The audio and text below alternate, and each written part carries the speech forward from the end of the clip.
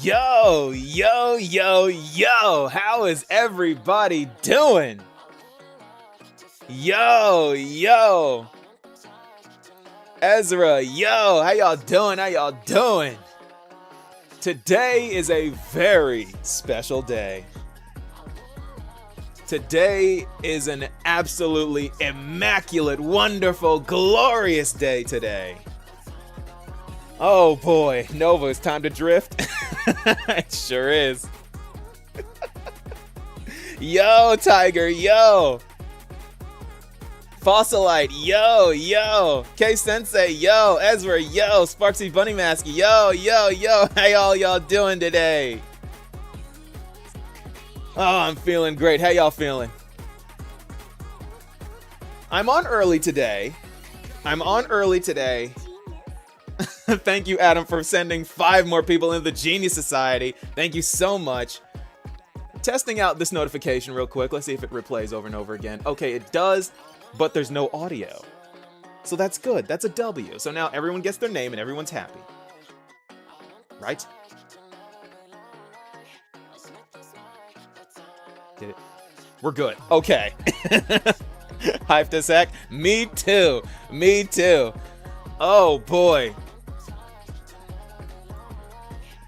Oh boy, oh boy, oh boy. Let me swap scenes here.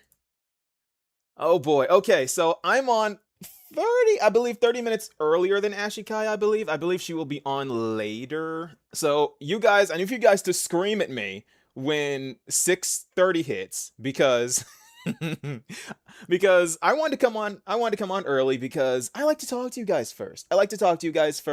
You know, set the mood, get everyone all hyped up, you know. This being my first Nova stream. Oh, wow, that's crazy. That's crazy.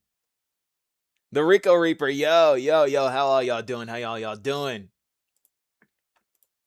We are not without things to do, however. We are not without things to do because while I talk to you guys, I want to clear some content real quick. I never do this on stream, so I wanted to, you know, give you, do a little something new. You guys know I love to do stuff new. I'll ping you, Nova. Okay, cool. Why is my game lagging? Uh-oh. Uh-oh. What's going on here? Oh, I'm lagging hard. What's going on there? Where are we here? Where are we? Apocalyptic Shadow, yes. RAM usage? No, I'm good. Oh, please. My last stream, I streamed the entire story, no issues. I streamed the entire story last time, no issues. We're good, trust. Internet bricking? No. No bricks. No bricks. I won't be pulling today. So no bricks. No bricks. We're all good. We are all good. We're all good. Okay. Let's get this started. What are we facing today? These two? What are my buffs? What buffs am I working with? We got break damage. Okay. And I guess the other side just gets elationed, right? So I guess we could just use break against this team, right? I can just use... Oh, it's not letting me use break on this side? Why? It's forcing me to use elation on this side and use break on this one. Whatever. Increase all enemy break damage taken. Yes. So I can just use my break damage team. There, and my brand new absolute elation team here that I'm so proud of. Everyone's got their light cones except for Quoquo. Forgot how loud that was. I don't like that.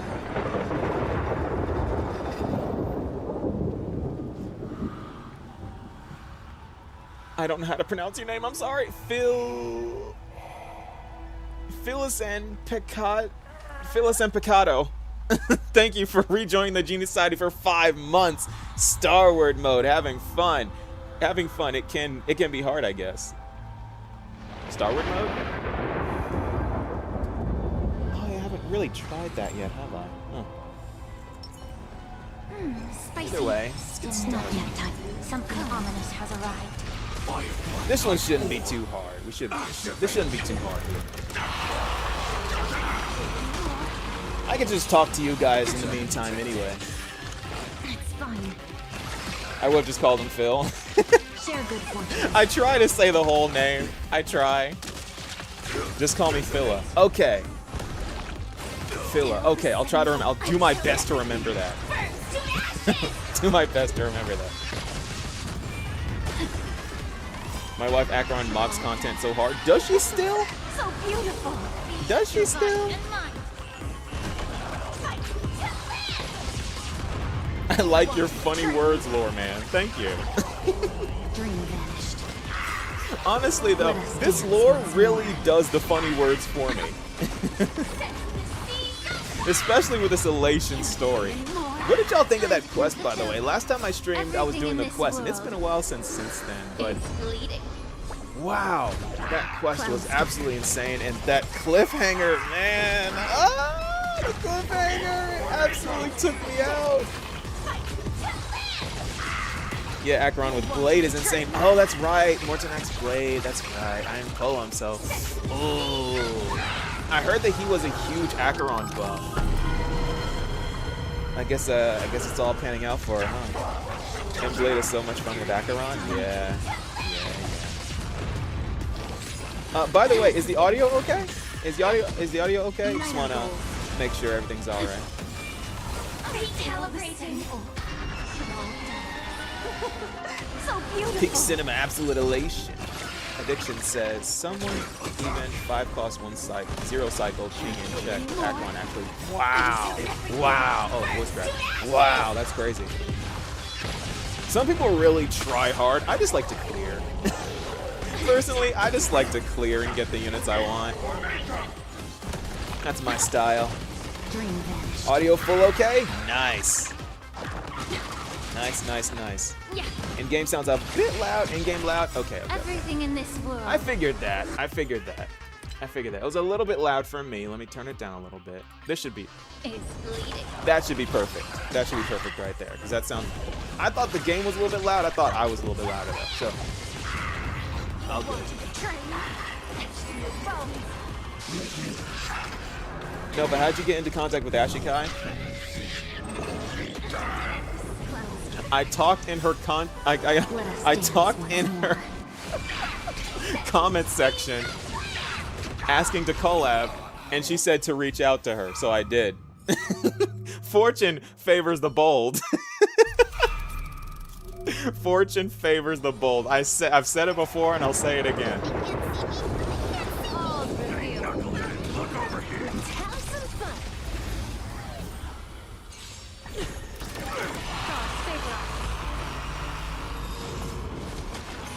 Yeah, same YouTuber even got 39-48 score Star Wars with Acheron, 8 cost with Gallagher. Wow. With Gallagher? Gallagher as a sustain? Really? Gallagher still relevant? I love gambling. Addiction. This next round, real gaming round.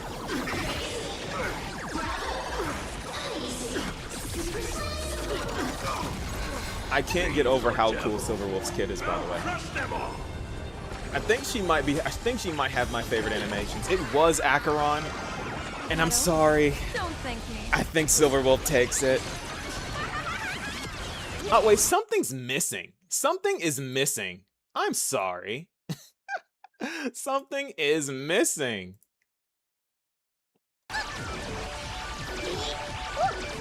Something is missing. I forgot about this. There we go. There we go. Behold, the power granted by... Hold on. Right. I'm being reminded by my I'm being reminded by my mods to do account reviews. If I just clear this all in one go, then I'll probably do a couple of account reviews. Maybe. especially for one because this one's been very highly requested. I knew something was missing. I put little Sinian in the bottom. She's got to cheer us on, you know. Cocolia transformation equals aura. It still goes so hard. She's like the first boss, and she's still got it, man. It's crazy.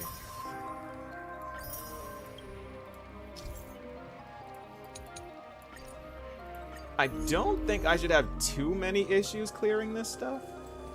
Oh, I forgot about the third one. Ooh. Ooh. What are my buffs here? And then I used... Wait, I can use break on this side now? Oh, I can. Because I want to use break on... No, I want to use elation for this side.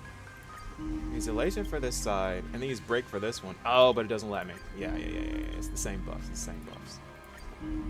So I gotta use this team here, and then this team here. I need to rename my teams. I keep forgetting to do that. This team, ooh, this team might be cooked. Oh, Path of Erudition. Never mind. We might be good. Because I have this team. We might be good, guys. We might be good. I don't know. I've never done the third. Done this before. We'll see. We'll see how we fare here.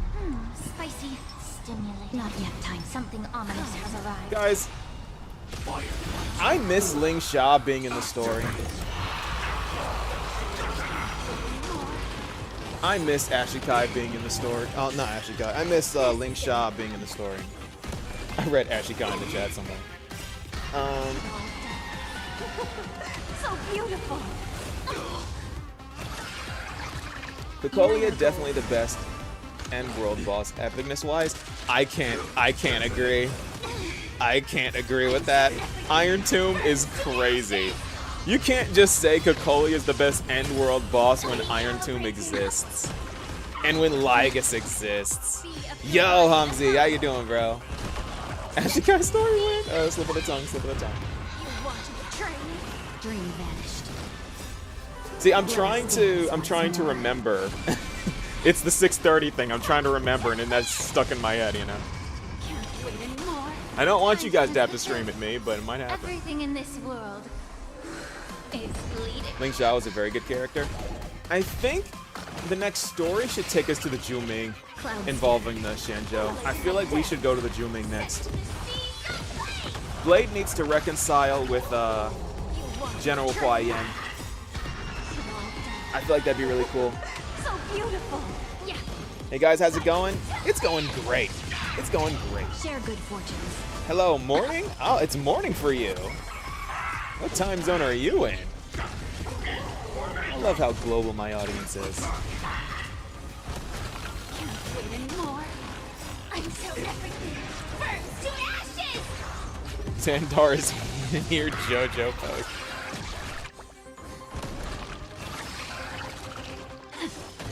Dream vanished. Bro, didn't see I joined the Genius Society. Oh, you did. Thank you, Elation the Aha, for rejoining the Genius Society. How long have you been?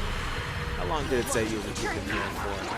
Let me scroll up real quick. I'm sorry for missing that. That's because I. Clouds scattered. Oh, for the first time? It's the first time you've joined? Everything in this world is bleeding. See, it's because I'm still working out the kinks.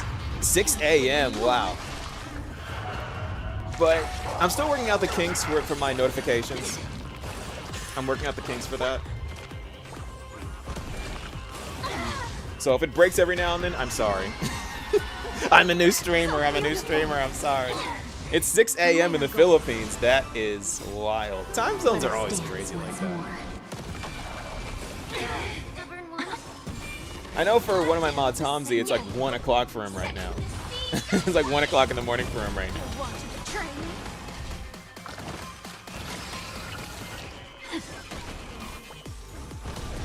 The Aeon's comments invasion was hilarious, lore.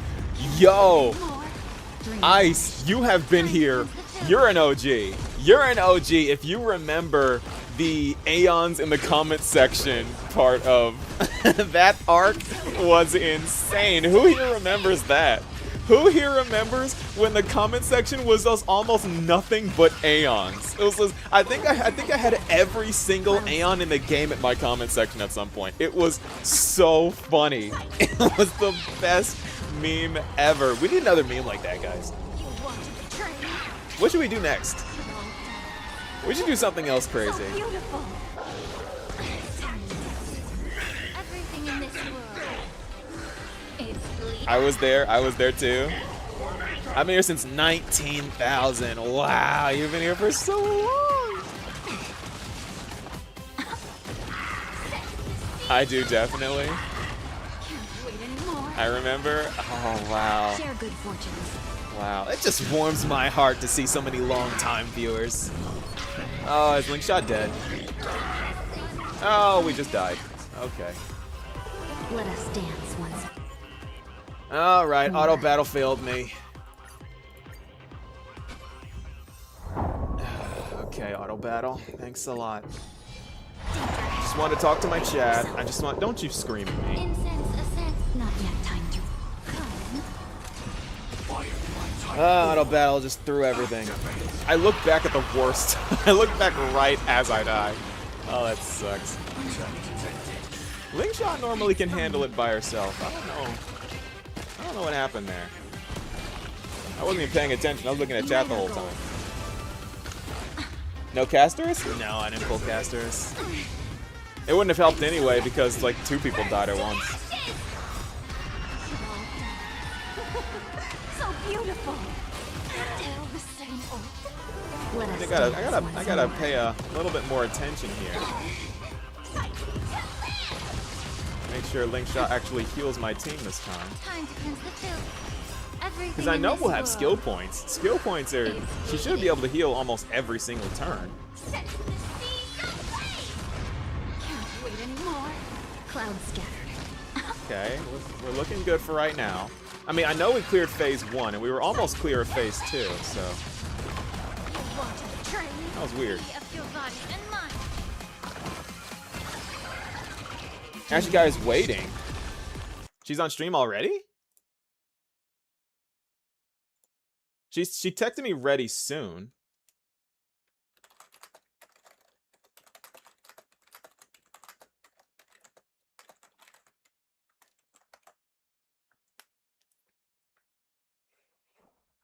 Oh, she went on stream early.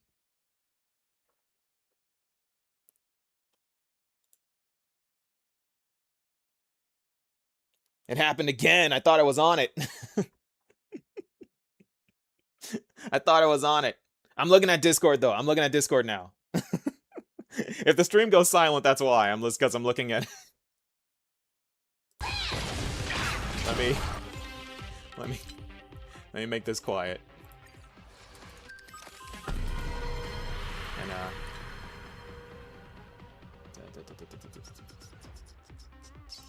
I forgot what setting it was. Okay, I'm looking at Discord. I'm looking at Discord.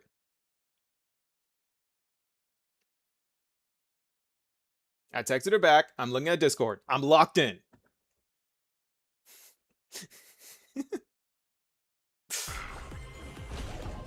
My team's still alive. Okay, good. Multitasking. How do I join the Genie Society? Become a member of the channel. That is how you join the Genie Society.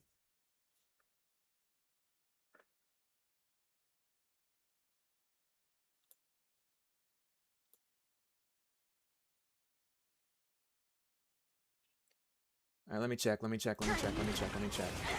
team's still alive. Oh boy. Okay, we're good. Memories too. So beautiful.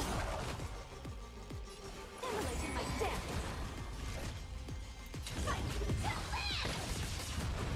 Can't wait anymore. Yeah. No holding back. And then Clouds we can- scattered. Allow me there. to purge the roots of the problem. Oh. I mean, I don't need to heal here. I should be good still.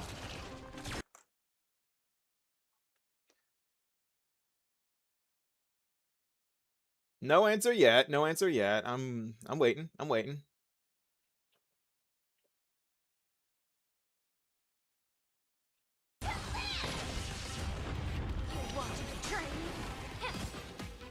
Everything in this Oh, world Link Shot, why'd you ult so early? is bleeding. Did I call Link Shot Ashikai again?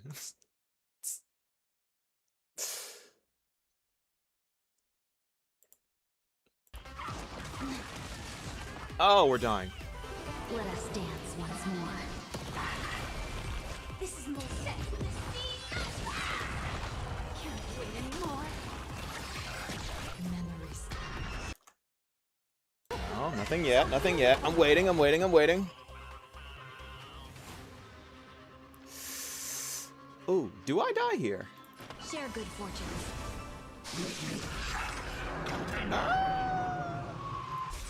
I think I would rather hit Firefly, honestly. Okay. Yeah, I'm gonna have to figure that out.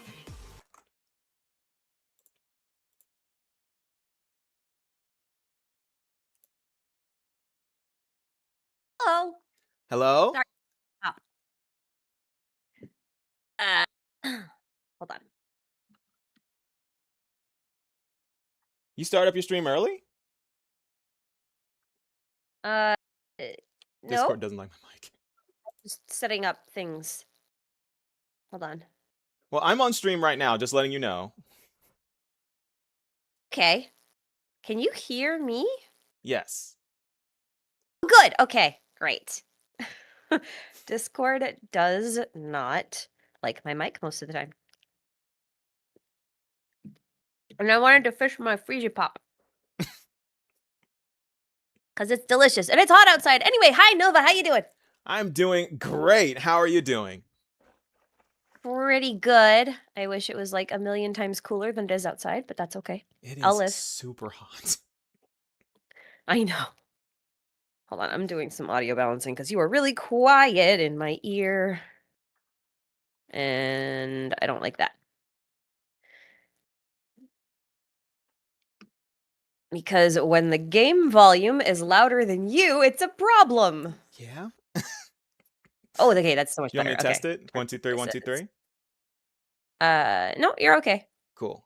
I just have to balance between like the desktop volume that's going into YouTube and then the volume that I hear and then Discord's volume, and it's like because you're on the same channel as the game that I'm just gonna be running around in the background. Oh, okay, okay. Just so I have something to do with my hands and something to put on screen. Since I'm one of those faceless people. Okay. Okay, now we're too. Okay, now we're too quiet. Okay. My chat, can you hear Ashikai okay? Are we all good? We all good on you guys' end too? I just realized I need to actually turn you all the way up, don't I? Yes, I do. Okay, there we go. 1, 2, 3, 1, 2, 3? Yeah. I forgot on the mixer, you need to be the same level as me. Yep. Okay, cool. Cool. And it's weird because you're sharing the channel with the game, and it's anyway. I'm not a good streamer, okay? Not a thing. Hey, I only started streaming like a couple of months ago, so. Well, see, you have excuses still then. I don't. I don't. I'm just bad. No, Finny, you can't have this Freezy Pop. Other Freezy Pops, maybe, but this one's grape. You can't have grape. Grape kills dogs. That's why Ben & Jerry's doesn't make grape ice cream.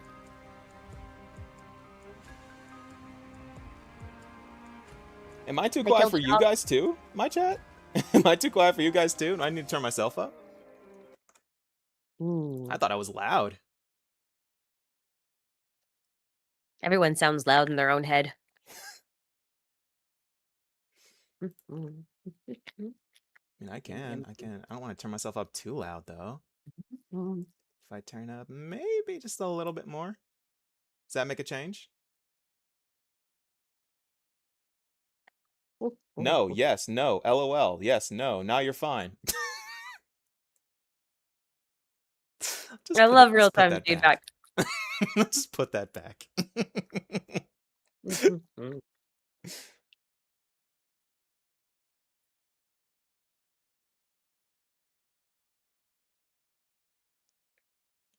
Nothing like sucking the juice out of a freezy pop to feel like a vampire. So, It's weird. Um, okay, shall we I'm get good. started? Ready? Yes. Let me do the thing where I hit the buttons.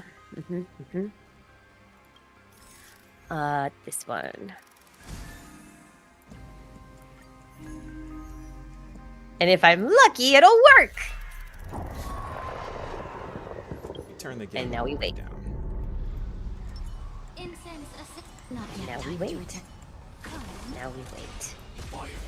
Now we wait for YouTube to be like, okay, all the pieces will talk to each other now. Oh, there we go. Hi.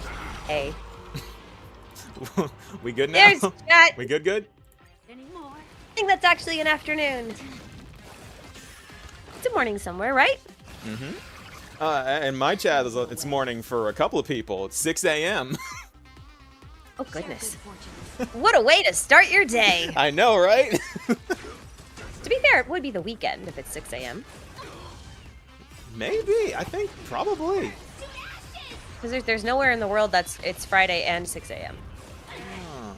Oh, true. Only Saturday. So it's a weekend. Have fun. Oh wait, you can't hear. Oh, you want to hear something funny? What? I was so concerned with balancing your audio, I forgot to put on mine. Wait, so you? Hi. your chat has heard nothing this whole time. That's normal. That's normal. Hello. Oh no! So wait, so they just heard me talking to nothing?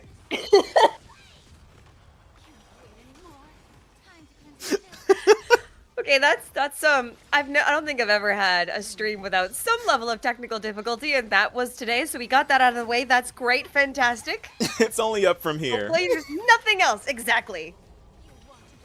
Oh, Nova is loud. Okay, hold on. One sec. 1 2 3 1 2 3 1 2 3 1 2 3 1 2 3 1 2 3. Cool. Oh, like really loud? Oh, weird. Okay. Okay. More like I'm quiet. I'm not quiet. How insulting! How insulting! What? I'm cranked all the way up. I don't understand. What do you want me to do, man?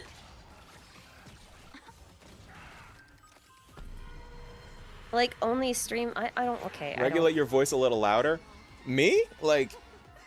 I mean, the way I naturally talk is kind of inconsistent. Like, I'll be loud one time and then I'll just get quiet. So I don't know if that's the audio or if that's just me talking. How's this? Is this better? Is that too loud?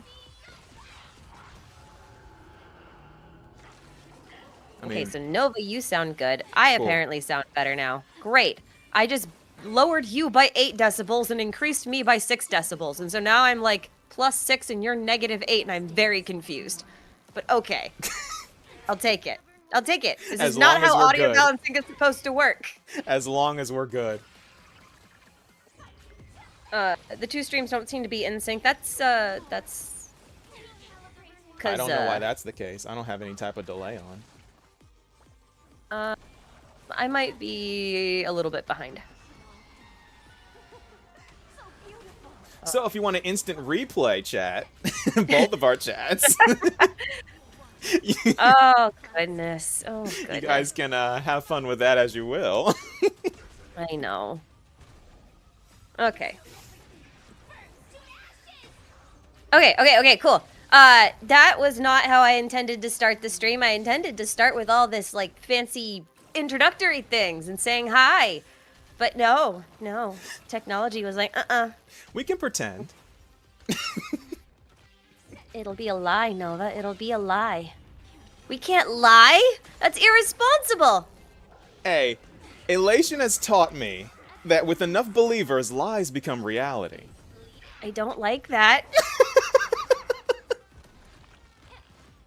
I don't like that. No. Fine, we'll do it your way. My what? Okay, hi. I'm Nova, and this is my guest Ashikai. Say hi, chat. Hello. How's everybody doing? I'm Ashikai, and I'm collabing here with Nova. The infamous Nova Impact. I'm infamous? Or you're infamous? Which one of us is infamous? I don't.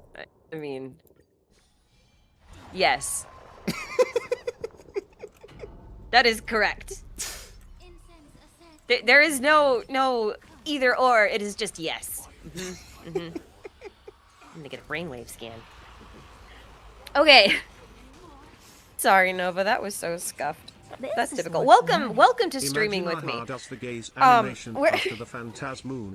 Nova pinged me. Oh my god, when was it? Like 3 weeks ago? I think so. Something like that. Something like that? Yeah.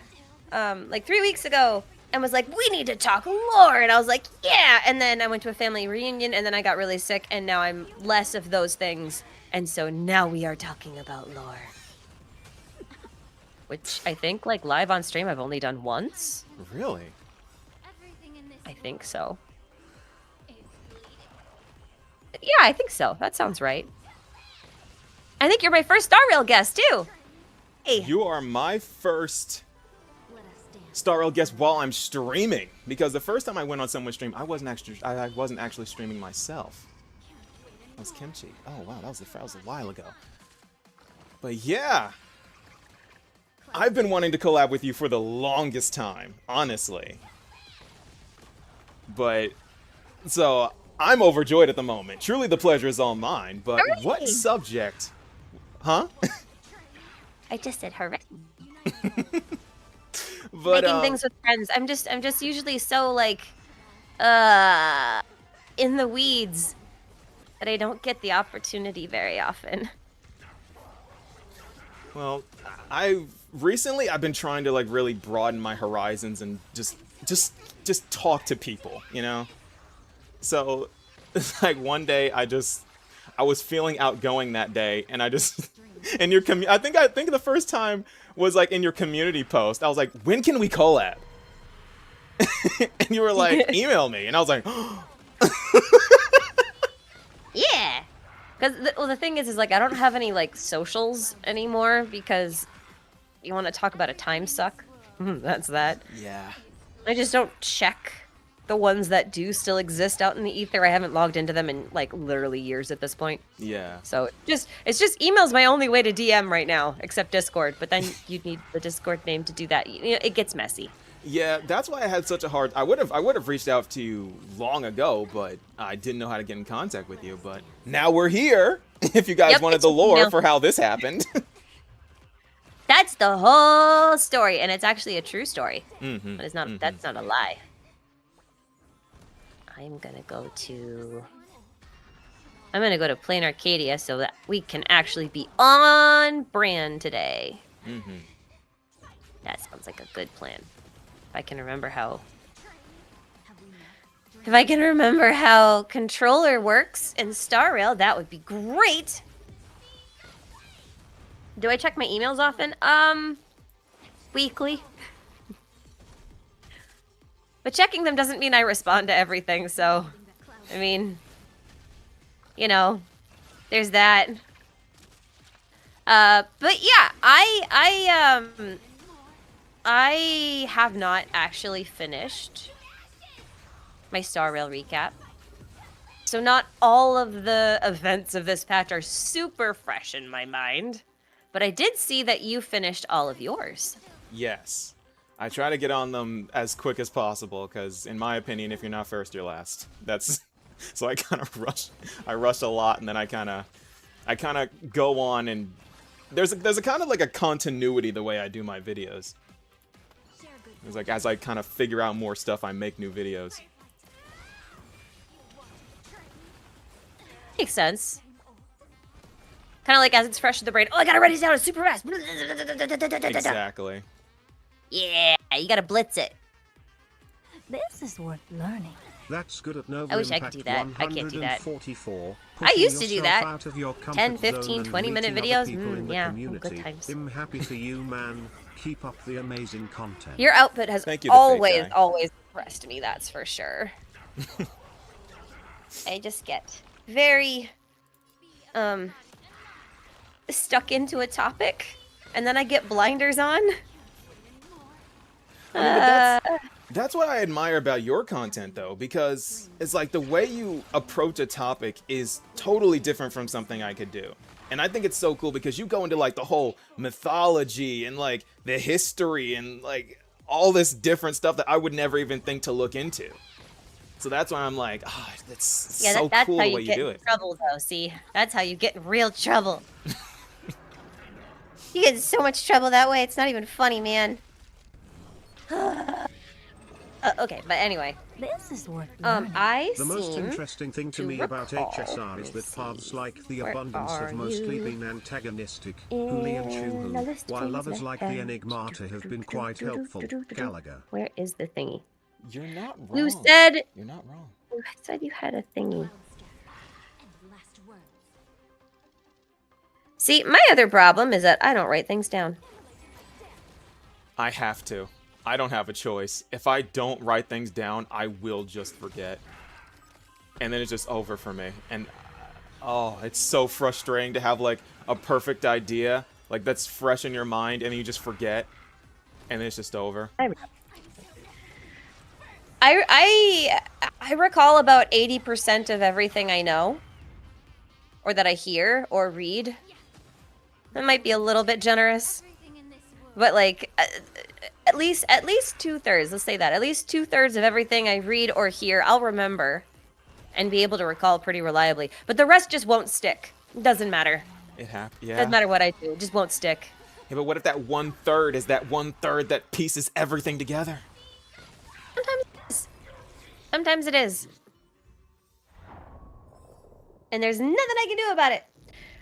But speaking of things that I couldn't remember that weren't gonna stick, I had asked you what you wanted to start with today, because I wasn't even really sure where to start. I mean, I have like random little mini theories and things to point out, but like it's a bit like a dartboard. I can just throw a dart and it'll land somewhere and we can go with that. But I think I remember you saying There is a lot of different stuff I want to talk about too. I don't really have a particular order. I have a couple of notes written down here too that I want to talk about, but I'm pretty sure we'll get to them all in due time. notes. Oh my goodness, you have notes. That's crazy. Just bullet points. That's all. It's nothing crazy. I like bullet points. They're my best friend. They truly are. They truly are. Do not underestimate the power of the bullet points. But the first bullet point I have is Assad Pramod.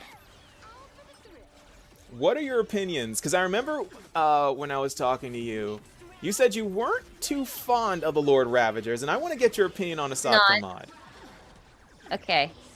I have theories and a lot of thoughts on Assad Pramod, but just before I do that, Adam Longboard guy from your Discord has sent over a very, very generous super chat. So thank you very much for that. Warm greetings from your many, many fans on Nova Impact's Discord. I greatly appreciate it. So kind of you. The Genius Society sends their regards. This video is sponsored by the IPC. No. We hate the IPC over here. No.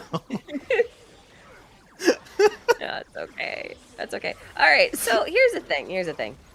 Assad is weird, all right? And I'm not even sure at this point I even want to classify him as a Ravager. Because I'm not sure he is. Okay. Well, this guy dabbles. Okay, this guy really dabbles. I didn't even realize that this was a quest I was starting. I just saw Nihilux and I'm like, is that a Furbo? And apparently it's not a Furbo. It is the event. So The guy started off on elation, right? He started off as en route Yes. on the path of elation, and he heard like a trillion jokes, then lost his sense of humor. So the story goes. I'm not actually. Yeah, so they say. It's not exactly the reason why I left, but that's so they say. It's close enough. He left the path of elation. He doesn't like the path of elation. I Correct. don't know what's going on screen right now. This is very strange. And then he goes to the Trailblaze, and he goes under the new name of Icy, Yes. right? So he went from elation To the Trailblaze. to Trailblaze, and then he witnessed the ascension of Nanook, and over time, And the fall of it Akavili. fell off. Well, yeah. Well, the fall of Akavili first, because he took over after Dolly and Akavili died. Yes. And then after that, he witnessed the ascension of Nanook. And even then, he still like continued to follow the Trailblaze for a while. Mm-hmm. And then he's like, This train goes to a dead end. Like there's no point in this, right? And so then he joins, presumably, the Omen Vanguard. From there, he in theory founds the Omen Vanguards, which is connected to Finality, which Correct. should be Terminus, which is likely the terminal station, right? Like the thing at the end of the Trailblaze. Yeah. In theory. In theory, yes. Going consensus is something like that. It's where it loops back, because So- Finality is beginning. Right. So, the thing that bothers me is the guy goes Elation, Trailblaze, Finality, and then Destruction. Mm-hmm. And I'm like, this guy is path hopping. Like, you wouldn't believe. More than the Shanjo. Yeah, no kidding. And I'm just sitting here wondering, like, in the teaser trailer for Plain Arcadia, he sounds way too excited about potentially fighting Nanook. And so I'm sitting here going... Hold on, someone just dropped 50 memberships in my chat. Thank you so much, Sparksy Bunny Mask. Oh my god. Okay. Wow. Wow. Wow, I've never gotten so many. We've just passed 200 just like that. Okay. I'm gonna try to stay focused. Okay, keep going. You gave him so many memberships, you almost killed me. Holy cow. It's got Okay, so I flashbang. was thinking... I know. I was thinking about how many paths this guy has jumped, and I think that, like, he's not loyal to any single one of them. Yes. Right? Like, I don't think he's a Ravager. I think he's, like, masquerading as a Ravager. Does he hate the Elation? Sure. But the thing is before he set off to the Trailblaze, he said the Elation has been dead for a long time. Now, is that literal? I don't think so. Has the Elation been dead for a long time? Because she's on my screen right now. There is a big theory going around that the third way to kill... Well, we know that the third way to kill an Eon is to make them turn away from their path, right? But the thing is that might just kill the Eon. It might not actually kill the entity that became the Eon, right? So say someone ascended to the position of Aha, right? And then eventually they were like, I don't want to be Aha anymore, and they turn away from Elation. Do they just descend? And become like immortal Aeons again? can do that. Adam, Well, thank you so much. You sent here's the 50 more gifted in my chat. Oh my god, Adam. Jesus. Oh my god. It's like I want to hold the conversation, but they're not letting me. But thank you so much, Adam, for sending 50 more people in the Genius Society. Goodness. What was I going to say? What was I going to say? We were talking about Assad Pramad and his path jumping. What was the last thing you said? Trying to remember. Well, okay, so I'm not talking about, like, Eons being able to potentially descend, Right. right? I don't think Because- they can. Well, there's a going theory around, which I'm like 50-50 on, because like narratively I don't really like it. But as like a plot twist, I'm like, that's actually kind of fun. Okay. But I still don't. But I like the idea of.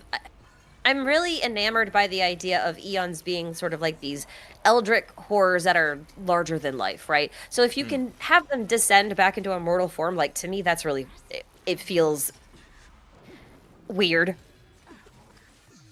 But It's kind assuming, of like the assuming it's a Amphorious possibility. Titans kind of like descending into their like human forms, kind of like how Cersei's did.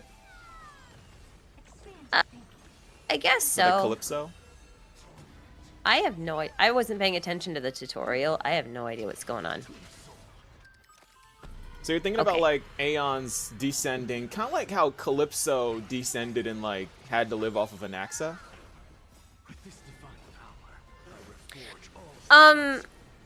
I don't think the Titans are necessary. It would be like if Calypso just went and lived next to Anaxa, like became his neighbor. Okay.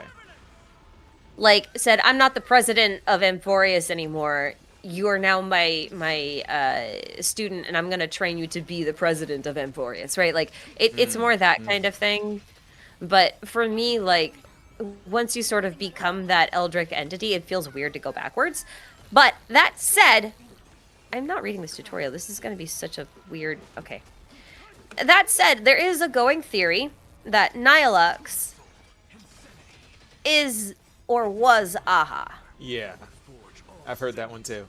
And if that's the case, right? If that's the case, then like Assad is correct that Aha's been dead for a long time, That's possible. right? Mm-hmm. But if Aha is dead, what? Well, What is personally, he trying to destroy as like the Lord Ravager? yeah, he would have nothing to go after then. That's what's weird, right? Like to me, that's what's weird. Okay, you want to hear my opinion? Yes.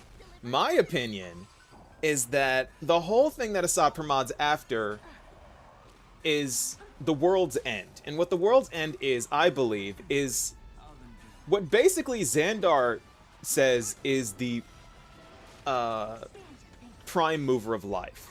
Because what he wanted was the world's end, which would technically be the world's beginning, which would be, you know, prime mover of life, which he originally found was the Trailblaze, which is why he joined the Trailblaze, because the prime mover of life is the Trailblaze. We learned that in Amphorius. But witnessing the death of Akavili, it kind of broke him, you know? He was like, oh, well, this path that, because there's a story of Assad, of Icy asking Akavili, how do I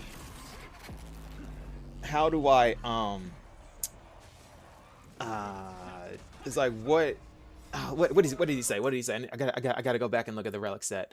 I gotta go back and look at the relic set. I see. Where is that relic set?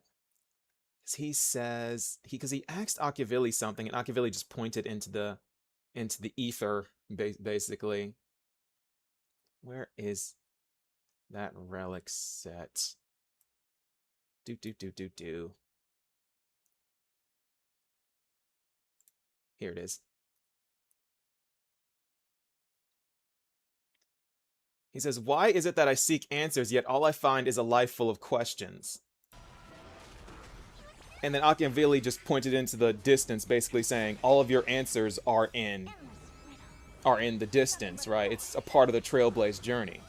But him thinking that all of the answers are yet to be found, and then seeing Akavili die, he's like, well, it seems that Akavili didn't even know what the answer to my question was. It wasn't in the distance. The Trailblaze is a journey to nowhere.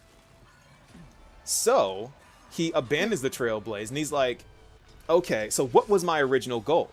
And his original goal, his whole reason for leaving the Elation was, you can find it in, I believe it's his letter to Braggy, one of his old friends from the tavern. He says, the whole reason why he left the Elation was because Elation does not do anything to stop the suffering in the world. And Why would it? he, yeah, like why would it? It's the whole point of elation is Didn't to we laugh just at the have? void. Well, didn't we just have that whole thing about like protecting one's right to suffer? Yeah. But that's not really elation. That's more of just Sunday's arc. No, it is still elation because like life doesn't exist without death. Death doesn't exist without life. Elation doesn't exist without sorrow. That's why there are masked fools and mourning actors.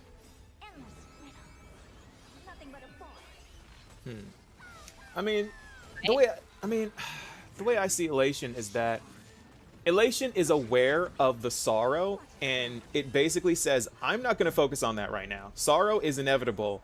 Death is inevitable. I'm not going to focus on that right now. Instead, I'm just going to be happy. I'm going to enjoy all that is before all is gone. Do you want a really crazy crack theory? Sure.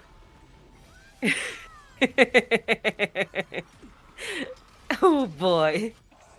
Okay. So you know how Asat Pramod has a lot of connections to the veracity? He does. Okay. Here's the thing. Veracity's like wish power manifestation thing is loosely connected to Aha's powers, right? Or at least the powers of making lies into reality. Anything you think about, you bring about, basically, right? Uh-huh. Yeah? Yeah. Okay. So there's a going theory that Aha might actually be a part of the veracity originally. I don't know about that one. I mean, I think, honestly, I believe that that's more like the Enigmata than veracity. Veracity is just about, like, baiting in and consuming Enigmata is different. Enigmata is different. Because Enigmata is negentropy. So negative entropy. Elation is different. I mean, they tend to do the same Elation thing. Okay. Well, anyway, let me do a thing. I'll back up a little bit. Maybe this will make a little bit more sense if I back up a little bit of where I'm going. So, back in Emphorius, before we knew who the Titans were supposed to, be the paths of, right? Before we knew that for sure, I was trying to make a case for Hycelins to be the veracity, because her whole thing is about feasting, and she's a whale, or she's a siren, and she's connected to whales. She's got a whale in her ult, that kind of thing. So I was thinking, oh, that's like totally Leviathan core, right? Feasting, Ouroboros, Leviathan, whale, that kind of thing, right? Makes sense. I'm following. And then we find out that she's supposed to be Nihility. Yes. Right? So the thing about the Nihility is that it's like nothing matters, right? Yeah. You basically like given up on things, like you've fallen into depression. And there's this whole thing about the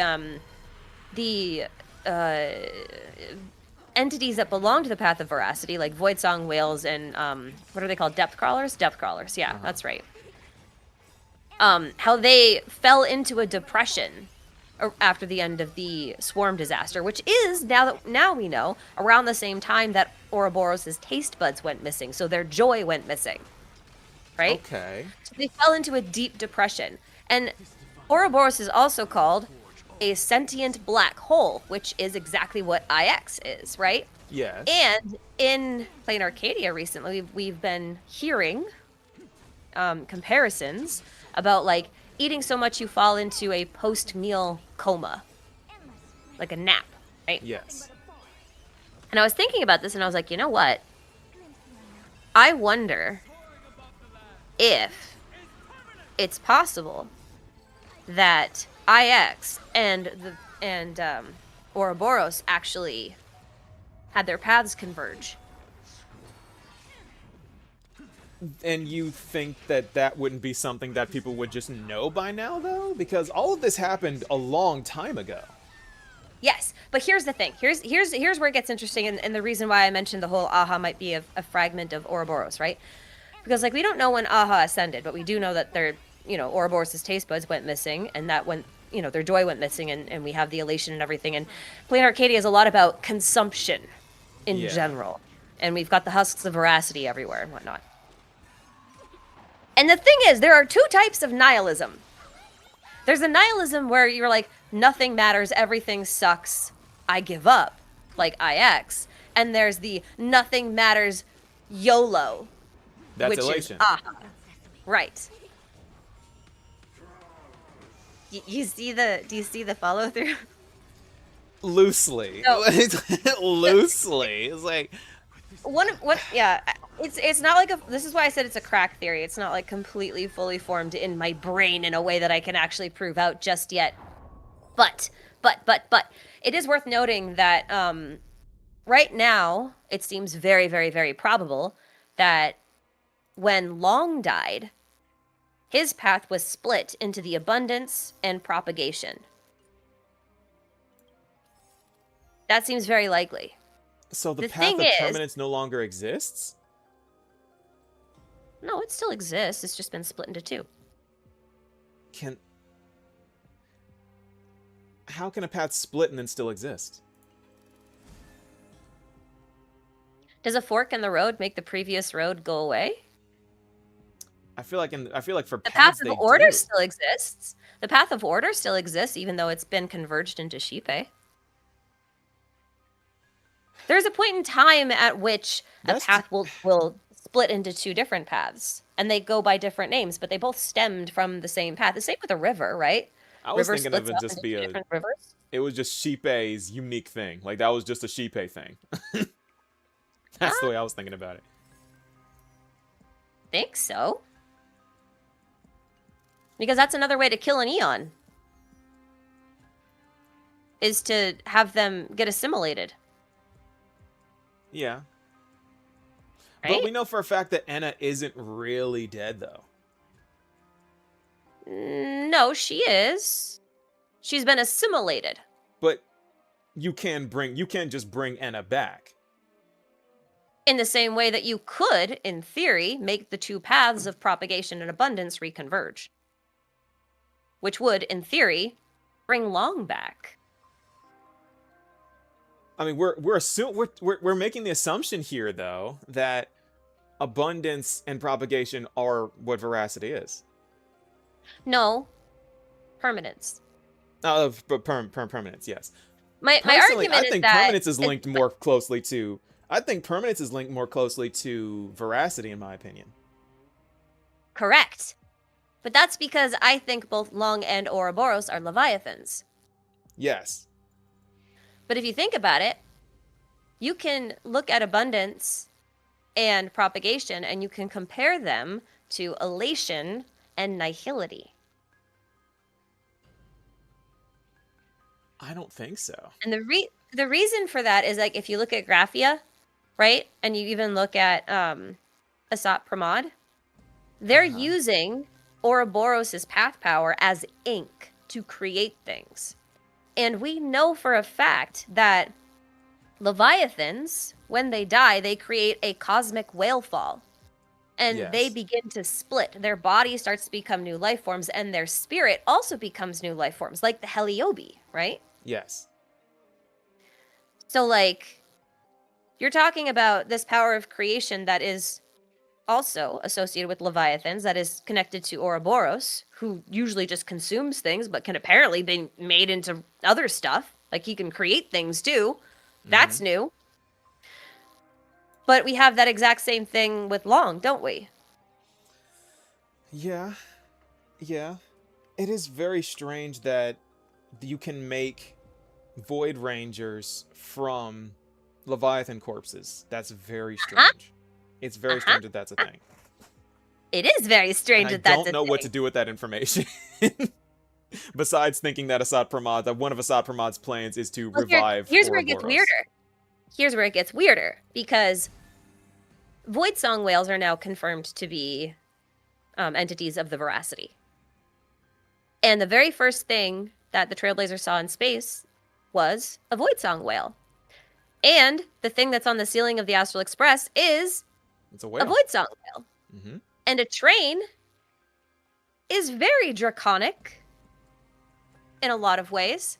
And in fact, that may have been part of the reason why Graphia was so entranced by it in the first place. As someone who was walking the path of veracity and destruction, Then why'd she or at call it least a using the tower? powers of veracity. She- Probably because it went straight down. She didn't call it a dragon, though. I feel like she would have called it a dragon if that was the case. No, but here's the thing. When you see her, when you fight her, she is in a variation of the bullet worm. The bullet worm was formed after the Astral Express. Like Yeah, it was I assume it's designed based off with of the it, Astral yeah. Express in mind. Right. But it's also a dragon. WYRM. It's a dragon. Yeah. Uh-huh. Power of the Veracity, Leviathan, dragon. I'm following. You see? I'm That following. means the Trailblaze, the path of the Trailblaze, might be Leviathan based. Dun dun dun. That is definitely a crack theory. I told you. That is definitely a crack theory. I mean, I I'm told you. following. I'm following. You don't have to agree with it. You asked if I asked if you wanted a crack theory, and a crack theory is what you got. Yeah, I definitely got what I asked for there. I don't know. I hit the wrong Wow, button. okay. But okay, personally, if I were to add to this, I would say that the Trailblaze, that all paths came from the Trailblaze. If the Trailblaze is the prime mover of life, then that means every path came from the Trailblaze. So it's not that every path has influence over the Trailblaze, or the Trailblaze got affected by other paths. It's that the Trailblaze just is other paths, and then that power branched out and created the other paths. Like that fork in the road that you mentioned earlier. I mean, it's possible, but that assumes that the Trailblaze predates everything else. I think it does. Because if I think that's Fuli gonna be- recreates everything with memories, then, and we know that the entire Fuli universe has died more than can. once. Fuli can recreate. Well, Wait, you're See- saying that you don't think Fuli has already recreated everything? no, because then we'd be stuck in stasis. I think we are. That's what the point of the finality is. No, because then that whole thing with Cyrene wouldn't make any sense. Why? Because, like, she never went to the end of time to become Fuli. She So either you're decided not to assuming ascend. somebody- Right, so you're either assuming that a different child of an Ostrava did choose to go all the way and ascend. Yes, because all of them can. But, like, even though all of them can, the problem with that is that we know what happens if they do. Mm-hmm. The universe freezes in place. But the universe isn't frozen in place, otherwise we wouldn't have... Well, no, it's if one of them ascends, that means that the world resets. It doesn't freeze in place. That's not what it means. The point of Fuli is to Fuli is- reset the universe. No. Fuli freezes the universe in place because they are the act of retrocausality. They have to constantly look back in time. Which That's- means time cannot move forward, it cannot reset. They can only look back on what they know. It's frozen in time because nothing can change after that point. It's a dead timeline. That's why it's a bad timeline that Elio wanted to avoid. Right? On the description of That's why Fuli, it it was- literally says they recreate the universe with memories. But they can't. Says who? I think they Well, can. basically... I don't. Because that doesn't make any sense to me. Because the memories would be frozen unless you had an ability to, like, add in additional variables, which you don't. That's what we're someone for. makes it to the end of time. That's the point of the Trailblazer. That is the entire It is point of the Trailblazer. Yes. But you also agree with me on the fact that we're not working with time travel, we're working with world lines, where we have multiple different timelines that we hop between, right? Yes. That means one of those world lines had a bad ending, where Fuli... All of them did do. I'm become- saying all of them do. No, I know, but there's only like a couple left, right? No. Which means that Fuli's ending is still a bad ending because it's not the ending that gets chosen, which means it ends without the world actually resetting. You have to jump timelines. Okay, let me just explain the way that I see the way that Fuli works and how that relates to finality. Okay, so what has happened? What I believe has happened is that Fuli has recreated the whole universe with memories, but the problem is that the world keeps resetting, and just like Amphorius, because like I said earlier, that Amphorius is a microcosm of the cosmos. So if everything resets, everything plays out the exact same way. Everyone dies, Fuli resets everything, right? So what we need is a deliverer, just like we did in Amphorius. And the Trailblazer is taking on the role of Castellana. Because the Trailblazer is the only person with a fate. Everything plays out without a fate. Everything plays out the exact same way. Everyone always dies, everything always breaks, and the Fuli has to reset everything. But the Trailblazer is the only one that can influence everything, and that is why Elio has made the script. Because Elio can see all the different timelines in which the Trailblazer failed and everyone died. But what Elio's trying to do is make a script of all the different endings that ended up good, so that the Trailblazer makes it to the end, fights, and defeats Nanook. And it's because of all the times that Fuli has reset everything that Elio has things to look at and say, okay, I want this to happen. Okay, I want that to happen. Okay, I want this to happen. But then you have the elation, which is just a factor that is just a dice roll every single time. It's just completely random every single time, and that gives Elio a headache.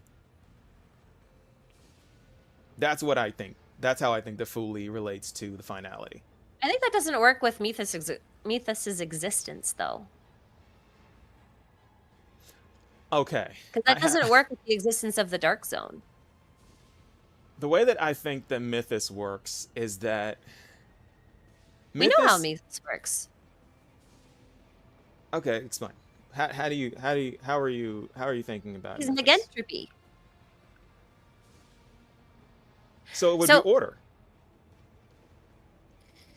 So here's the thing. If the universe is reaching an inevitable end, and entropy is progressing in one direction, Mythos is actively creating a space where it can move in the opposite direction. The reason why Mythos can't become finality at this point is because they're messing with this entropic state. Right? So in the Dark Zone, they're basically able to move to any point within the timeline, in theory. And they should be able to pull different variables or influence it in different ways. They are the fallibility of memory, so to speak. So without Mythos, you just have like raw memory, right? And if your memory, like you just remember the same thing over and over again, like that's stasis. That's why I'm talking about Fuli like ice, like everything's frozen in time, quite literally. Without Mythos putting in some fallibility into your memories to change things, like you don't have like you can't, nothing moves, right? Like you're just screwed. So to me, like you can't really like look at Fuli as a valid ending, I think. I don't know how else to put it. From what we know of the history fictionologists and how they work, is that they work in an altruistic way where they alter history, but then they write something else in its place, or they like kind of like delete stuff that they don't want to be there. Right, because you need to create ambiguity in order to fix things. Yeah. Because if everything breaks, and you know everything breaks, you need to like kind of change stuff that way. Hi friend, and I have a question for you. Do you think a normal human could survive being an emanator of two eons or no? Could their bodies handle it without dying? That's an interesting way to phrase it. Not including the Lord Ravangers. Anna Dog, I have no idea. I think people could be a double emanator, honestly. I think that's possible. we could talk about that later on. Huh? Isn't that technically a requirement of the path of Enigmata? Or not Enigmata, I'm sorry, Equilibrium. Being an emanator of two different paths? Yeah. Well, not an emanator, but walking two different paths. That's not what I read. I haven't read anything about that. We were just talking about this in my server the other day. And by the other day, I think I mean yesterday. It would make sense. It would make sense if that's the case. But we're getting off topic here. We're talking about the Enigmata and how the Enigmata works. Okay, so if the entire point of the Enigmata is to change what Fuli has remembered in order to change history, right? Assuming you're in a timeline where Fuli becomes finality, yes. Well, Fuli doesn't become finality though. Fuli isn't one of the paths of finality.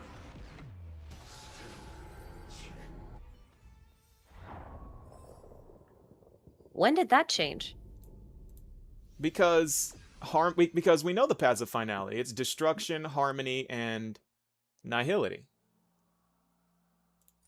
There are 4, aren't there? There is a fourth one. We can assume. Okay. So, are we assuming that remembrance is the fourth path? Because we don't. Because it's said that the fourth path hasn't revealed its face yet. It was. Because remembrance isn't one of them. Now I have to look it up. Because it's been a while. It's harmony, destruction, and nihility. Those are the. Am I wrong, chat? Am I wrong? I think Fuli kind of. I think the way the finality works is it goes backwards through time. What Fuli does is it just recreates things. I don't think Fuli recreates anything.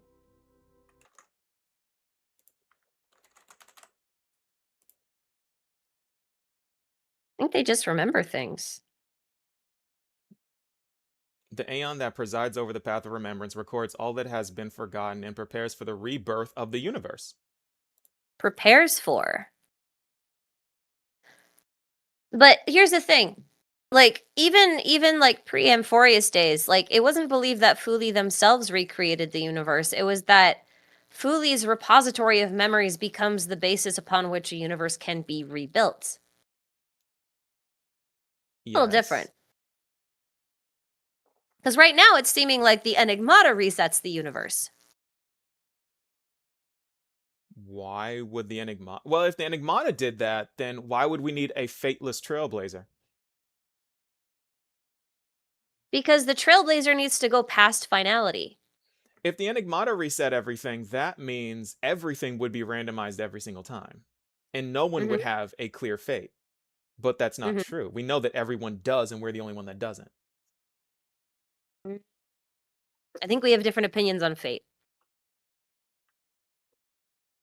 I mean, the Trailblazers called the Fateless one. We're the only one. The only person like that. Is that not true? Here's the thing. If you have a timeline, right? Let's say you have a timeline. The order of events that things happen in your timeline, all of the characters within your timeline are bound to a specific destination based on the variables that precede them, right? Mm-hmm.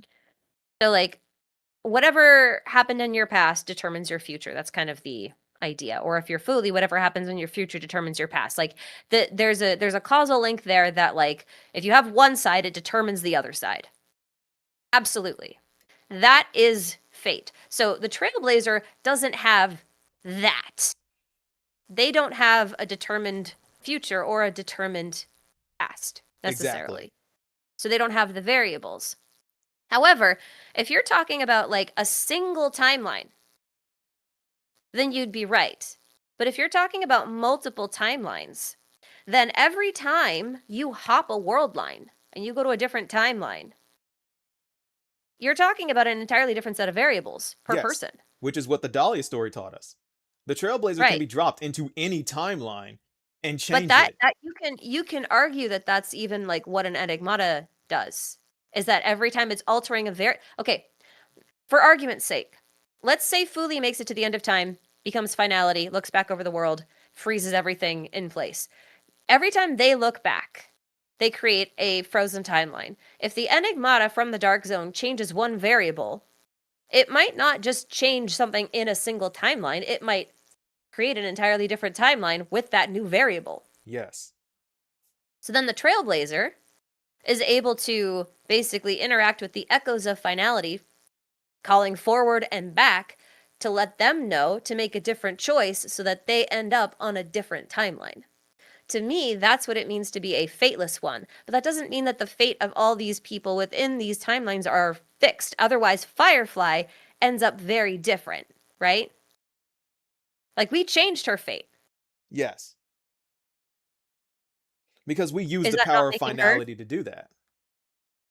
Right. Because we jumped timelines. Not the Enigmata. No.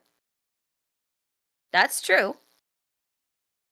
But if you don't have a Trailblaze, you have the Enigmata. And you don't know, like, what variables the Enigmata is changing anyway.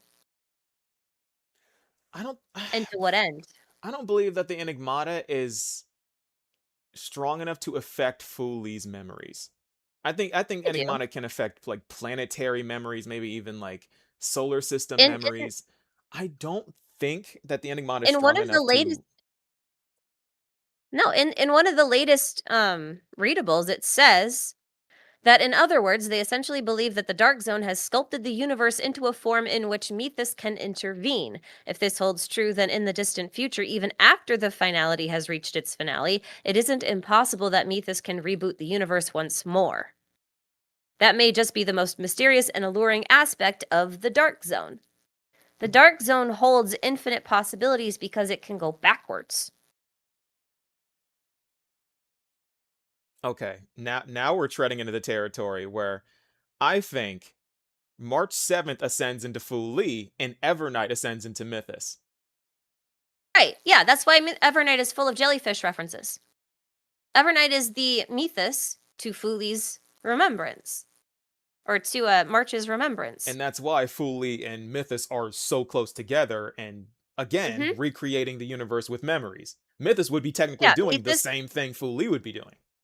Mythos is the fallibility of memory. So if Mythos can recreate the universe with memories in their Mythos own way. has to be the one to recreate the universe, not Fuli, because Fuli sets the universe into a state of stasis.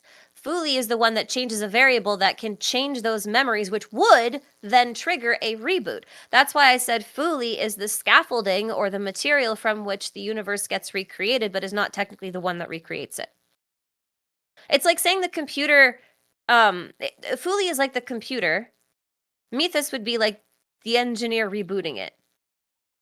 If that makes sense. They work together. Okay. I mean, okay, so if the Enigmata has reset everything, and the universe still dies anyway, resulting in all these different timelines, right? Can we agree on that? Yeah. Okay. So, resulting in all the different timelines that Elia looks over and makes a script from, correct? Yeah. Okay.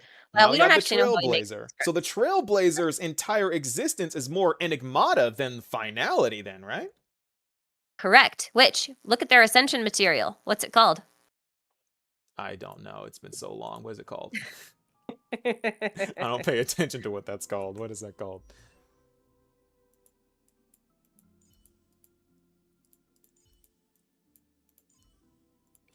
Do you want me to tell you? Yeah, just tell me. Enigmatic Ecostella. Okay. Okay. And it's enigma colored. We can't always trust the Enigmata because it's like we can't That's always the trust best the Enigmata part. teasing though. We can't always trust that because it could just be Fuli. We're literally just having the same debate I had with Fuli doesn't Lollity's lore. It's the same thing. I'm like, Fuli resets everything. And she was saying, oh, Fuli doesn't exist. And I'm like, yes, but no. I'm like, Lality and I agree on this. Lality and I agree. Fuli isn't real.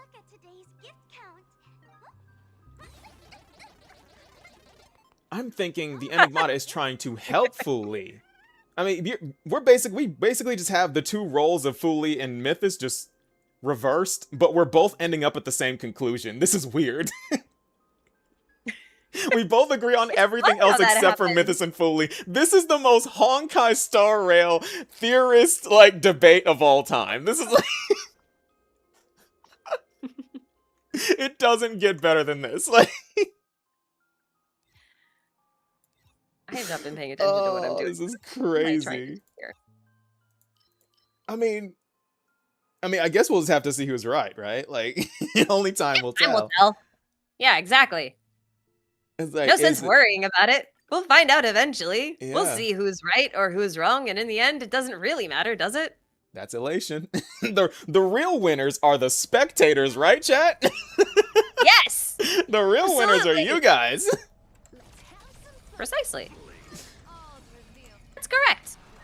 But the point is, I do get where you're coming from. 100%. I do get where you're coming from. You just don't agree. Correct. That's okay. Yeah. I don't need anybody to agree. It's a theory. Yeah, at the end of the day, it is all just a theory. Yeah. A game theory. Someone had to say it. Yeah, I wasn't getting out of that one. But going back to Asat for Mod, do you think what's that the interesting world's is that end both Evernite and Cyrene were is... children of an Azriva in the microcosm of the universe. Oh, hold on. Thank you, Adam, for sending 10 more people into the Genius Society. Oh, that's funny. Interesting. Evernite 7. I'm gonna watch me fail at this for a very long time. Personally, I think it's Evernight in March, to answer your question. I think it's Evernight in March. But, do you think that the world's end is the prime mover of life that Asat Permat's talking about? No. What do you think it is? Well, when he said he was reaching the world's end, he was heading to the end of the world on canvas, which was the veracity. Otherwise, he goes to the world's end in the tavern. But the real end of the world is just finality. But why would he? Why would he say I'm going to go find the world's end and then join the Trailblaze? Because that's where the Trailblaze is going. To the veracity? No. The finality. The finality. I think the Trailblaze is trying to avoid the finality. That's the whole point. You can't really... In my opinion, you can't avoid the final station on the train tracks. All you can do is make another station after. That makes it not a terminal station. Although it is worth pointing out that Terminal Station in Plain Arcadia is at the torn canvas looking over the husk of Veracity. Is that what that's called? Yeah, it's called Terminal Station. Oh.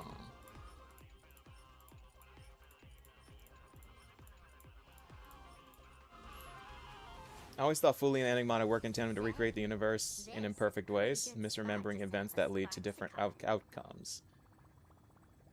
Yeah. I think so, yeah. I mean, they do work together. They have to. They have to be. That's because they're besties. It's because of the same person. They ascended from the same person. It's March 7th in Evernight. Yeah, this is why I'm still on my Veracity is IX bullshit. Whoops. Forgot I was a suction cupper. So you're saying that Asat Permat's looking for the finality then? Yeah. Then why did he leave the Omen Vanguards? Why not? Because they didn't answer his question. His whole thing was he was trying to get his question answered. Mm-hmm. And his question was revolving around saving the universe. Uh-huh. From the suffering.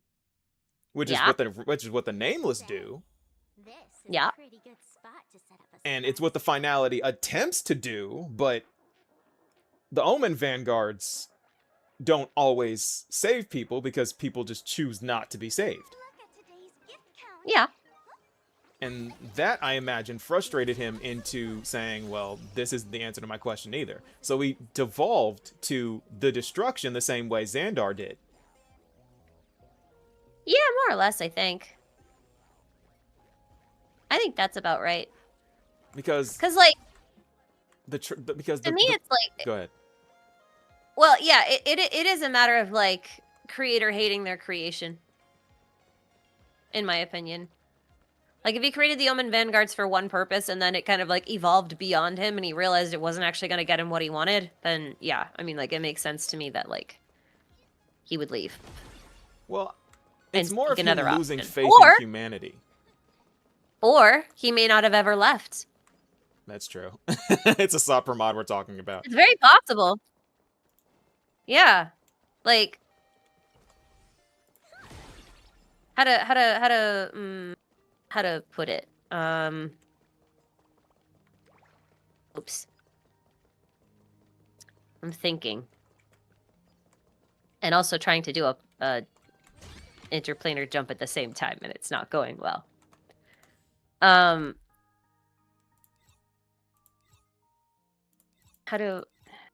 I mean, do we know that he left the Omen Vanguards?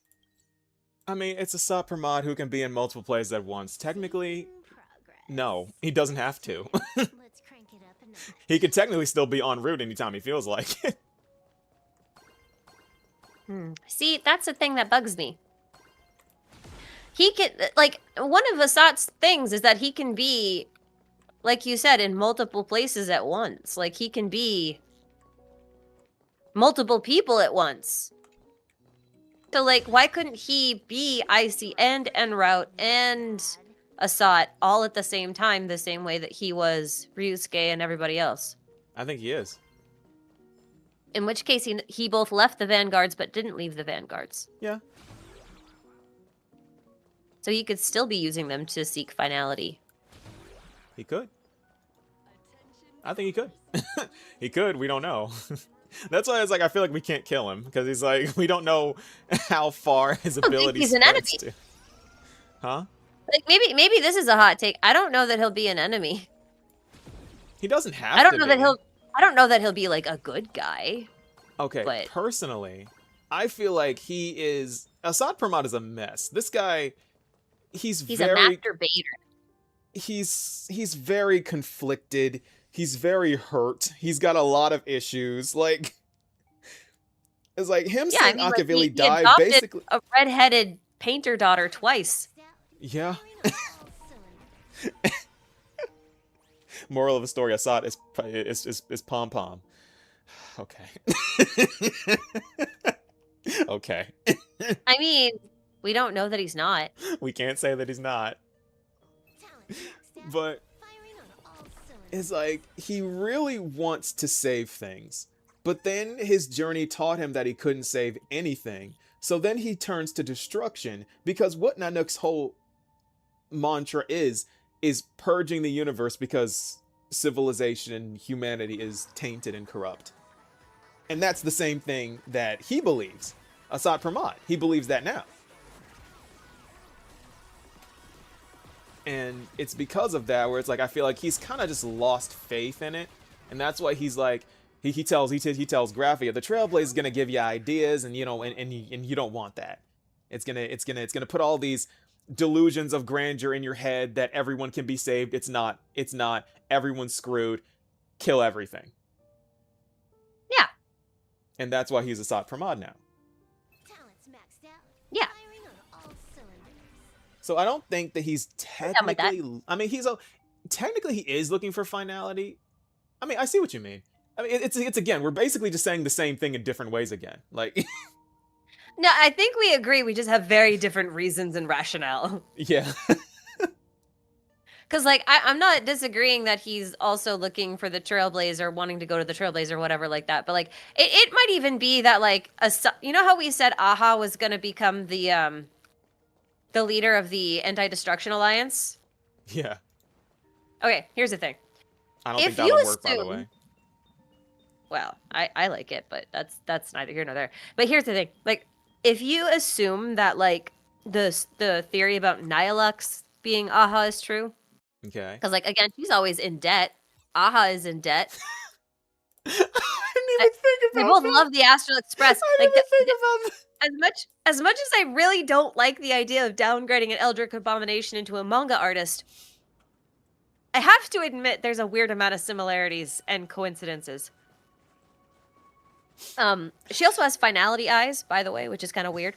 Finality those weird eyes stars being in her like eyes. the That's eyes of, finality? I haven't yeah. looked too closely into similarities Well, there. when Kiana became the Hersher of finality, those were the eyes she got. Oh, that's true. That's It true. matched the finality.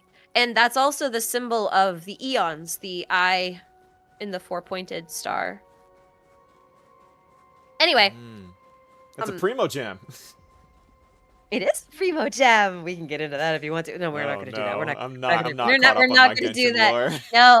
No, it's okay. We're not going to do that. No, but she also has finality. But like, she would not be a good leader of the Anti-Destruction Alliance. But you know who would be? Who?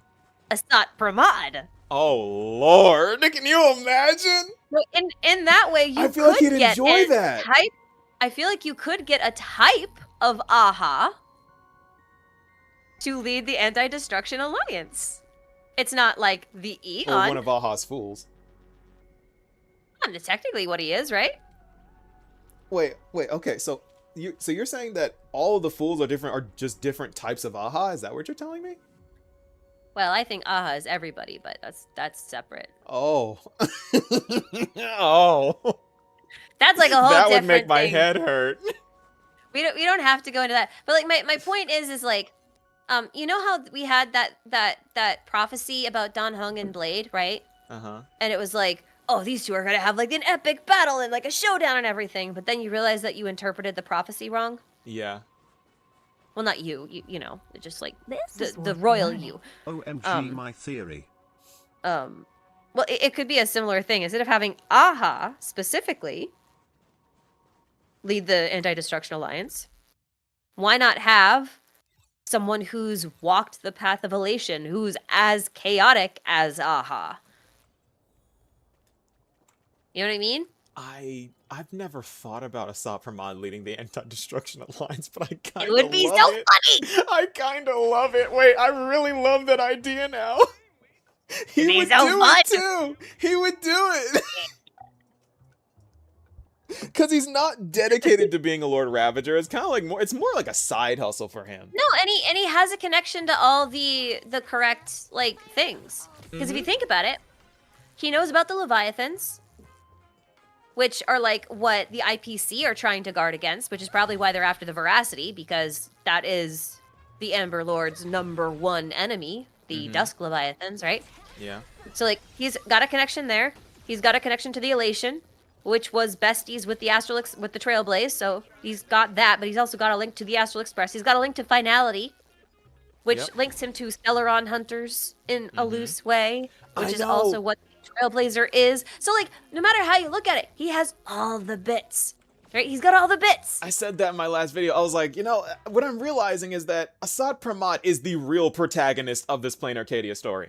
Everyone in this story is literally from his past. Everyone. Every faction, everything but the preservation, of course, but they're kind of just there. Like everything else. And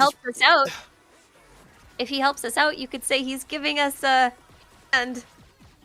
Oh no. Yes.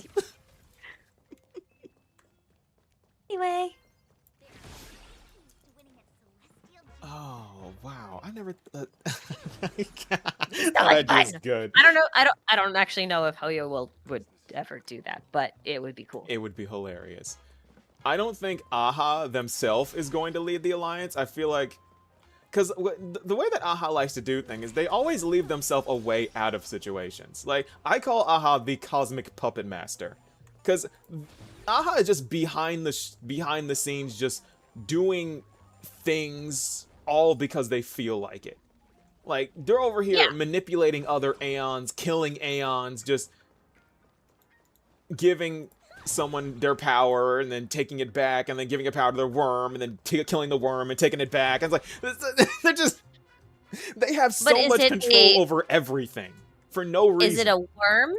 WORM, or is it a worm? WYRM? Oh no. Oh no. Oh Uh, no. uh, I already saw where you were going with that. Oh no. Oh no. Wouldn't that be a wild twist if it was That'd be spelled fun. wrong the whole time? That'd be That is peak something enigmata. a history fictionologist would do. This is worth learning. Exactly. Bit of a tangent, sorry. Do you think the third Exactly. way to kill an Eon, betraying Anyway. their path, is what's gonna happen to Nanook? That's what I wanted Oh. to say Friendship earlier. style. Okay, I just got a super chat. Being Right. bit of a tangent. Sorry. Do you think the third way to Yeah, kill an heavy. Aeon, betraying their paths, was going to happen to Nanook power friendship style? Yes, because I think that Nanook is a very conflicted Aeon. They want to destroy things, but their blood ends up healing things, and they're bleeding because they are conflicted with what they want to do with the universe. They think the universe is beyond saving, but there's a slim part of them that wants to save everything, the same way Finon was split, and part of him was hope, and the other part was destruction. That's my theory for Nanook. And that's how Nanook dies. And this even goes back to Noose's Interesting. instance. Because every instant of Noose is another war. And the whole reason why Nanook ascended was because of war. And Nanook can't stand war, but they wage war because they believe that the world's gonna doom itself anyway. They may as well raise the ground at that point, right? So yeah, but I believe what the Trailblazer want is what the whole purpose of the Trailblazer is to show Nanook that the world isn't beyond saving. And if we can do that, Nanook dies. Because Nanook will deviate from their own path. And I feel like Nanook is the only Aeon that is capable of doing that so far as I know. Or is even close to doing that right now. Like I can't see Sheepe deviating from Harmony. I can't see Aha turning against Elation. Oh, I see what you mean. Yeah. But because Nanook is already on the verge of kind of like healing and harm, entropy and neg entropy, I feel like there is a way that Nanook can actually turn. That's also why I believe that Firefly will be cured from the entropy loss syndrome, because I think, this is my crazy crack theory, I think Firefly will become a Lord Ravager. And that's how she gets saved. Explain? Okay, so the way that Lord Ravagers work I'm intrigued. is that they get thrown into the Warforge, and it specifically says in the database they get their deficiencies patched up with antimatter. And there is no greater deficiency than a terminal illness put inside of your DNA. And if what Firefly is, what entropy loss syndrome basically means is she's losing 2 entropy. She's not losing her entropy, because that would mean she stays together. Losing 2 entropy means your body dissipates, which is what happens during entropy loss syndrome. But who better to cure entropy loss than the avatar of entropy? Fair. So, I don't think Fire and like what path would Firefly target as a Lord Ravager? Propagation. Like, she already has a path to hate. That is true. That is true. Very interesting. Yeah, that's my crack theory. That's my crack theory. So in that case, she'd become one of the, well, I guess not. Never mind. That's a little bit different. I was thinking about how Luocha is trying to kill the abundance with a piece of the propagation. Well, I think we learned that they're trying to they're on some different stuff over there with Lord John, Ron May, and Yao Guang. I don't know what they're on, but I kind of like it. Oh no, it's great. It's excellent. It's kind of awesome. They're just like, what are these gods? Not God enough. Yao Guang's like, no god is gonna hold me back. Gods are there to be manipulated. And I love the Xianzhou, which is so elation coded, and the gods being manipulated. That's elation as heck. But what I love about the Xianzhou, I call the Xianzhou. I have my own special name for the Xianzhou. They are the faction of zero accountability.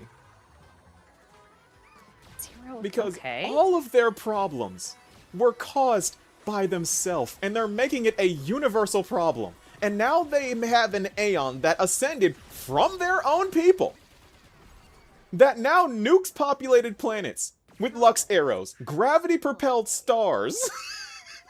I love Lon so much. Like, that Aeon is so stupid. Because it's like Lon ends up Lon ends up firing Lux arrows at the Xianzhou people and killing their own emanators, the Arbiter Generals. Lon is the only one that just kills their own emanators. The Xianzhou continuously causes their own problems, and they just refuse to acknowledge that. And now most of their Arbiter Generals are all working in tandem to stop Lon from firing Lux arrows. And I think that is just the best thing ever. That is actually just hilarious. That is actually pretty funny. It's like... This seems kind of weird, though. What about him? What about him? Oh, like, Yao Guang's just like, oh yeah, the hunt would just be destruction if the destruction had discipline, and I'm like... And Lon doesn't have discipline. Right. I was thinking about that, like, as you were talking, we're just like, you know, like... They should just admit they follow the destruction at this point. I have a video that's literally just titled, "This Aeon is a Lord Ravager," because that's what Lon is. Lon ascended to kill a path. That's true, but like then also like the thing that's weird about Lon is like how do I actually don't even know how to articulate. I actually don't even know how to articulate the thought like that. Yeah, basically that. Like you ascended for a very strange reason, and you can't even do it. That was what I was gonna say. Like the perfect counterbalance to abundance is proving not to be the hunt. Like it's not a predator-prey situation. It's the eat or be eaten situation, which is veracity versus abundance. Which is like, then what is Lon supposed to do? You took his one thing. Lon's a hater. That's what Lon is. Lon is a straight up hater. Like they took his one thing. Lon is just a hater. Well, I mean, I feel like veracity isn't a counter to abundance. It just nullifies abundance. Lon's whole purpose is to kill abundance. Yeah, okay, that's fair. So it's a little different. It's a little different. It's not that different. It's a little bit. Okay, that's fair. That's fair. Still, though. Yeah. The law of equilibrium says that this is bullshit. I don't even know. How do you pronounce that Aeon? I call him Ho-Oh. Like the Pokemon.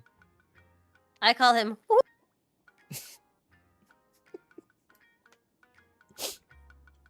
It's like... Yeah, I guess I do call him Ho-Oh. But I also just like to call him the Who. Yeah. Also, Umar, thank you for the super Everything is Dragon. Rah! Holy lesson 101. I mean, it really is. Like everything becomes dragon. I've written the Whalefall dragon theory like twice, once for Star Rail, once for Genshin. But like the day after I released the Genshin one, no joke, they released the promo trailer for Petite Planet, and in it they had a big space dragony furry creature that like flew around space and eventually became planets and a galaxy. Like, I was like, are you kidding? You're just gonna give me that? Really? And the day after I needed it? And we can't forget that the veracity is one of the only paths that exists in other universes. No, the permanence. The permanence. No, permanence. It's permanence. Well, it at least reached Earth. Yeah. But that also breaks the timeline in a crazy way. Does it? like, yeah. Because, like, because the creations of permanence in Honkai Impact are said to be, like, over 1 billion years old or something like that. Uh-huh. Our timeline doesn't go back that far for the eons. Oh, And that's stuff true. like The that. Dusk Wars. So, like, it really screws with things, and you're just like, well, wait a minute. And that's kind of like where the resetting timeline, branching timeline thing kind of starts to come into play. Mm-hmm. Because, like, you had to have an origin point somewhere. And if the universe resets, the question is, does it reset in a way where, like, it loops back on itself? Or does it reset in a way of, like, you're knitting? Or That probably isn't very clear. Like, are you creating a new loop that loops back to the same point, but it's like a new loop, but it like continues on? So like, are you making like a looped chain, or are you just like going around in circles like a wheel? You know what I mean? okay, kinda. The way I'm thinking about it is, all the different Hoyo games are different branches of the imaginary tree. And what some of the Aeons, not all of them, but what some of the Aeons are able to do is they're able to hop between branches. Like Long was able to do. Long quite clearly has hopped between branches to spread their permanence to other timelines. So that's what I believe is going on. But it also might mean that eons aren't subject to time at all. I don't want to entertain that thought. Because that would break a lot of different things. It would. Aeons But have it's to be possible. subject to time. They have to. Because remembrance is time. Now, remembrance isn't time. Remembrance is memory. Well, in Emphorius it is. No. Time was the Enigmata. The Oh, Titan you're of right. Time was Evernight. That's right. Wait, That's why it gets weird. but that was also Cyrene, though. Cyrene also represented It time. was Cyrene originally. And then it became Evernight. Oh, God, we're having the same And then it debate became again. Evernight. We're having the Yes, same we debate are. again. Oh, no. Yeah, it's gonna keep happening. No! It keeps coming back. Make it stop. I'm sorry. It all comes back to Remembrance and Enigmata over and over and over again. Which one is which? They're both the same. I know. I'm sorry. No matter which way you look, you're gonna get there. Alright, I legit... Okay, here we go. I was very stuck. Hold on. Ashika is the Mephistonova's Foolie. That makes sense. That I accept that. like that. I like I that. accept that. That's so cool. It's like I just say think Remembrance that- did everything, and you say Enigmata did everything, but we're saying the same thing anyway because they're both the same freaking thing. Yep. Yep. It's all in the nuance. Why didn't I think It's this was all gonna in happen? the nuance. I don't know. I should have known this was gonna happen. We need to talk about something else. Coulda, shoulda, woulda. What do you think is gonna happen in Astropolis? Corporal punishment. For who?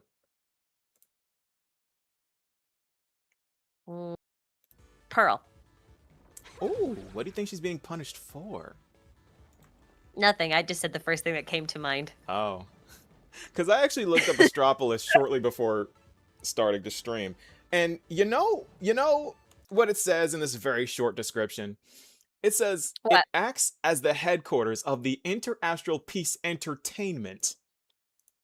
And Yeah. there's this little detail here when I was looking into Assad Pramod, and there is a certain faction that is actually fans of Assad Pramod from the IPC, because why wouldn't they be? Interastral Peace Entertainment actually sells merch of Assad Pramod's dice head.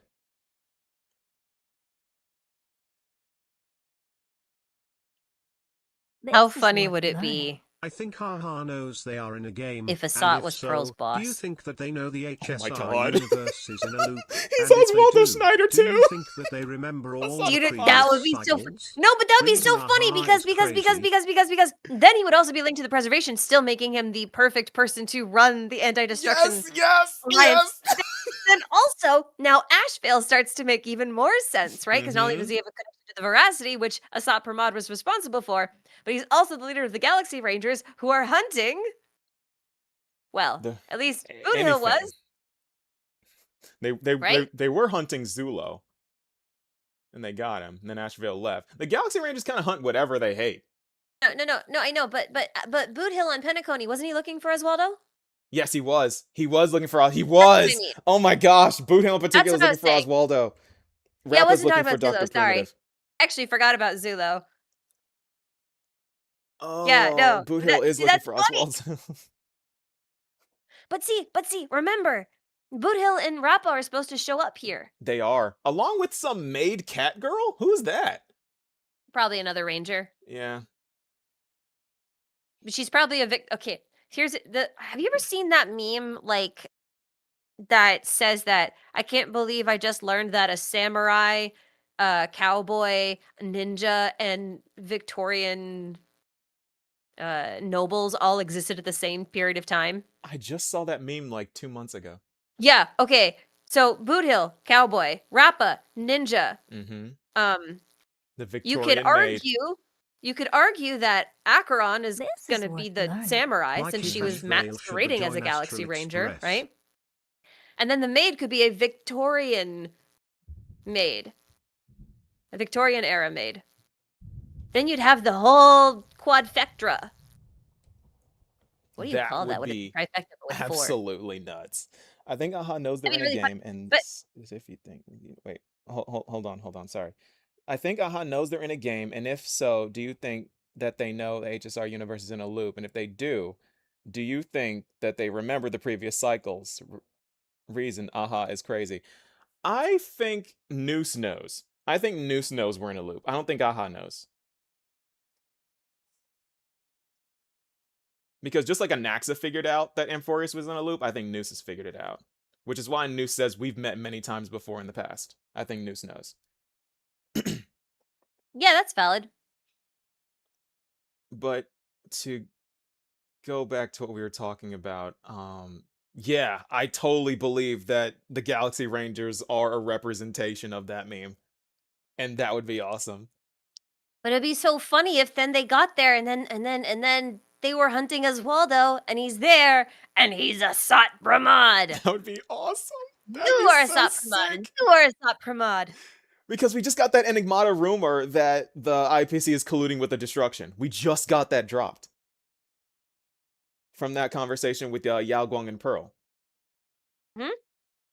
Oh, that's sick. That's sick. Also, this other meme about Assad Pramad, I just learned.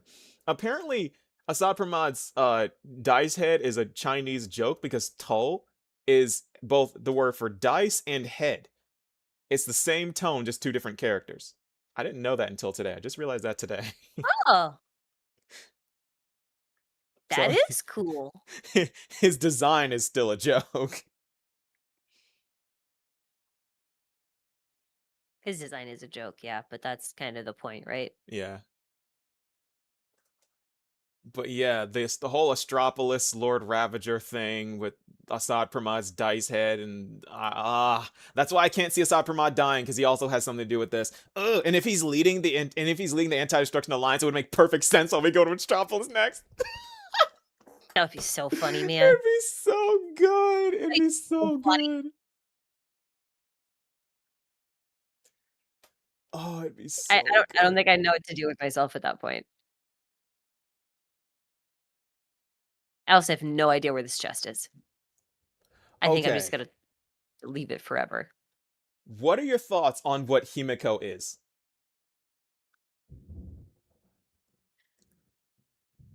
I'm gonna stick by my original assumption that she is a imagine. I think I'm gonna stick with that. Because I had a video that I just released today on my latest theory about Himiko. This whole I time saw had, it, but I haven't watched it yet. I'll just spoil it for you. That's okay. I think that she is an Imagine, but fused with a human. She's fused with the with the human Himiko. Because we saw Sparkle and Sparksy do the exact same thing. When a self-portrait is created, and they become more of their artist than their artist is, which Himiko was because she was dying. And her whole thing was that she wanted to trailblaze, but since she was dying, she kind of just was more focused on surviving and living than anything else. So the other her just became more her than she was. So they ended up fusing, which results in Himiko having the memories of two different people. So we have the two stories of how Himiko found the Express. Because Himiko has two different stories of how she found the Express that she tells us in her dialogues. I know it, it annoys me. And my explanation of that is that the story of how she found the Express in the first place is told through her being an Imagine and also being a human. Because the human Himiko is the one that saw it crash, because it's impossible for her to actually have seen the Express crash. It happened way before she was born. But I believe that Graphia was trying to fix it first. And in her attempt to fix it, Himiko saw it crash when Graphia was trying to fix it. Graphia, like, got it into the air, but then it crashed back down. And that's when Himiko found it. And that's also how Himiko learned how to master Imagenesis, because she was in the world on canvas. Of course she would see Graphia. And if that all happened, then she would have created the self-portrait Imagine Himiko that we know now after finding the Express. And then she has to, of course, show herself the Express. So she shows the Imagine Himiko the Express, which results in the second story. And more proof of them that I think that they've fused is because there's no reason for the Imagine Himiko to remember the things that she remembers about her dad, Ryusuke. And like she remembers what he said to her, like, word for word about, like you remember that long quote she said? So I believe that she has the memories of both human Himiko and Imagine Himiko because the two are fused, just like we saw Sparkle and Sparksy do. That's in a nutshell what my theory is.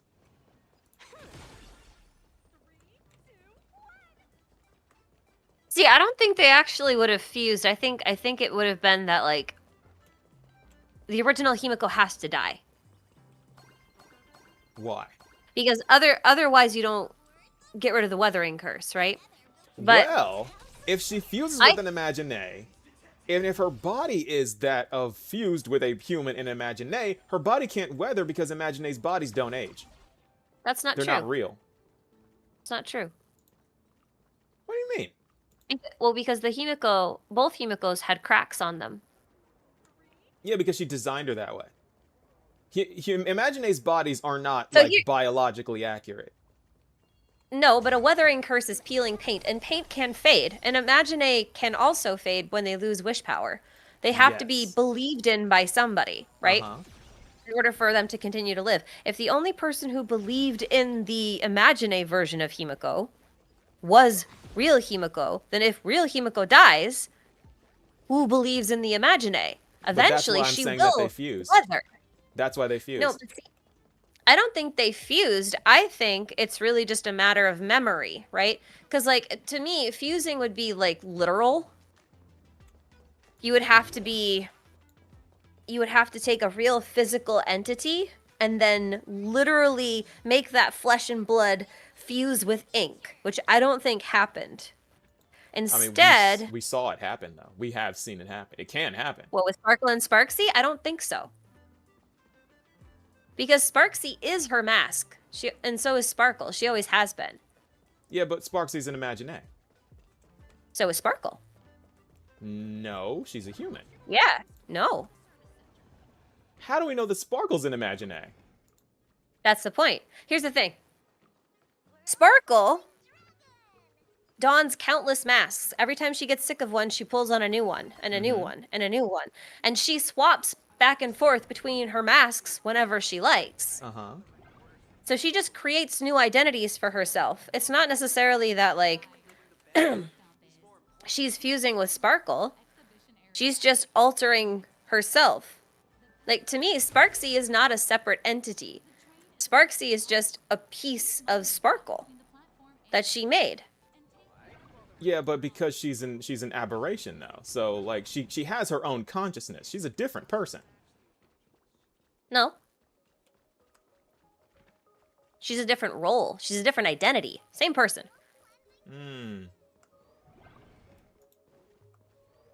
No, we disagree on this. It's like Okay. the way that I see it is Sparksy is what Sparksy is another mask of Sparkle, but she's also a separate entity due to being an aberration and forming her own consciousness. The original Sparkle is long gone, though. That's the thing. Yeah, there is no original Sparkle. Right. So who is this Sparkle? Why are we able to say that this Sparkle is somehow real in flesh and blood when the original Sparkle is long gone? You see what I'm saying? Well, it's only long gone in her mind. It's not. The Sparkle has mental you issues. sure? That's what I'm saying. I think Sparkle has severe mental issues. I think Sparkle has the least amount of mental issues as anybody here. I think she's the most aha of anybody. You think Aha is sane? Honestly, I think the saner you get, the weirder you are. Wow. Because here's the thing. The more you understand about something, the more insane you sound when you explain it. I get that. Right? And the thing about Sparkle is every time she comes on board, she knows something she is not supposed to know. Like, by all accounts, she shouldn't know this shit. Body, but a You know what I mean? mind. Whether Like, in she curse foreshadowed affects time Amphorius curse and what was body, going to happen but her there mind long stays before intact. we even knew the Hanko planet's has a name. free MJND ready to Things swap like that, bodies. right? A Gaimako And, would like, be mindless body. Why does she know those things? She's very informed from some angle, and yet she just sounds like she's bullshitting all the time. Yeah. But then you look back and you're like, wait a minute. You're the most enlightened one out of all of us. You gave us all this information we didn't know that we didn't know we were ready to hear because we didn't have all the rest of the pieces. So you gave it to us in a really weird format. So the thing about Sparkle versus Sparksy is that they were always the same individual. Like, to me, they're just two identities. Like, you swap a mask. Well, multiple I mean, people one and- identity has their own mind and consciousness now, though. Like, she's sentient. See, I don't agree with that. I mean, we've seen them apart from each other, talking to each other. We've also having seen them literally disagreements turn with into each other. I mean, well, they both have the ability to shapeshift, which is weird. Right. But if Asat Pramod can be multiple people at the same time, why can't Sparksy? Oh, that's true. What makes them different? Well, no. So Sparksy's in. Oh, I guess we don't. Well, Assad Pramod isn't an Imagine though. Well, is Ryusuke an Imagine? No. That's just Assad Pramod. So then how does he... No, but he's piloting multiple vessels at the same time. Yeah. So he can't be shape-shifting. He has to be able to split and also shape-shift. Yeah, but I don't think that's an Imagine thing though. Perhaps not, but it's also not a flesh and blood thing. I don't know. Destruction could do that. Destruction could possibly do that, honestly. So can Aha. Yeah, but it's in a different way. That revolves around like wish power. Destruction can wish do it power through like quite literally just manifesting something into existence. That's what wish power is, though. Kinda. But wish No, power is an that's what it is. imitation. Imagine are No. imitations of things. No. Imagine don't have organs. Neither do robots. That doesn't Yeah, make robots intelligence have- less real. Yeah, well, the robotic Imagine will have wires if you look at them, but in But reality they don't. the people It's mimicry. Prius were just made out of Memoria. Does that make them not real? No, they were real. But they were just made out of Memoria. They don't have organs. They're just data. How's that different from an Imagine? That's a good point, I guess. Like, That's why, My- but that supports my point though, because I think that Sparksy is her own flesh and blood person technically. Then, like she's another consciousness of Sparkle, yes, but she's a separate entity. But flesh and blood can't merge with flesh and blood. This is worth I think they learning. can. Crack theory. The Heim Because of the Okay. way Imagine work, they can. You want to try that? I will put my Imaginated a hand new against one like in their yours, CG. and we will The see Astral if Express the runs on electrons hopes and start to dreams. share each other, share orbits. We'll see if they like stick together. We'll see if that fusion happens. I don't think it will.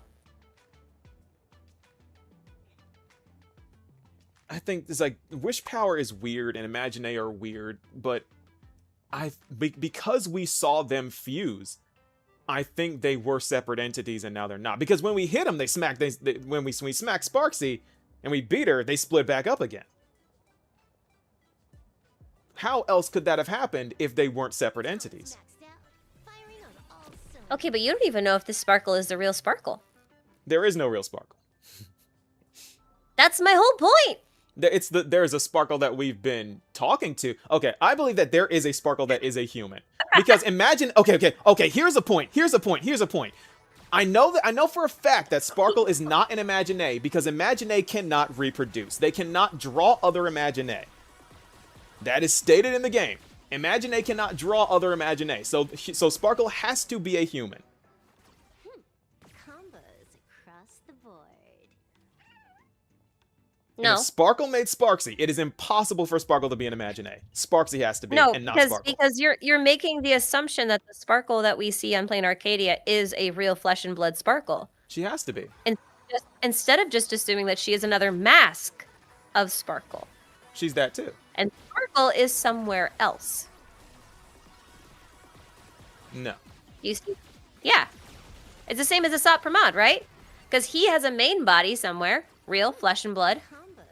And he can make as many clones as he wants to. He can pilot as many clones as he wants to. I think Sparkle can do the same thing. I think Sparkle might exist as a flesh and blood entity somewhere, but I think she has a ton of different identities and they can act independently. So to me, looking at Sparkle and Sparksy as two of those masks worn by the original Sparkle, it makes sense that they can fuse and split and switch between each other at will.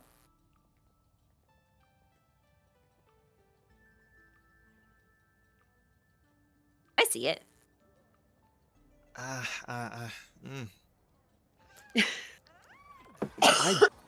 I can't see Sparkle as not being a human. I can't. I didn't say she wasn't a human.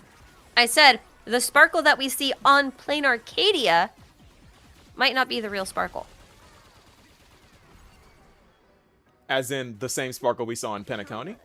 Across the board. No, because that would have been a dream Sparkle anyway, so that wouldn't have Oh, been the that's real true. Sparkle either. Oh boy. Yeah, right. So what I'm saying is that somewhere Sparkle has a real human flesh and blood body. But that Sparkle wears however many masks that she wants. Those are all her identities, right? Mhm. She can pretend to be any of them. But those, I think, are independent entities that she can sort of like channel or pilot or like a puppeteer almost. Uh-huh. And then the Sparkle that we see in Plane Arcadia, the one that we've been interacting with to some extent, could be an Imagine, just like Sparksy's an Imagine, which makes them both compatible because those two, being of the same substance, could fuse, This is they could worth switch, learning. but they are still Imagine part it of can't leave the original Plan Sparkle. Arcadia. Maybe I should just call her Hanami or something. Well, the Sparkle we talked to says that she Human drew her. Hanami, and then So is she lying? Imagine. No, because if she is part of Sparkle, then yeah, she did draw her, didn't she? I don't think Hoya would do that. I don't think They Hoya would would. do that. They would. I don't think they would do that. They would. And I then don't they think have. they would do that. They would and they have. They did it with Dottore. Across the board. Oh, I don't know about the Tory. Dottore split himself into multiple segments, and then he can basically say, I did something, but also I didn't do something because he has multiple segments, kind of like Xandar. They're all him, but they're not the specific segment. So he can say, well, I stayed in Sumeru, but I also left Sumeru. And both boy. statements are true because one segment This is left worth Sumeru, learning. but the other one Cool. stayed in Sumeru. and they are both technically Dottore, but not the same segment of Dottore. And to me, Yeah. that's kind of sparkly. That's what I'm Kinda. saying. I got the super Anyway, chat. my whole. Go ahead. Go ahead. No, go ahead. Go Okay. ahead.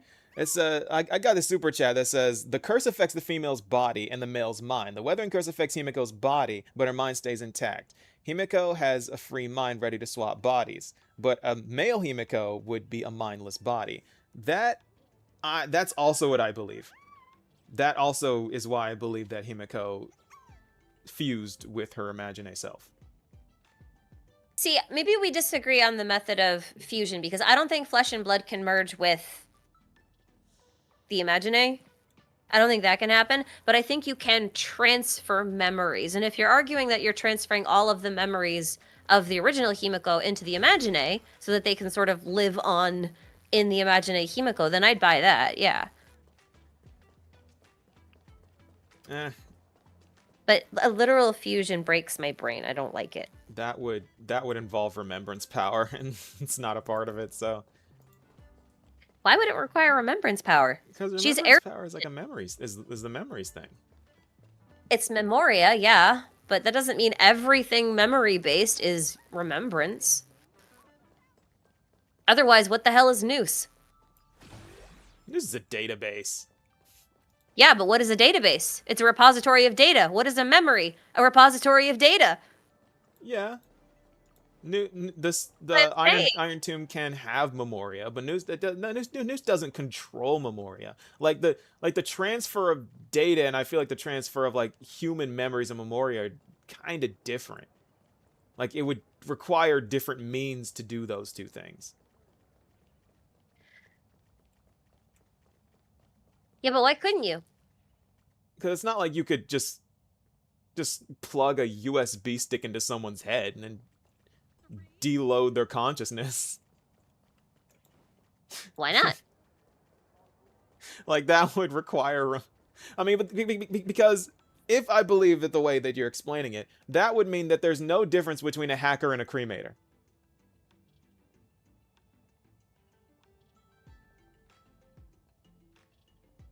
Explain? Because I don't think I hackers follow can that just line of thought. hackers can just This is worth learning. take data and just warp it What and just kind steal of it. hacker? Just like a Find the cremator can answer. just steal memories. Sparkle. But cremators don't work on computers and hackers don't work on people. That's why I believe it's two different things. Talent's maxed out. Firing on all cylinders. I don't think so because that'd be really weird with Silverwolf because she can basically do things similar to that. She can hack reality, but she can't just erase someone's memories from their head. No, she can't do that. Well, then why can Kafka do that? Kafka has telepathy. That's a different thing. Wasn't that still memory and Kafka has mind? this based? weird telepathy thing that she has going 4.0, on there. I don't know how she do does you know that. You're not a Mask 2 We don't identity know. I don't crisis think we know what Sparkle had. Kafka's got going on. Has Her the spirit Sparkle we've whisper. known See, this I whole think time that's since too Pinaki and rigid. Imagine? I think that's too rigid.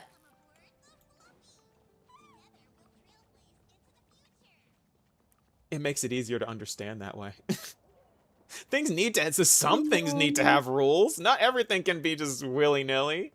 And it's like, oh, Why these not? things are the same, but all these things are the same too. Yeah. I don't think so. That would Why not? bother me. Well, that's how physics works. Yeah, but physics isn't telling a story. Stories are made of physics. Stories include physics, yes. Yeah. This is Stories are worth made of learning. physics. Xander did a memory transfer when he made Ligus. I don't know Nihility about that wipes one. memories/identities. I mean, physics, you're Elation defining opposes the flow of nihility. time, you're defining perception, you're defining matter that you write stuff on. It's an entirely different debate. Only one. It's an entirely different debate. It is an entirely different debate. That's why it's fun.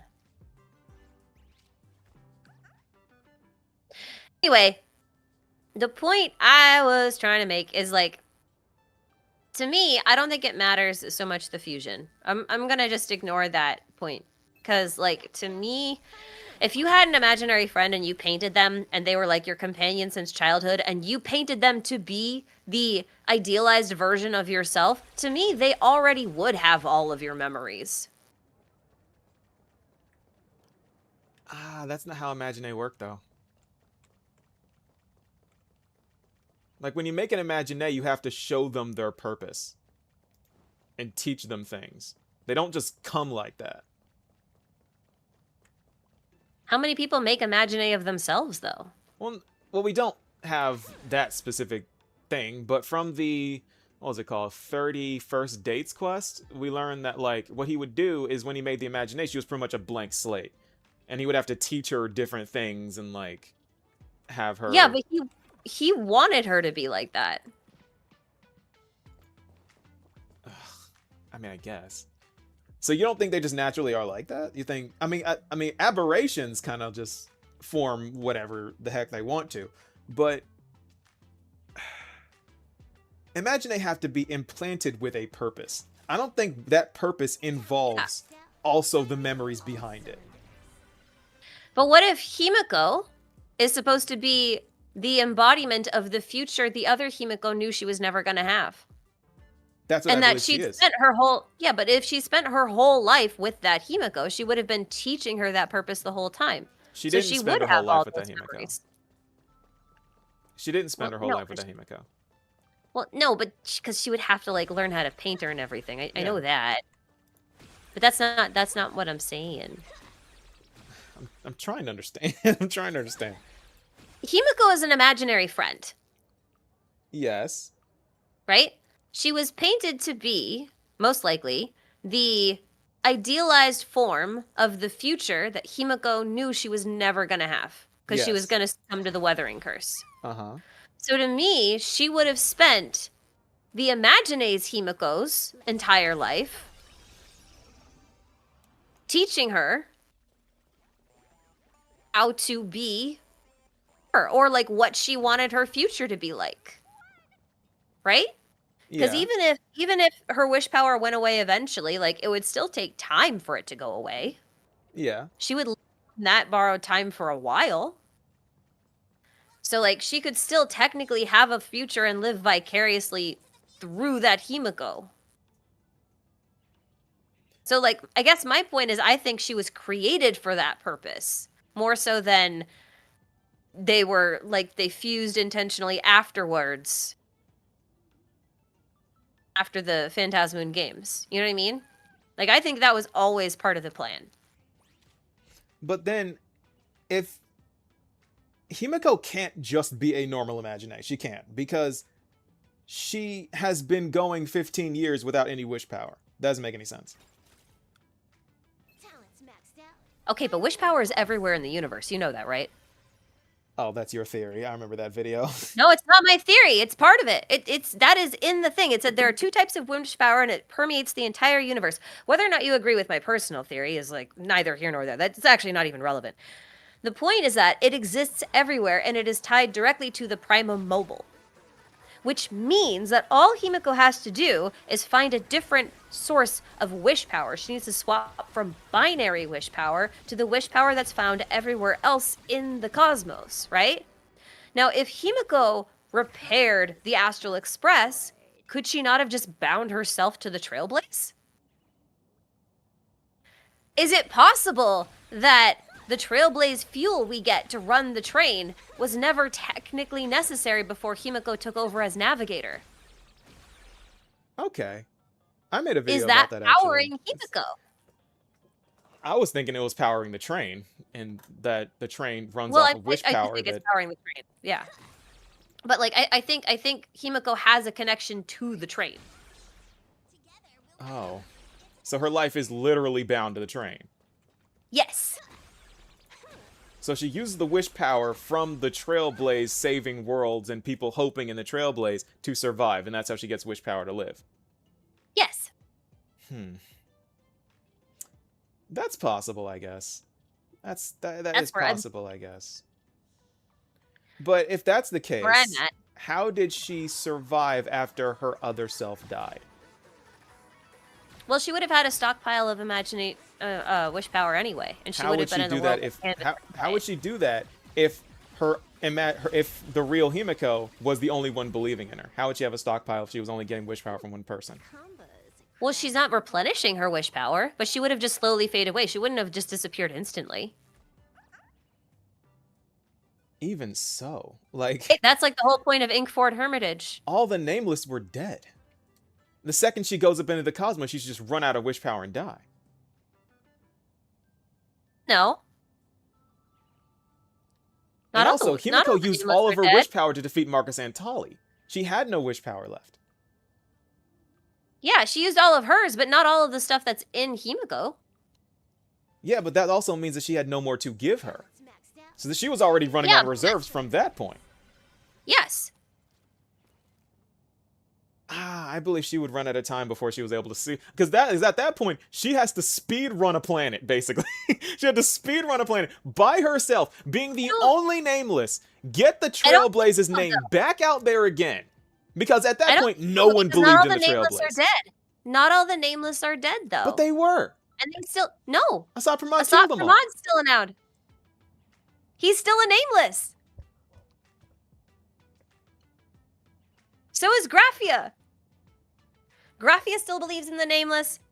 We're looking at Evanescia, who still believes in the nameless. We're looking at Asad Pramod, who still believes in the nameless. I know that's not like a lot, but like if you then see a train take off from Plain Arcadia and go into the sky, suddenly you have something very different on your hands, don't you? You suddenly realize that, oh, the train is going. That's the Astral Express. And then there are people who from that point would start to believe in the Trailblaze.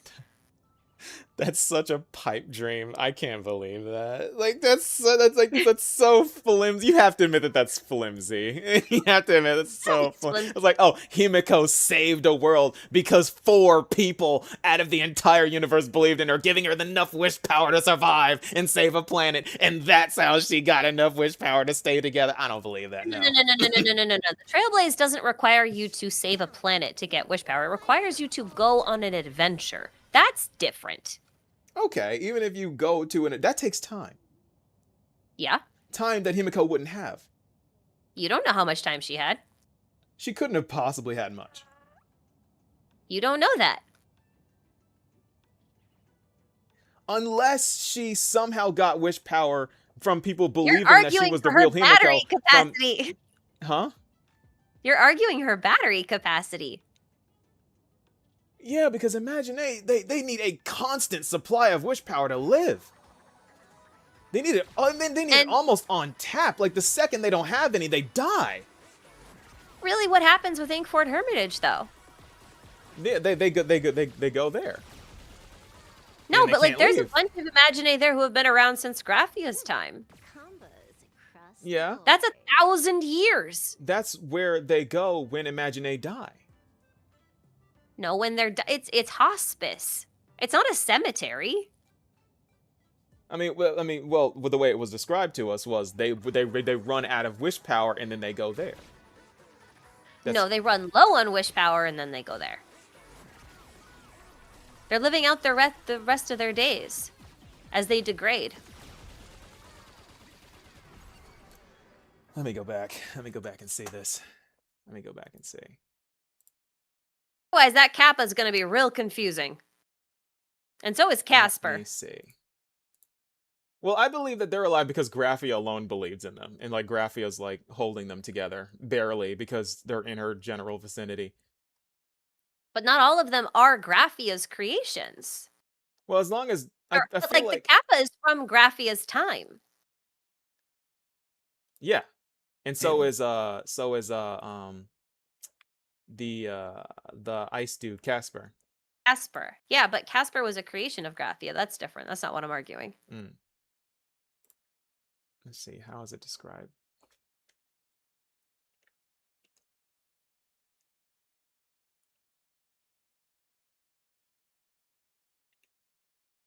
Rumor has it that Graphia's soul appears from time to time to guide these weary Imaginae on their path. Yeah. They can go back into the world on canvas. Because I was thinking about she's basically Casterus then. She's the Casterus of this domain. Yeah, but if you're in the world on canvas, would you not have infinite time?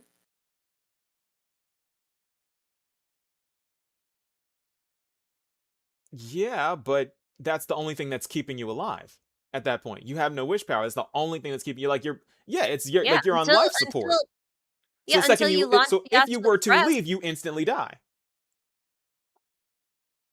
Wait, no, because you would be okay. If you had lots of wish power and you go into the canvas, does your wish power stop degrading, but you also stop gaining it?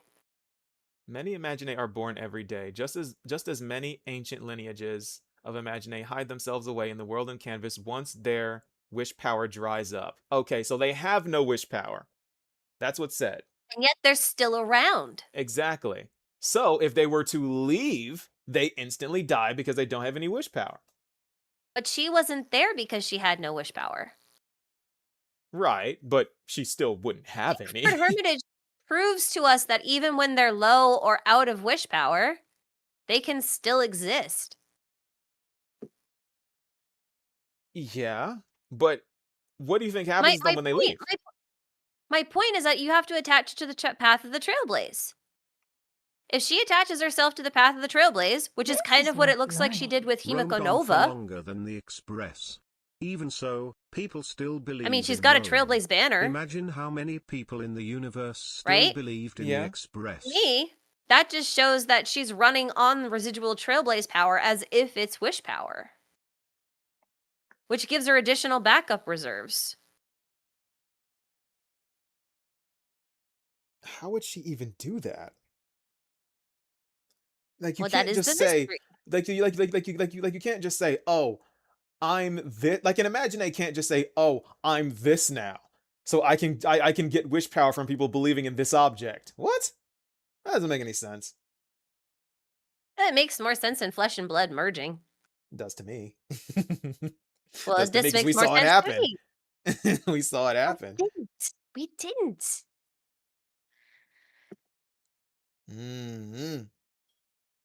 I will not agree on the sparkle thing. Okay. I mean, we'll probably never get an answer to that anyway. No, we probably will. I don't think we'll ever know if Sparkle is a actual human or not. I do. Because I think we'll get more forms of sparkle. Really? Yeah. Well, you think they're only going to make one SP of her ever? I mean, probably way later on down the road when she becomes like an Emanator Revelation or something. But that'll still be like that won't be the Sparksy Sparkle. That'll be the Sparkle we see now. I don't think that. I feel like Hoyo wouldn't just say, "Oh, this is just vague beyond belief." Like it's impossible for you to get a grasp of this because Sparkle is just always everywhere all the time. You can't figure her out. I don't feel like they do that. You have more faith in them than I do. Because like everything they have is generally fleshed out. Generally fleshed out to the point of where you can understand, that you can conceivably understand what's going on. There are rules. And these rules are adhered to. Kind of. Elation bends the rules, but they don't necessarily break them. Rules are made to be broken. Yes. But in order for a story to be told, there needs to be barriers. Yeah. Listen.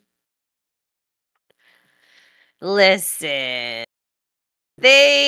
I'm not going to say that Hoyo has a history of retconning things, but they do have a history of what I like to call retrofitting, where they leave things kind of vague This is worth in the learning. beginning because they don't know Talk exactly where they spunky want to go with it spectrum. just yet. But then, after a certain amount of time passes, they flesh out that vagueness with this new idea that they had, and they craft that new idea in a way that it fits into a slot that they already put there. It doesn't mean that they had that planned from the beginning. You know what I mean? I think they generally have stuff planned to the point of where they I don't don't. have to break things to like. I don't.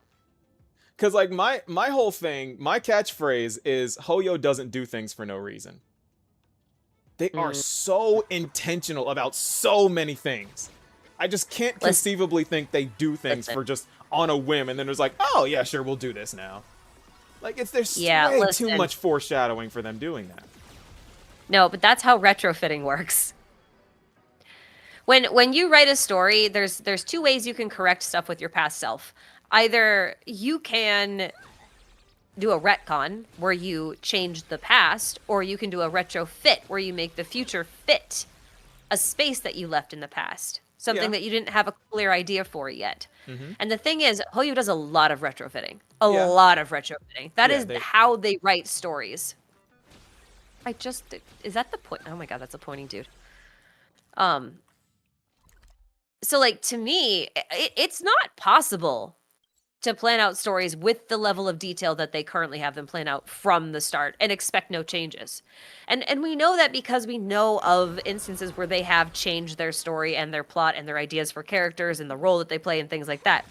Yeah. And they need to have that level of flexibility because it's a live service game and they need to be able to respond to feedback or player sentiment whenever they run into a problem. So that ambiguity works in their favor. So to me, it's not necessarily that they make these rules that can never be broken.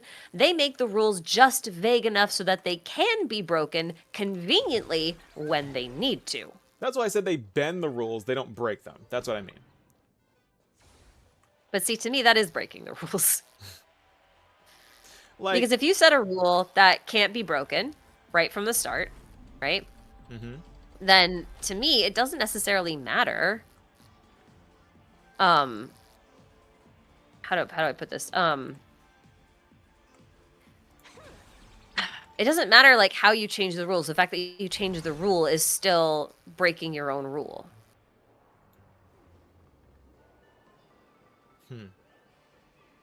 I don't know if I said that in a way that will make sense out of my brain, actually. Yeah, I kind of got lost.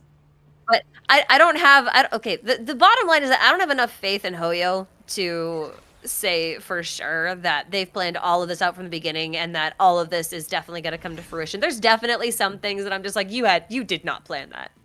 You 100% didn't plan that. It's and more like, fun I have to think of it as if they do. That they didn't. Huh? It's more fun to think of it as if they do. I don't really like to think of it that way. This is worth learning. But that's a personal preference thing. Because think about okay. Think about it this way, right? Think about it this way. In 4.0, we had Sparkle fusing with Sparksy. We had Sparkle turning herself into Xandar to represent, hey, I've lost control of my own creation that has become a better me than I am, right? We had that all in 4.0. We had Sparksicon, right? The whole thing of everyone becoming Sparksy. All of this foreshadowed future plots. Story. Huh? Yeah, okay, but no, okay. We're talking about on two different scales. Sorry. I understand where you're coming from now. You're talking about the scale of a planet. Yes. I get it. Okay. I wasn't. Overarching. Things are going to change. Right. Like later on down the road, when we go to like ad libum, things are going to change. Like. Yeah. That's just how it's gonna go. Yeah, that's just how stories are written. I understand what you were saying now. I was thinking on a very different scale than what you were implying. If you're talking about like per planet, no, that's accurate. Yeah, I would agree with that. Yeah, like rules are going to change from planet to planet because all these planets have their own set of rules, and we basically have to restructure the way we understand things every single time we go to a different planet. Yes. Well, kind of.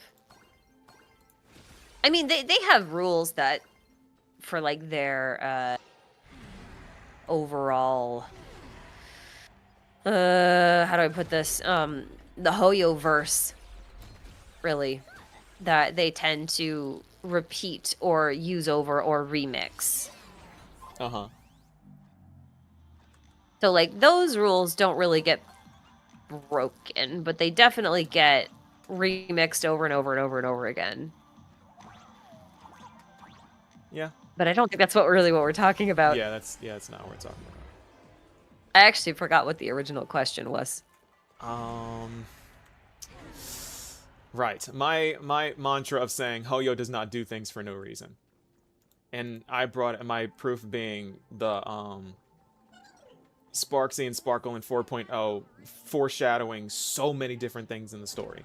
Like the whole Shuhu everyone becoming Shuhu thing, that's just Sparksicon. Right, yeah. The whole deal with Sparkle losing control of her creation, that's just Xandar and Noose. And the reason why I think that that Himiko fused with her other self is also backed up by that foreshadowing. I think they're just riding that out because they love to have Sparkle spoil stories. They love to do that. No, I agree. Hoyo really likes to spoil their whole story at the start. In a way that you'll never guess. It's like, this is what the story is, but you'll never prove it until it's over. Yeah, they've been doing that in Genshin for a long time with the Summer events. They'll basically outline most of the plot of like the next region, but in a way that's like really difficult to dissect unless you're looking backwards. Mm-hmm. So right when you're at the end, you'll be like, wait a second. I know this already. You did not just do that to me. And Helio's like, yeah, I did. Yeah. Yeah, they do that a lot. I think that is just the funniest thing. It's such a flex, honestly. It's a flex, but like the more you see it, the more you're just like, okay. Mm-hmm. Maybe don't do this again. I like it. But I like that they do that. I think it's hilarious. In that case, though, like, in the end, you basically just have this. If you use Sparkle's ending of her quest as the ending of Plain Arcadia, which isn't totally accurate, just because it didn't quite end in a way that I think Astropolis is going to. But like, let's say that's how Plain Arcadia ends, but not Astropolis. Then, I mean, all you'll end up with is a situation where you realize that Himiko was both Himiko the whole time, but also wasn't both Himiko. Yeah, which is basically in the same way that Sparky is Sparkle, but also isn't Sparkle. Yeah. So in the end, we just end up full circle. Yeah. Schrodinger's Himiko. Because the original Himiko is dead. Whether or not whether you argue that she fused with the Imagine Himiko, or like she died and left Himiko behind, like her memory or her legacy or whatever. Like regardless of either way, like the original Himiko is gone. One way or another. Unless she's still in there. What, unless she's still in the world on canvas? No, unless she's still inside of the Imagine body somewhere. I hope not. Because again, when we smack Sparkle, the other one popped out. That would be really fucked up. And if Himiko gets hit too hard, that would be really fucked up. That'd be so messed up. That's something Hoyo would do. That is 100% something Hoyo would do. Hoyo would absolutely traumatize us with that. That's something I have no faith in Hoyo not to do. Really? I don't think they would. I'll take that bet. Hoyo better. Because Hoyo knows that Himiko is a character that they can hurt us with. And Hoyo is sadistic about it. I'll take that bet. I'll take that bet. It's like we better protect Himiko, because if she gets hit too hard, the dying Weathering Curse Himiko at 1 HP is gonna pop out and she dies instantly. Oh, that would be awful. Oh, that'd be so bad. Or if she had to like separate herself to like save herself from something. Like only the Imagine half of her could like make it. And so like she has to separate from herself. Oh god, that is 100% something Hoyo would do. Oh god, that's 100% something they would do. Hoyo's so mean. Oh, they would do There's that. more faith in them than I do, or what? But I don't think it is something they would do. We both have our faith in Hoyo in different ways. I think they like to cause us pain. Oh, they definitely like to cause us pain. I just don't think they do that. It's like, what I saw in Amphorius, I'm like, okay, there is no limits to what Hoyo is going to do. Like, when Lygus said, I'm going to enjoy carving open your chest and pulling out the core flame from it. From a Goliath who's already dying on the floor. That is, I'm like, okay, this game's no holds barred. There is nothing they won't do. He didn't do it. Huh? He didn't do it. It's just empty threats. It was an empty threat. He actually killed her. I know, but like, we didn't get to see it. No, So, we didn't get to see it, but he did it. It's implied. He did it. He 100% did it. Sauce. That's weak sauce. This company won't do it. Yeah, they won't show anything on screen. They're they not going won't to show you all it, but the fun it stuff. happens. The cruelty happens. We just don't see it. It's like Aventurine's Yeah, but- backstory. We saw like screenshots of it, but it was bad. It was bad. It was bad, but like Genshin has crazy levels of trauma. But like you go through the main quest and it's just like nothing. In Amphorius, we saw a lot of really bad stuff on And screen. like to me, but the thing. Okay, here's the thing. To me, a bad thing is only going to be a bad thing in a story if it actually has repercussions. And to me, the things that Lygus did in Amphorius had no repercussions because technically, none of those things actually ended up mattering. Like, who cares if you rip the core flame out of one of the versions of the Titans? Right? Because, like, That's... they just come back in a new simulation. Oh, I don't There's no like repercussions. that. No, There's it no matters. It matters. It matters to me. It doesn't. When Amphorius is reborn, are they going to remember that? Are they going to remember 33 million cycles? Really? I don't think so. I don't know. What will they? That's a good question. What will they remember? I don't know, but we're going to find out in like 3.8 or 4.8. What do they even remember now? Like, Who knows? because like some of the things they say, I think do roughly reference the cycles before, and I'm like, do you remember all the different times you died? If so, how many? I don't know. Like, do you remember all the different times Finon killed you? Like, But not even just the Titans, but like, what about the regular people? Are they going to remember anything? I have no idea. And if so, like, what would they remember? Would they remember the apocalypse? If the world is born, is it actually going to be born and then like have to go through like a whole evolutionary period, or is it going to be born fully formed Depends on what Herta decides. like, with like a fake history? I think everyone will Right? just kind of Like, know. it's weird. I don't know. I feel like that's why it's taking It's Herta so long weird. to do. Because it's like, if you I mean, recreate technically Amphorius, you could just recreate it and just put them back where they were after like before the world ended, like the day before the world ended and everything, and like all the Chrysoseirs died. But then again, all the Chrysoseirs are like from different generations. Like Castorus is way older than Mighty. Oh, it's Yeah. messy. Oh, it's messy. It's so messy. Yeah, but maybe they get born in a world with no Titans. Yeah, where do the Titans go? Well, the Titans were supposed to be the Eons, so we already have Eons, so... The Titans just ceased to be? I guess. Hi, Benny. Hello, sweetie. Oh boy. That's that's a problem. Hello, sweetie. Who's a good girl?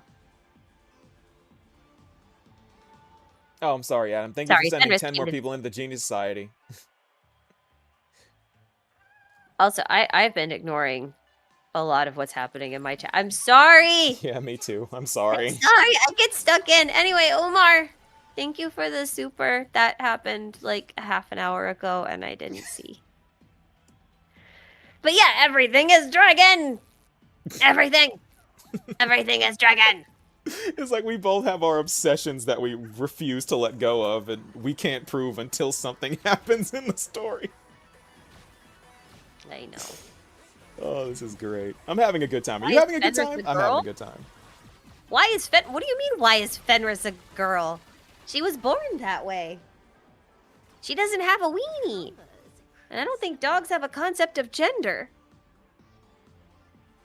I'm sorry, what? She might think she's a cat, though. They're talking about my dog.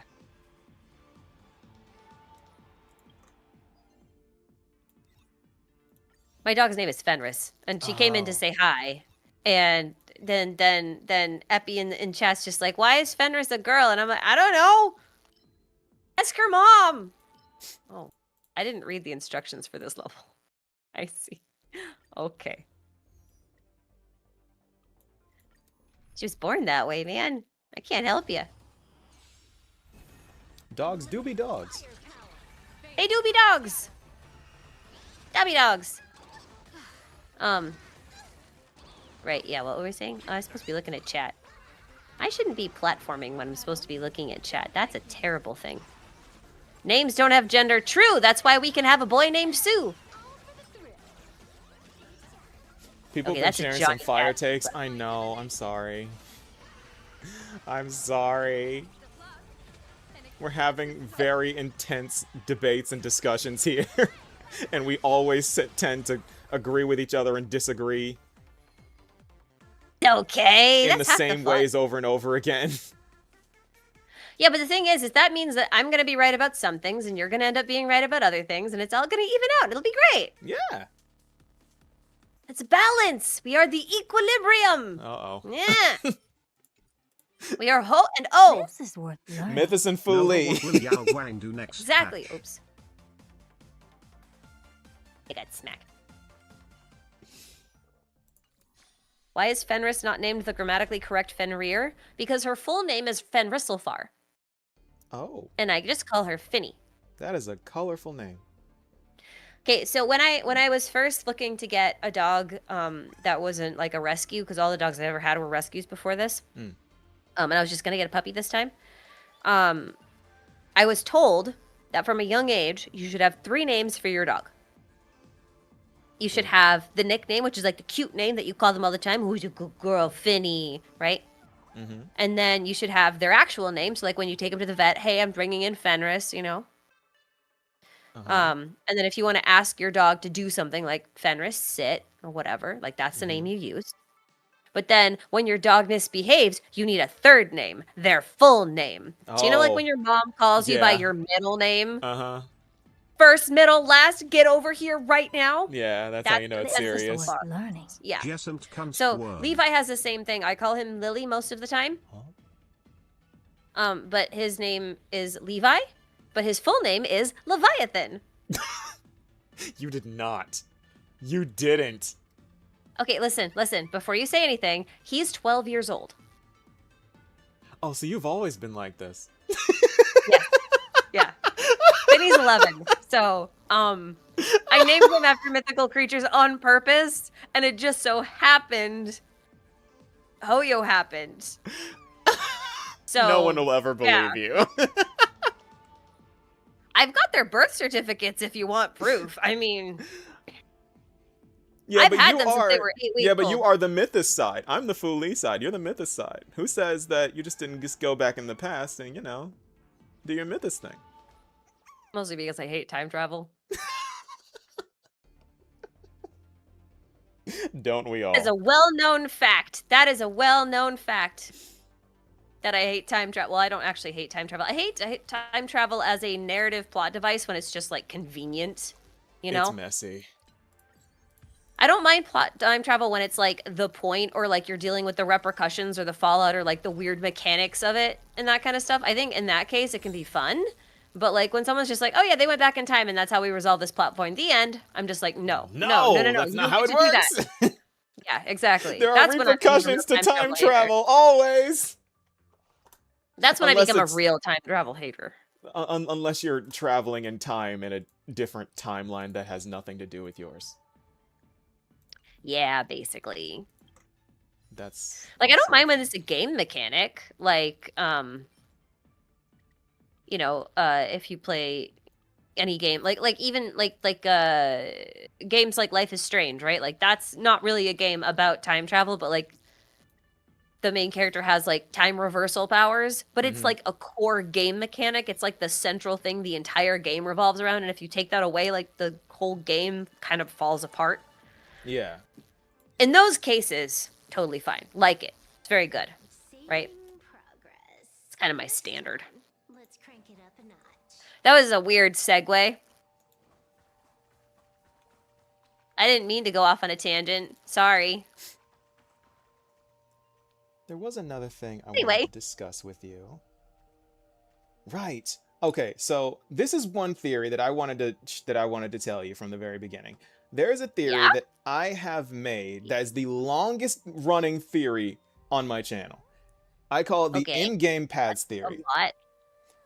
I call it the in-game paths theory. And what it means is that every character has a path that they follow in lore and a path that they follow in game.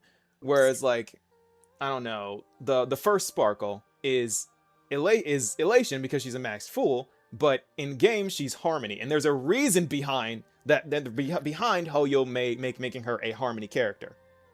Uh-huh. And that reason is About the money. because, huh? No, carry on. Carry on. And that reason is because just like Sheepe has many different incarnations of themselves, and they all harmonize in like one individual being, that's basically what Sparkle does. She mimics with what she does, she mimics Sheepe, which makes her a Harmony character. Like, there Okay. are many, countless different Sparkles, but there's only one flesh and blood person. Just like Okay. there's only one Aeon, there's only one Sheepe, but there are many other incarnations of Sheepe that all harmonize with Sheepe.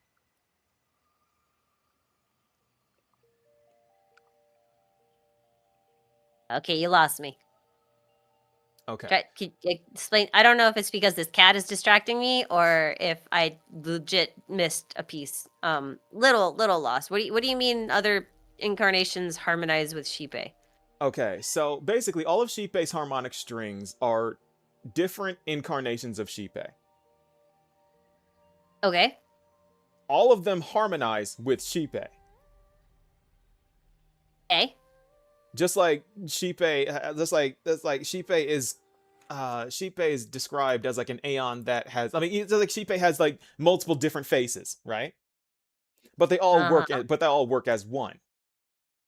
Sparkle has many different incarnations of herself, but only one individual being. Oh. That's why she's a Harmony character. Okay. And another example would be... What about Saridra? Saridra... So the reason why Saridra's a Harmony character is because, remember when she went to Penacony and she was like, oh, the Order is great. This is what I want to do. I mean, she's modeled off of the Order, and the Order is inside the Harmony right now. So Okay. that they're one now. That's the reason why Saridra's Order. And Order What technically also Harmony. Ouch. Hold on, I'm forgetting her name. Why am I so bad with names? Sorry, it's just a thing. I'm just really terrible with names in general. Describe it. Describe the character. Where did my thingy go? No, I'm gonna find her name. Okay. Wait, why am I doing? I have the game open. What is wrong with me? A question that everyone asks daily. Hold on. What about? Yeah. Where'd she go? Ah. This one. Who is that? Hold on. It's the wrong menu to go to. I don't know why I went there. Leave me alone. I play on my phone 90% of the time unless I'm recording. So, like, forgive me if I screw up stuff. Hanya. Oh, I don't know about Why is Hanya's lore Hanya too Harmony? well. I don't know Hanya's lore well enough. What about Asta? Asta. I haven't looked up her lore either. Oh, I haven't looked up her lore either. What about Branya? Bronya is a. I actually. I do know why Bronya is a Harmony character. Well, isn't it because it's her? It's kind of her job to run everything and get everyone on one accord. Isn't that like her whole job as the Supreme Guardian? What about Ting Yun? Ting Yun is Harmony because okay, I made a video about. Okay, which Ting Yun? Well, the other one's Nihility, so. Fantalia Ting Yun? Oh, right, Ting Yun's Harmony. Okay, so the reason why Fantalia Ting Yun is Harmony is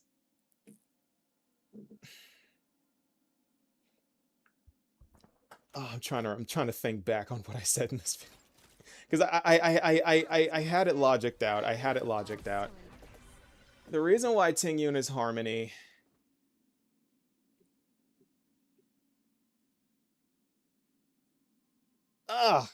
Dang it, I can't remember right now. Okay, let me just go back. Let me just go back. It's been a while since I've thought about Fantalia Ting Yun.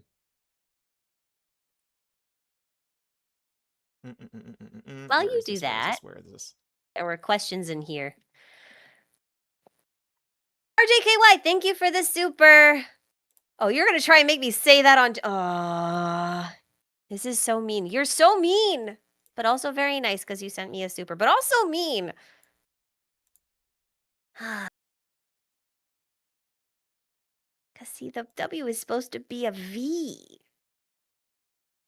They're saying Gesamtkunstwurm, which is.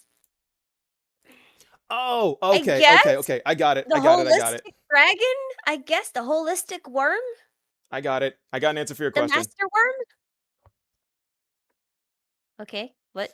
So the reason why Fantalia Ting Yun is Harmony is because as a Heliobus, she has possessed and has copied many, many different people.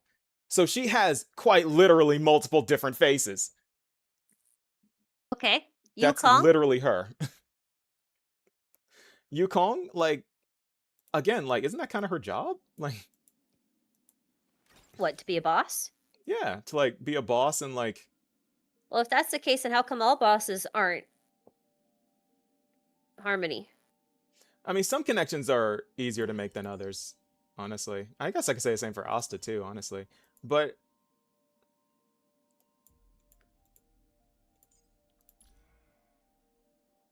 you're bringing up all these characters I've never thought of this theory with before. You thought like, I've never really thought about these before, but I mean, all these okay, old but what characters. about Ron May? Ron May, who I don't have. Ron May. The thing about Shippei is that Shippei wants to pretty much dominate other Aeons and supplant other Aeons. And what Ron May wants to do, she wants to study all of the different Aeons and then eventually become one. Yeah, people keep saying that. I don't Very quite similar. understand why. Oh, she says that in Myriad Celestia. She says, if I can dissect all of the different paths, maybe one day I could become an Aeon. Yeah, but to me that doesn't sound like a desire. It just sounds like a... Oh, I was with the wrong thing. To me, it doesn't sound like a desire. It just sounds like, you know, a scientific musing. Like, maybe if I figure out the genetic code, I could make my hair red. Does that mean I want my hair to be red? I mean, why else would you do it? Unless you want to do something with it, right? No, because you could see if you could. I mean, all the Genius Society members study in order to do something. Yeah, but that doesn't necessarily mean that they want to be a thing. Wanting to understand an Eon isn't necessarily, like, the same as, like, wanting to become an Eon for the sake of being... Like, okay, if I wanted to understand something, like, say I'm an actor and I want to understand teachers so that I can play one on TV, right? I understand wanting to become a teacher for a while to get the experience. But that doesn't mean I always wanted to be a teacher. That doesn't mean like that's a desire of mine, right? My desire is to act well and to understand the role I'm playing. It just so happens the role I'm playing is that of a teacher. Like, to me, Ron May is the same thing. I don't think she actually wants to be an Eon. I just think she, like, wants to understand the universe. And that includes it includes eonhood. And the best way to understand that is to ascend or like experience it herself. But if she does that, she's no longer herself. She has to she's be forced to a path. Which in Unless my you can opinion descend, like you said unless you earlier. can descend, true, yeah, unless that's possible. But like to me, like those things are at odds with each other. Unless she wants to become an eon that understands all other eons. I don't know what path that would be. I think she'd make a new path, honestly. Well, all eons, when they ascend, make a new path or they take Mhm. over an existing one. Yeah. But you only really take over an existing one if, there is no eon on that path. I've never really thought about what kind of Aeon she would become. But it would probably be something That's kind of about my hang making up the on it. entire universe her petri dish. Which scares me. Yeah. Yeah, I guess like it's hard for me to like If the I think it's only hard for way me to for her to conceptualize that. understand the way the Aeons work is to ascend into an Aeon, she wants to ascend into an Aeon. Come on. Come on. But If there's only that's one the thing is, like, way. no, but I still don't think like that's enough, I guess. I feel like that's like not I feel like that's like not how you become an Eon. No, I don't know if she'll be I don't think successful you or can just not. want your way into being an Eon or even like science your way into being an Eon. If you were to do that, you have to somehow lock yourself to a prima mobile, right? Mm-hmm. I just can't imagine that she'd want to do that. I mean, she might not ever actually become an Aeon, but I think she's trying, because that way she'll understand everything. Yeah, I don't think she's we'll thinking about the disagree on that one. consequences of doing that. I think she just wants to do it, just to see if she could do it. Because the I don't geniuses know. Ron generally May don't really think of the consequences of what they're doing. Okay, I think there's a difference between thinking about the consequences of what you're doing and caring about the consequences of what you're doing. Well, I don't think Ron May cares about either. I don't think she does either. She kind of just I mean, acts. that's fair enough. That's fair enough. I can't really argue with that. She doesn't think if she does if she doesn't think about it, she can't possibly care. Think about it that way. Hmm. I love I Ron guess May. so. I love Ron May so much. I She's guess such a so. psycho. She's so crazy. She's just like, oh yeah, I have a collection of Leviathan corpses. It says that casually. Well, yeah, she's studying them. Like, yeah, I have a bunch of just corpse fragments of an Aeon just in my like, where does she keep this? Like, I forgot Berta was in my party. where does she keep these things? I mean, if Herta can have an entire space station, why can't Ruan May? Well, I mean, Herta has funds on tap. I don't know if Ron May actually has. I guess she must be rich, right? But like, Well, she might have sponsors. All scientists have some kind of sponsorship, yeah, it's true. right? I mean, she has to She's be. got to get that from somewhere. Yeah, I mean, she has to be very well off, regardless. I'd hope so. I think I've cleaned out this whole city, except for the Furbos. I don't know where all the Furbos are. I guess we just run around and smack things until a Furbo shows up. But yeah, that's why I think she's Harmony, to answer your question. Interesting. Does this theory work with all of the paths? I guess is my next question. All of the playable ones so far, like, especially all of the recent ones. All the recent ones have lined up perfectly well. Like Dahlia being Nihility, that makes perfect sense why she's Nihility. Like, that makes... Like, Are you going to elaborate on that? Or... okay, sure. Her whole goal is to pretty much hate on the Remembrance. That's her entire goal. And she believes that the Remembrance's views are wrong. And the whole thing about the Remembrance is Okay. No, it wasn't about that. It wasn't about that. It wasn't about that. It wasn't about that. It wasn't about that at all. Okay, so Dahlia, as a person, she wants to dedicate herself to basically every possible path. And everything she comes across, she basically wants to join. She joins everyone's team. But when you join a team and you're dedicated to everything, you're not dedicated to anything.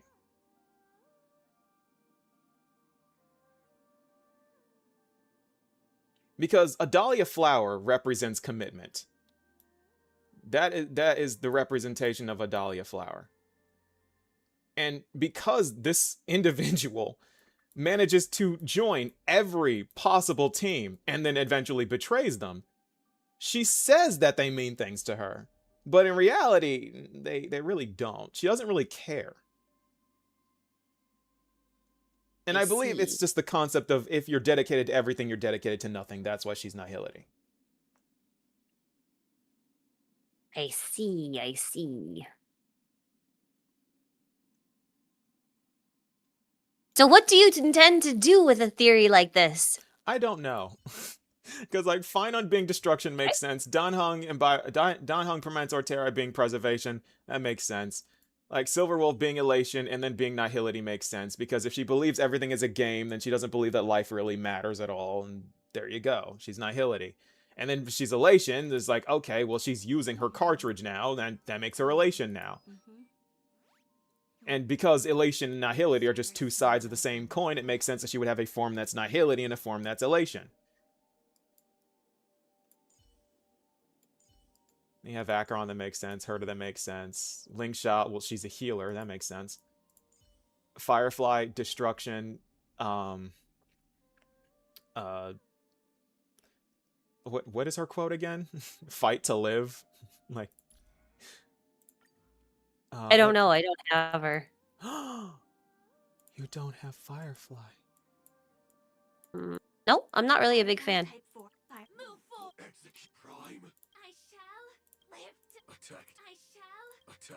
What? What was her voice line again? Right, like fireflies to a flame, life begets death. So like, destroying everything, including herself, is kind of her thing. Along with Blade, that's basically the same concept. But then Mortonak's Blade is different because then he has veracity and abundance eating each other, and that basically nullifies each other, which forces it to be nihility. Also, Blade comes to the realization that him wanting to die this whole time is pointless because he's never going to, and he pretty much stops fighting it in general. So it was all for naught. The entire journey of him trying to die was all for naught, thus he's nihility. So what about Welt? Welt, okay, I had to look back into Welt's lore. Every single time that, okay, this is really sad. The reason why Welt is nihility is super duper sad. Because You don't think it's just because he wields a black hole and Ix is a black hole? It goes deeper than that. It goes down to like his ideology and like all about his life. Because even when he was in HI3, every time he fought, he would almost never ever win fights. And every time he would fight for something, something would go wrong and he would end up never saving anything. And always put his trust in someone else to save everything in his stead. He would always end up sacrificing himself, or like, it's like when he was fighting Siren, he would defeat her, and then Otto would come up, right? And then Otto would come up and like save Siren. And then he fought Siren again, was going to win. Siren decided to just throw meteors into the Earth, so he had to go and stop that. And then when he saved the Earth, that's when Siren came and defeated him. And it's like, it's all these different things of Welt never being able to save what he's trying to save. And now he's here, and his whole thing here is that he's in his prime again. He's back in his prime. He has all his powers that he had before. And now his whole goal was to save Himiko. His whole goal was to save Himiko, and now Himiko's dead. Before he even got there, nihility. He's never able to save people. He's never able to save people. He's never able to win. And it's so sad. But he saved his family.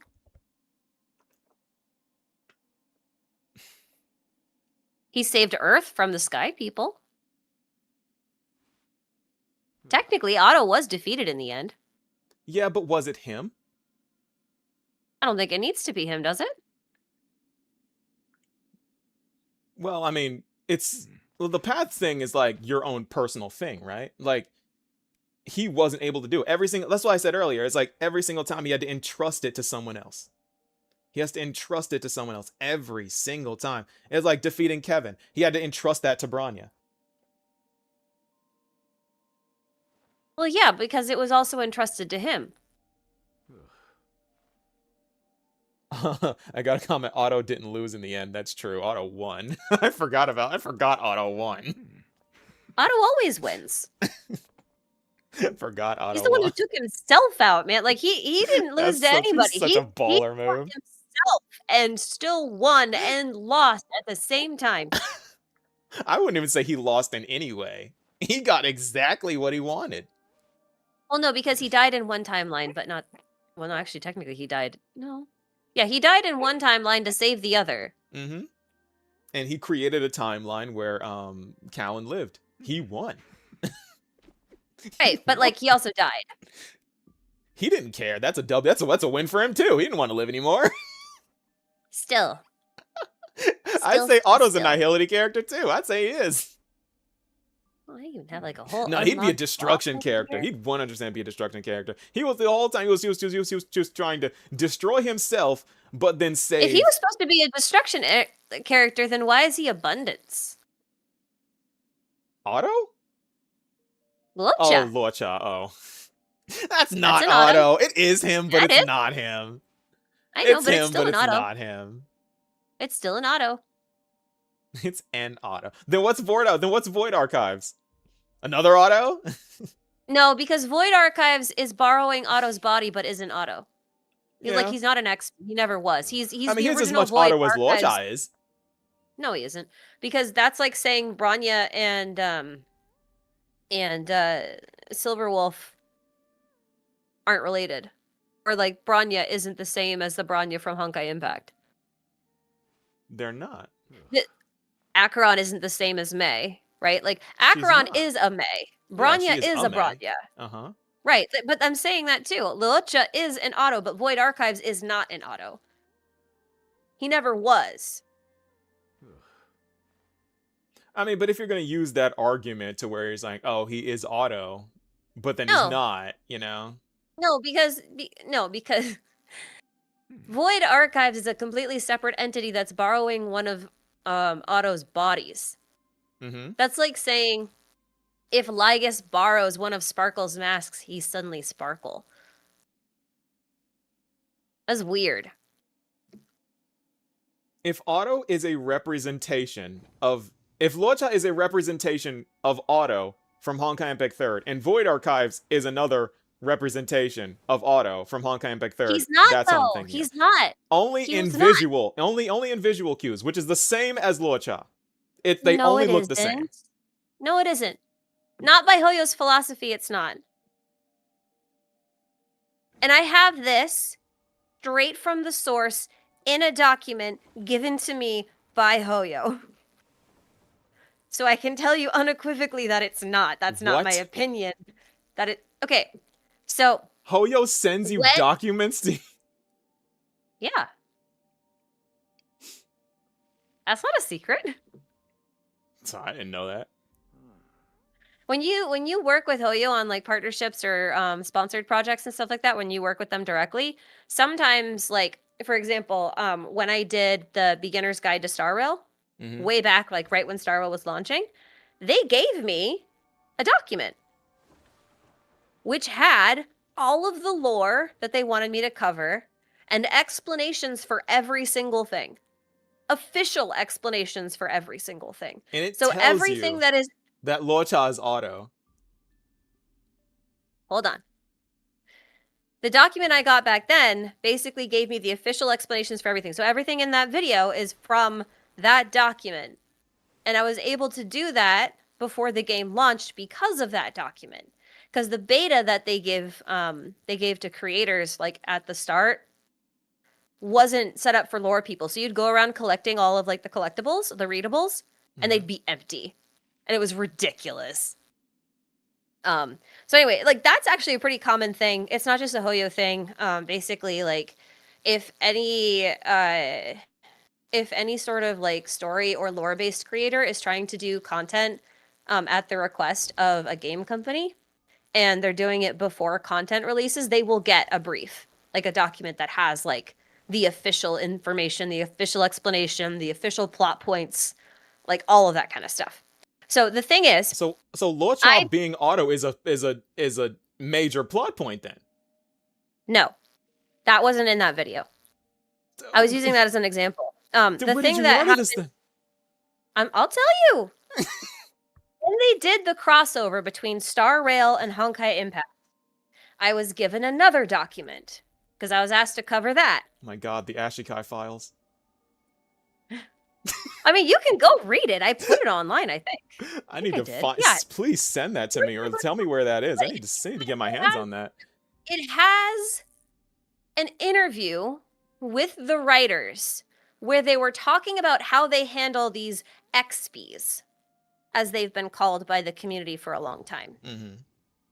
Okay? So, like, characters who look like other characters from the series or from other games. Right. So, Bronya and Acheron are good examples, but I'm going to use Acheron because that was the one that they used for me as well. Okay. They wanted me to talk about Acheron specifically. And they said, when we create these characters, they are not meant to be explicitly the exact same characters, but they are meant to embody the spirit of those characters.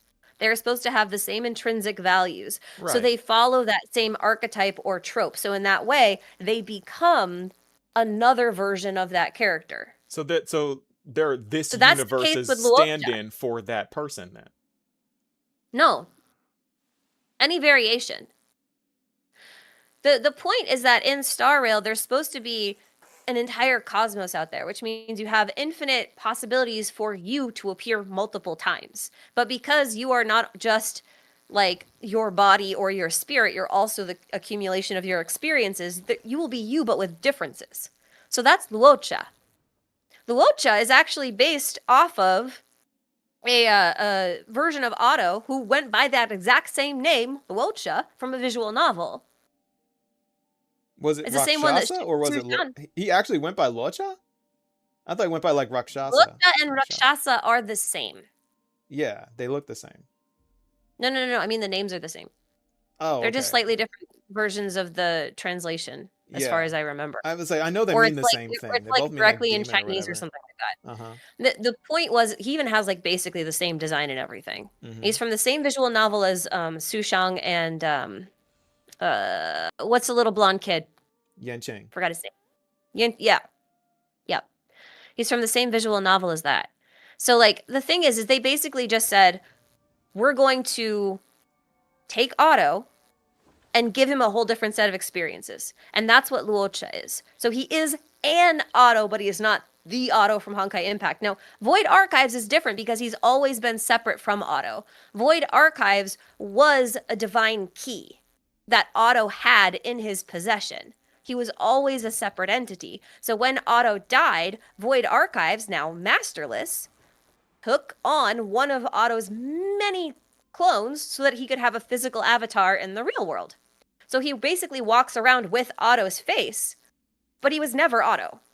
I mean, yeah, that makes sense. I mean, that makes perfect sense now. I didn't know that's how they actually have had a concrete explanation of how XPs work. That is entirely new to me. Yeah. I thought they just kept it vague. I can find the document for you. I'll send it to you later. Yes, please. That's sick. I've never heard of that. Yeah. Wow. Well, so Luocha is straight up just the Otto of Star Rail. Currently, yeah. Oh, wow. That's sick. So that means he's trying to revive something then. Well, in this case, he's trying to kill something, but probably, if you think about it, right? Like, Luocha is trying to kill the abundance, but he also follows a path of abundance. So the question is, what did he do that put him on the path of abundance? He probably tried to, like, revive someone from the dead, maybe? Yeah. And maybe he created an abomination that he couldn't kill? So you could make the argument. Okay, hold on. I might have to. Hold on. This is following my in-game paths theory, by the way, because he's I- abundance. That one caught me off guard. Hold on. I'm gonna pull something up on screen, which you might not be able to see, but I will send it to you in Discord as well. There is an image of hold on. I gotta pull this up. There is an image of there's an image of the Otto from Seven Swords, Yeah, and which he is the name looks. of the visual novel. That's the And one he's with holding Fuhua, right? he's hold yeah, well, yes. I mean Fuhua is she's in a bunch of things, but yeah. Well, that's when I'm she looking was for like celestial Fuhua. Like they were referring yeah. to her as the celestial, and she got betrayed, and almost killed. I can't find this image. It's gonna make me okay. I might have to go to a completely different. Because I know like there is an auto that looks exactly like Luocha, like same outfit, everything. I know that. Yeah, that's the Seven Swords one. Uh-huh. Oh, there it is. I found it. I found it. Okay. I'm gonna send it to you. It's he's wearing that outfit in one of the Stigmata arts. That's why I saw it. Let me see here. There's and I gotta bring this up so that Yeah, you guys can that's see. the one from the Stigmata. Yeah. Oh, okay, hold on. Yeah, I Yan Qing clicked is the image involved in so this I could too. see it. There we go. So I was looking at this one because this is the version of Otto that they're basing Luocha on, right? And this is Colin basically dying. So, like, to me, if I had to fanfic the Star Rail Luocha's backstory, right, I would say he probably lost someone he cared about, in this case, a Colin. Yeah. And he This probably is what's tried to learned. resurrect her Abundance abomination using the canon. power of the abundance. And it probably turned her into a denizen of the abundance. And now he's got a score to settle with Yaosha. That makes sense. Right? Like, to me, that makes a lot of sense because that puts him on the path of an Otto. Yeah. Wow, Okay, I actually, did you not just know did. that Hoyo was just It just occurred to explicit me. with You how guys they did actually do. XPs. That is Chat, such a I'm drop to sorry. me. I'm sorry. I totally forgot to put the correct window up. This is the image I'm talking about for those of you in my chat. Yeah, I put it up on my Sorry about stream that. too. But wow, that's really interesting. I did not know that that's how that worked. I was just kind of like joking around with the whole Void Archives thing. I was like, oh, Void Archives just looks like Otto, and so does Otto too. But like, I didn't. Wow, that led to Yeah, no, that's like a whole learning. different thing. Yeah. Oh, that's Anyway, cool. I thought it was really cool because it kind of gave like an official explanation for why they're doing the things that they're doing and stuff like that. And I thought that was pretty cool when it happened. And this was like a couple of years ago at this point. It was during Pentaconi, so yeah. Wow, I learned something new today. That's cool. Anyway, I don't remember what we were talking about the path theory. Oh, right, thing? the in-game paths theory that I was bringing, and we were talking about Otto, which is how the abundance is reflected through the life he lives. Yeah. Okay, I've also been neglecting my chat. Hold on a second. Yeah, me too. Chat, I'm not neglecting you. I was looking, I just didn't reply. Abundance abomination Callan, yeah. Victor Oh, Densa, thank you, Adam, for for the sending 5 more people into the Genius Society. On the question of how much Amphorius remembers, heirs say they remember all.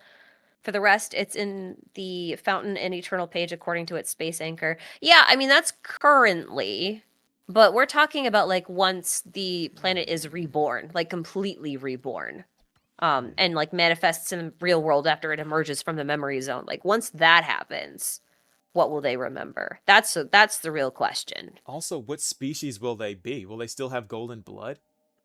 Will they be like their own type of species thing? How will that work? I guess we're about to find out. I don't remember any of the Euphorius mechanics. Oh my goodness.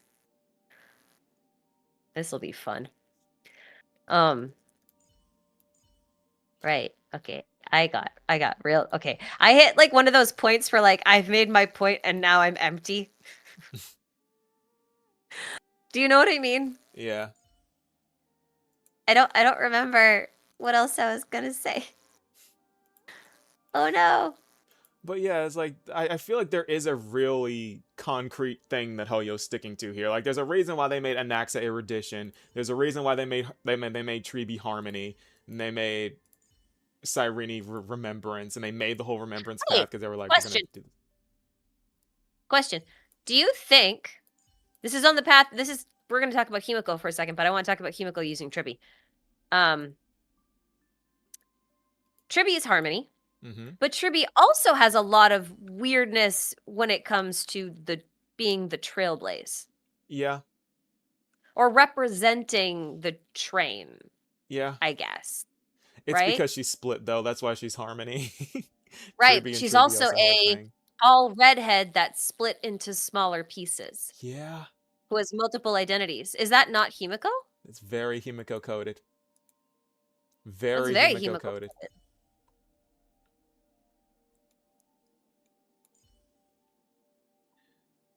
If I instead don't of know how to making a resolve rocket, that. she It should was just make a it was train. just my thought. Yeah, basically. Well, like you remember when when they did her trailer, right? Like they I can't remember how to move this. I guess I can't. They all got on like this little rocket propelled thing together. Yeah, and then they sort of like went all over the place. They just were Mm-hmm. traveling through all the passageways and stuff like that. Like to Yeah. me that is so Trailblaze core. 100%. I don't know, it just made me think of Himiko. I have nothing else to add beyond that. That was like the whole thought. That was I like, the don't complete either. thought. It's like what else is there to add to that? It's like Nothing. It's just very suspicious. yeah. But again, I don't believe very Hoyo does suspicious. things for no reason. There's something to this. I guess. I still don't think they land this far ahead for Himiko. I'm Maybe. not convinced of that. Do you have any Sampo theories?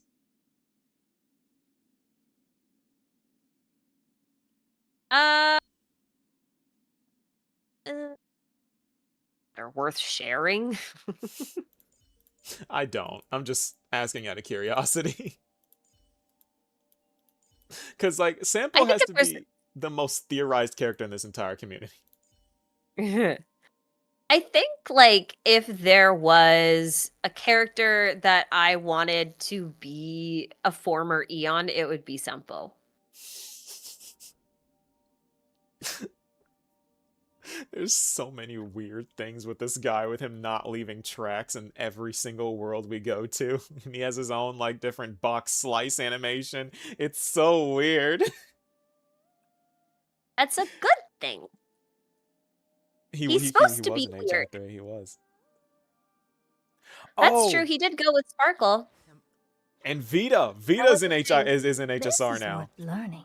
Hi, Yep. I love your theories. She's I also a believe fool. that ASAT Pramid uses a mask to project himself And a everywhere. peacock, It's like Ape Yao Guang. Sparkle style, like in her trailer. I'm sure there's something there.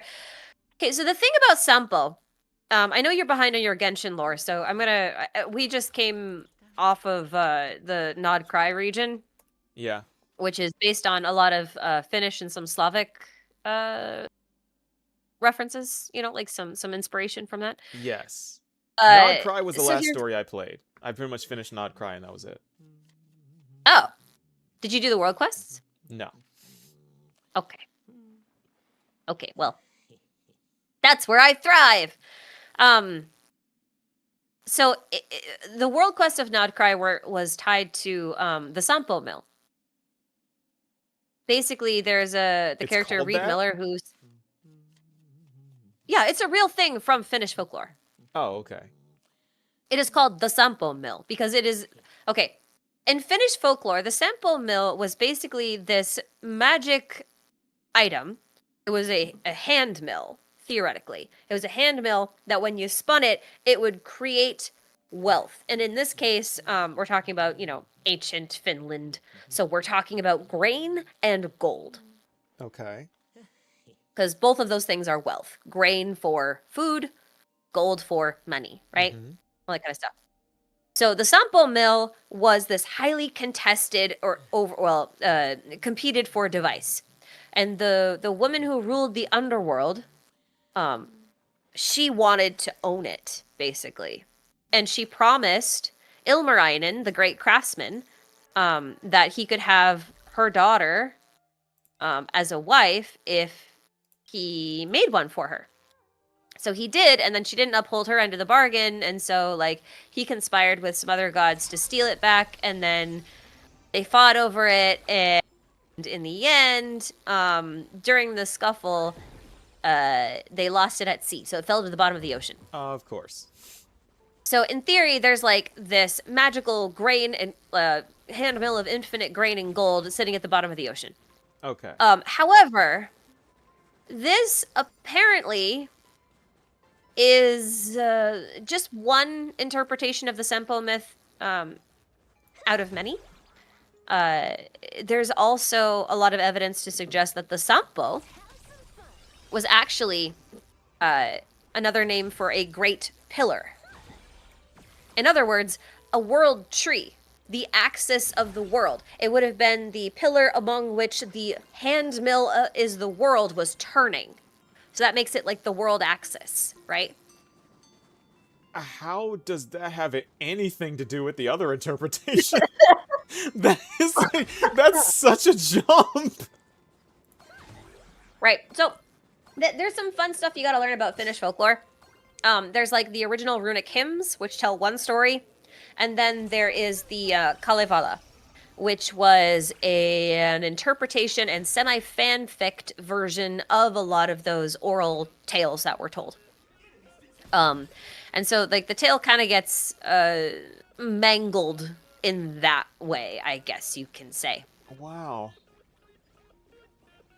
So my thought when it comes to Sampo in that sense is it's supposed to be a symbol of prosperity. Yes. And also the axis mundi of the world, right? That's kind of important. The fact that Sampo is named after such a thing is what throws me, right? Uh-huh. Because that makes him kind of important, but at the same time, in Genshin, the one who was supposed to control the Sampo was a guy named Reed Miller, who was a master thief. Right? Okay. He founded the Treasure Hoarders. He was kind of like the Robin Hood of his time. Okay. I'm following. Which I do think kind of fits with Sampo a bit. However, he is a thief. And also he does love money. Definitely does. The Sampo mill makes lots of gold.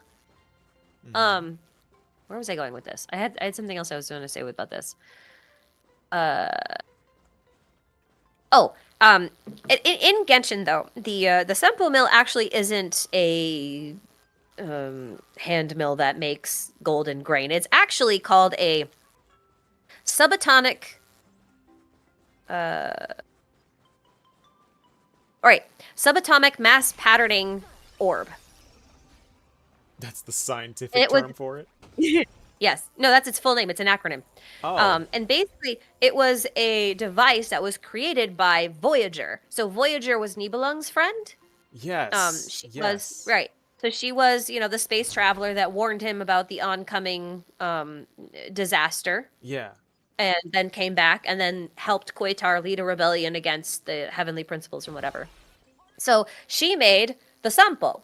And basically this thing is like a mass matter transmutation device. So it can basically take matter and it absorbs it all into this one orb. And then it can either release it as raw energy or it can transmute it into something else.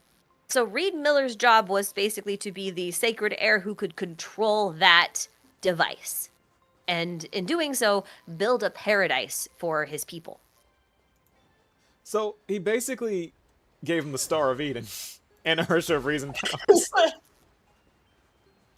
Yeah, I mean, like, basically. So what does this have to do with our sample, right? Yes. Well, here's the thing. That's a really important word, right? Like, you've got this thing that's associated with infinite money, infinite prosperity. It's also the axis among which the world turns. It's a giant mass transmutation device. It's So a MacGuffin. Then it's either that or Sampo is quite literally a Deus Ex Machina, the person. That's what he does. I Right. call him tactical Sampo distraction. Right, like because he every always time shows up he to bail shows us up- out. Yeah, he's always showing up to bail you out. He's showing up to provide a plot twist. He's showing up to give you information that you didn't know you needed, but it's not even encoded in the same way that Sparkles is. Mm-hmm. It's like a Like- soft mod. Yep. And en route. Yeah, in some ways, yeah. In some ways, yeah. So like, I don't remember where I was going with this. I had a thought and I lost it. Oh no. I think he stole it. Oh, and in Genshin, the Sampo was actually used to blow a hole in the firmament. Oh. So that's fun. Blew a big hole in the sky. So it can be Another a weapon one. or it can be... Yeah. Yeah. What's another hole? I don't think they actually ever finished it. But the thing I thought was really interesting about the Sampo in Genshin specifically is that it actually sucks the vitality out of the surrounding area, and then it condenses that into raw energy, and then that energy can be either transmuted or released, right? Right. And it was like, well, is that wish power? Like, Oh, are you boy. taking the ambient energy, the ambient wish power, and condensing it into one little form that you're then going to either release or use to create something else? Well, that's debated in game actually. How like where wish power comes from to like form Right. Imagine and like where it goes after they dissipate. How like it Yeah, involves it like Aha's is, it path is. space. Yeah. So, but also, the Imagining originally came from the Veracity. So, there's something weird going on there, Oh. right? Do we know that? Is that confirmed? Well, Graphia was painting the Imagine from the Veracity. Yeah, that doesn't mean she had to make them all like herself. Graphia herself isn't an Imagine. No. I didn't say that. I said the Imagine, like the wish power phenomenon, seems to be tied more closely to the Veracity than the elation. They don't consume. I mean, I guess they. Well, I mean, according to this Sampo theory, they do. But, like, she was using the Veracity as ink to create stuff from something that only consumes. And if you think about it, the Sampo consumes, and then what does it do with it? It releases it.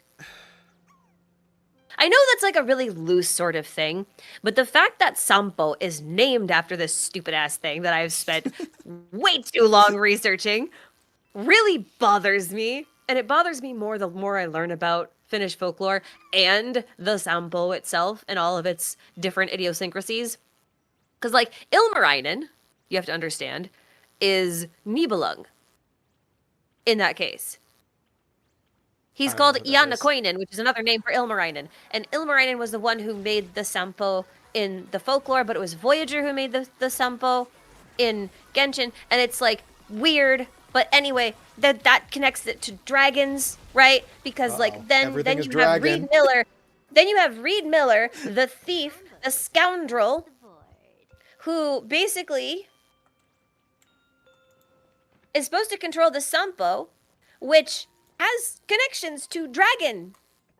And Everything is then dragon. like the wish power thing and the energy and the creation and the stuff, and then you get to Graphia and then she paints from a dragon, and I don't know what to do with this information other than say that Sampo is Aha. Because I don't know what to think anymore. How do we get there? Oh,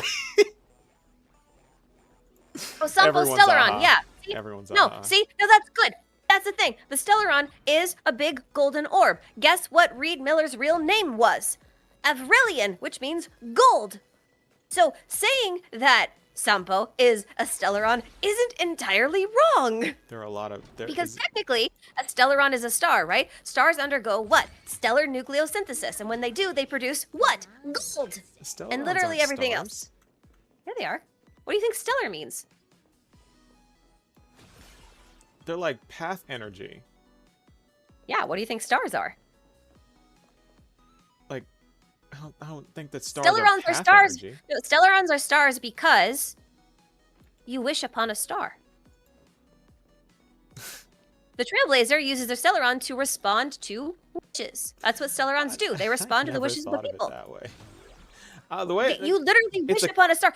And I thought of it as like in the fight against Full Wish, the Trailblazer takes all of the wish power. It doesn't go into their mask like it should. They use it in their Stellaron. No, I get that. I get that. Power, transmute it with their Stellar. They have that sample in them. They got that sample in them. I was thinking of Stellarons as like the way they're described as like Shippei's harmonic cancer. So it's like it's harmony energy. I'm not gonna argue this one.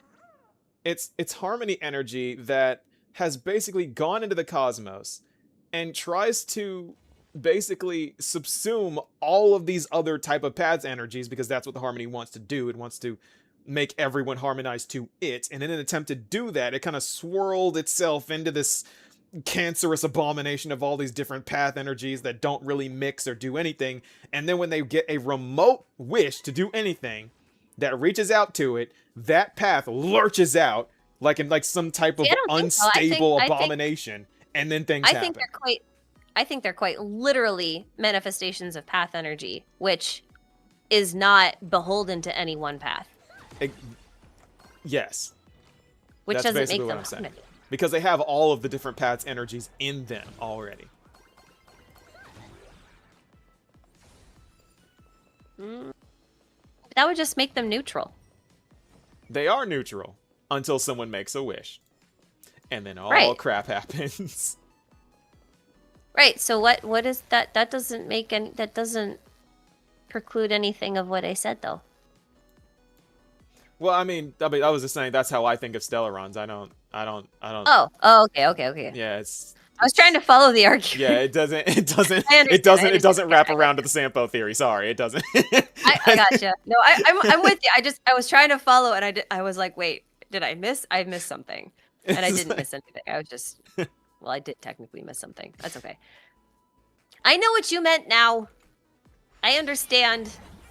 The understanding is occurring in me old noggin. I think. Probably. I don't know why I'm doing this the hard way. I don't know how much I agree with Stellarons being linked to the harmony, but I feel like that's well, not linked to the harmony, but unique to the harmony. I mean, I don't know how much I believe that, but that's debatable in a whole separate conversation. I don't believe anything that comes out of Penacony. I mean, that's fair. Because like at those this people, point, that's fair. Penacony people get on my nerves. Everyone in my audience knows, like the Penacony people, they get on because they don't answer questions. You'll ask them a question and they'll say something like, "Well, the sky is blue today," and it's like, "Huh? What are you doing?" Like, yeah, well, that's the point. I hate. Are your dreams ever straightforward? No. Exactly.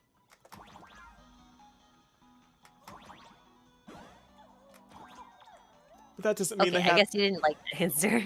They don't have to act. They don't have to act like that, though. Like they don't have to do these things. Yeah, and I don't have to have dreams about Asat Pramod trying to commit a murder spree and then sending cakes, big decorative cakes, to the police station to foreshadow each of his victims in some weirdly cryptic way. And yet, here we are. I mean, well, that's kind of Sapramod being silly. That's my dream. I dreamt about that 2 days ago. I was very confused when I woke up. I don't think I've ever had a dream about this game before. I wish I could relate, but I can't. That's probably a good thing, honestly. It probably means you're healthy. To be honest, it's probably because I was watching too many baking shows. That's probably what happened. But Baking I shows? digress. That's not the point. Like I the like baking like Aha's Aeon cake. Ah! I still can't believe that the cake god hypothesis is real. I still can't believe that that's real. But it is. Yeah, but like, think about it. Think about it. There's dragons in that too. Yeah. Even down to like Aha stealing things from the abundance. It's all there. That's just what Aha did. And they kept making cakes. There's more than one plain Arcadia. Mm-hmm. But that to me is like, Mm-hmm. Aha is such a cool Aeon to me. Because Aha just does whatever they feel like it, and no one can stop them. Aha is like... See, I wonder if, like, Aha was never one Eon. Like, even though it says, like, you're gonna be Aha for 1 minute, are you really only Aha for 1 minute? How do you know? Oh, jeez. Because, Here we like, go again. remember, there's like those rituals going on throughout the cosmos all the time. Mm-hmm. Right? On all these different planets. So there could be So, more like, than one Aha that ascends at the same time. or even, like, periodically at different points in time. So that no matter where you go, there's always someone being Aha for a few minutes. We don't know. That wouldn't make sense though, because Aha, the overarching Aeon Aha, is rather consistent in the things that they do. Because But if you were to take a bunch of people and put them in a single body, you would just be averaging them out. no, I mean like Aha, even when they give their authority to different people, they're still in control. They're still in complete control. Aha reserves the right to basically say, I'm going to interpret what you're telling me to do any way that I want. Then why is Aha trying to give away their entire authority now? Because they think it's funny. So why wouldn't they think it's funny to, you know... To give away all their authority, like, for some reason, because distribute Aha's it a across a lot of control different freak. people. That's why. Aha is a complete, that's my theory. Aha is a complete control freak. They just don't want to admit it. Really? Yeah. You think so? Aha is a huge control freak. I feel like Because- that's a hot take. Because, like, they control everything. Even in the Phantom Moon games. There's like, oh yeah, the only rule is that it can't end until I say so.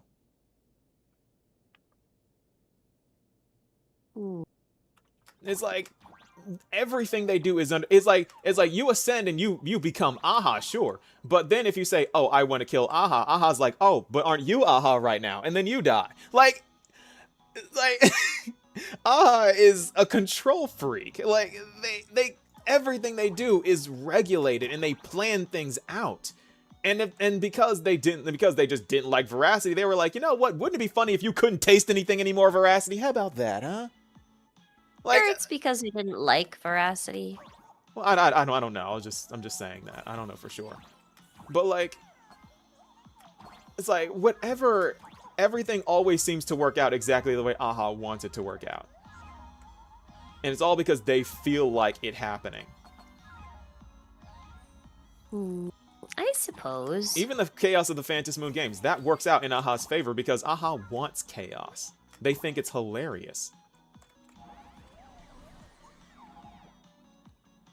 They probably wanted the Trailblaze to crash on plain Arcadia because of course Aha would want Akavili to crash land on their world.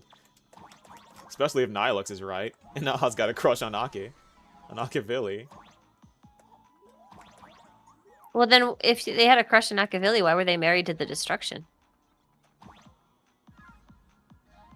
Wait, no, they weren't married for the Destruction. They were, like, fighting over their lovers. Yeah, it was like... I think I couldn't remember the plot what it for a seemed minute. like was Nanook wanted Aha, but Aha wanted Akavili. Oh, but another thing, I forgot to mention this. Every time the Trailblazer dies, Fuli resets everything. Because every single time, because when we see the Trailblazer dead in the coffin, you know what's around her? Remembrance crystals. When did we see them dead in a coffin? I don't remember. In the Nihilux thing. It was the Nihilux thing. I don't remember. It was the Improv Tour trailer. Improv Tour trailer. Binge it all. Binge it all. When we see the Trailblazer dead in a coffin, we see remembrance crystals surrounding the coffin. It's a super subtle detail that's there for like 1 frame, but it's there. I don't remember that at all. That doesn't mean it didn't happen. I just don't remember it at all. Here, I'll send you the picture.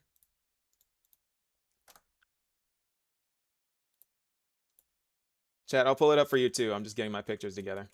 Actually, no, I can just show you. Yeah, go swap scenes.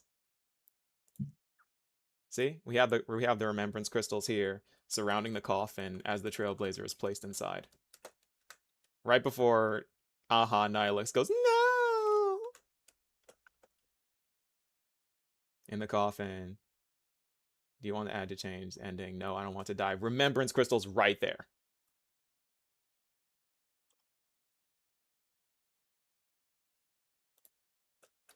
And then goes, "No." And actually, you can still see the crystals around her. You can still see the crystals around. They're right there. That's why I think it's Fooly. It's Fooly. It has to be Fooly.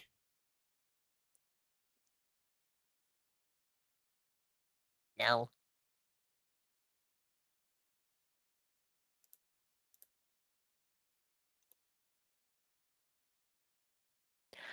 Booty is silly. And also Aeons not are real. silly. We'll find out. I will stand with Lalaurie on this one. Fooly isn't real. It's a lie told by the Enigmata. That'd be like Evernight saying March 7th isn't real. Well, she isn't. What? Evernight's the original.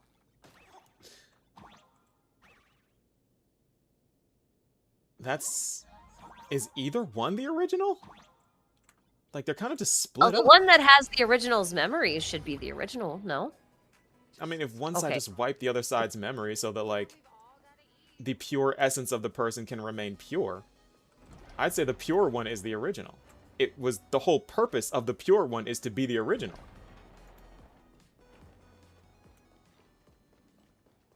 What? The whole reason why Evernight wiped March's memory is to wipe out whatever trauma she accumulated knowing who she is and throughout her existence. Yeah, but her trauma predates current March, making Yeah. that the original state. Evernight formed around it, sure, but like... Who existed first? The pure person or the person that experienced the trauma? The person who experienced the trauma. No, because Yes. what experienced the trauma in the first place? The pure person. You were pure before you get traumatized. Not always. Okay, in March's case, we know that that's the case. The first March we see in the crystal, first being born from Fooley's shattered remains, is pink hair March. And then the whole hands come in and start closing around her, and then Evernight awakens, right? So we know that March came first. When she was, we don't know that that's when she was born. It fully shatters. That's We when she zoom was in on a crystal, and that's March. What do you mean? Oh no, see, I think we very much disagree on how this works. It's in the video. Yeah, listen, that is a representation of how they would like you to picture it. But think of it this way. If they're saying that Fooly shattered, Fooly hasn't shattered yet. Not the way we experience time. Well, Fooley hasn't even Fooly ascended doesn't yet.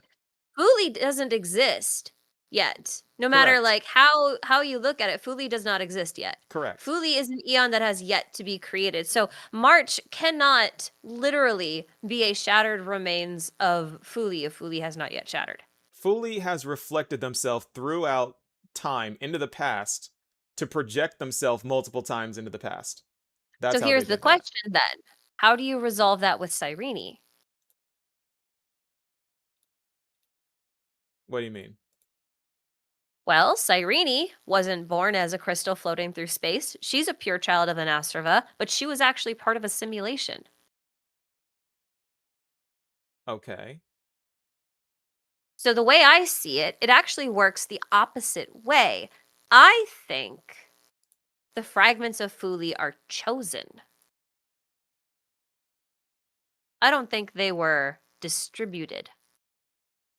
These are the possibilities from which Fuli can arise. Yeah. But depending on which way you look at it, does cause precede effect or does effect precede cause? Depends on who you ask. Right. So for me, looking at it, March can't just be born instantly in a crystal and then have all of her memories suppressed because she needs to have some kind of past before then for that past to be something that you suppress. The March that we see floating in space is the one that got picked up by the Astral Express, but she has to have had some sort of history before then, before she was in the crystal. The whole thing about Fuli shattering isn't meant to be taken literally. It is just a figurative retelling of what happened. It's like it's a way to visualize it, but it's not what actually happened. Because your memories don't just shatter like that. No, I believe Fuli made a memory of themselves physical in order to shatter because they control Memoria. They can just make it But then crystallize and then what shatter. memory then is Evernight suppressing? She's suppressing the That's what I'm memory saying. of March being who she is. Okay, but you're contradicting yourself. How? Because that means that the trauma is Fuli. And Fuli would have preceded March in your case, in which case the pure child did not exist first. No. March precedes Yeah. Fuli. March precedes Fuli. Fuli Can't. ascends in the future, yes. Yeah, okay, but you're trying to argue for regular causality and retrocausality at the same time, and you just can't do that. Well, Because that's the how thing Fuli is, works. Like, how else do you I know, explain the way but the Fuli thing is works? you contradict yourself either way. Because if Fuli shatters themselves to make March, right? Mm-hmm. Then Fuli is the origin of March, right? Yes. Now, the thing is, March needs to have her trauma suppressed Uh-huh. when she's born. If that trauma is Fuli, then the trauma and Fuli both precede The March. trauma isn't Now, you're Fuli, also, though. That's not what I'm saying. but that's what you said. I'm saying the trauma was caused by the memo keepers that found out that she's a pure child of Anashava. Things happen, and then Evernight wiped that. But that's what I'm saying. That's what I said, and you said that that's not what happened. I'm saying that March has to have a past before Fuli. Correct. That's No, what I'm no, saying. no, no, no, no, no, no, no, no, no. That's Yeah, not. no, No, no, no, no. that's what That's you not what that's I'm. what That's you not what just I'm. that's what No, you just said. That is what no. you just said the memo keepers. That March has to have had some sort of interaction with the memo keepers March before was she was born put in in the that crystal crystal. and found by the Astral Express. Let me explain. March was born in the crystal, right? She came from Fuli at this point. The Fuli crystallized, shattered March. Then where does Evernight come from? I'm getting there. March is pure in this state because she was just born. Memo keepers or whoever these hands are come in and do whatever to her, did something to her that she would like to forget. So she ends up defending herself. Evernight awakens, and after that, Evernight says, okay, I want to keep myself pure, the original state of myself. I want that back. I want that pure child, the pure child, my pre-trauma self that was in the crystal back again. So I'm going to sever off that part of myself, and so that I can protect my own purity. That's See, what she I did. think that's inconsistent with Evernight's character. Because Evernight, in the Euphoria story, suppressed March and basically said, I'm going to overwrite you altogether. I don't think she wanted to do that. I don't think she Because, actually wanted to no, take. because I thought she wanted to keep March. she wanted to suppress March so that nothing else could ever hurt her, and that meant isolating her deep, deep inside. But I think that is at odds with the argument that you're making, and I'll explain why. The thing is, if March defends herself, right? from whatever is happening to her before her presumed birth. That March at that time is Evernight. Yes. Right. The March that defends herself is Evernight, yes. March at that point is Evernight. That means March at that point is a part of Evernight. Evernight is not a part of March. Evernight is Because literally there's a mental part of defense Evernight that mechanism. Evernight wants to protect, and that is the remaining bit of March, or that possibility where she's not this I don't really want to say vengeful or vindictive, because it's not really a very accurate way to describe her. If you could separate a part of yourself that has endured all the pain in your life to protect the pure person deep But that's not inside you. would you do that? Yes, you would. That's not you. So that's what Evernight is. No, you wouldn't. That's what happens when people have multiple personalities. Oftentimes. I mean, why are we saying that March can't have that? I'm not saying she can't have that. I'm just saying now you have to argue which personality is the true personality.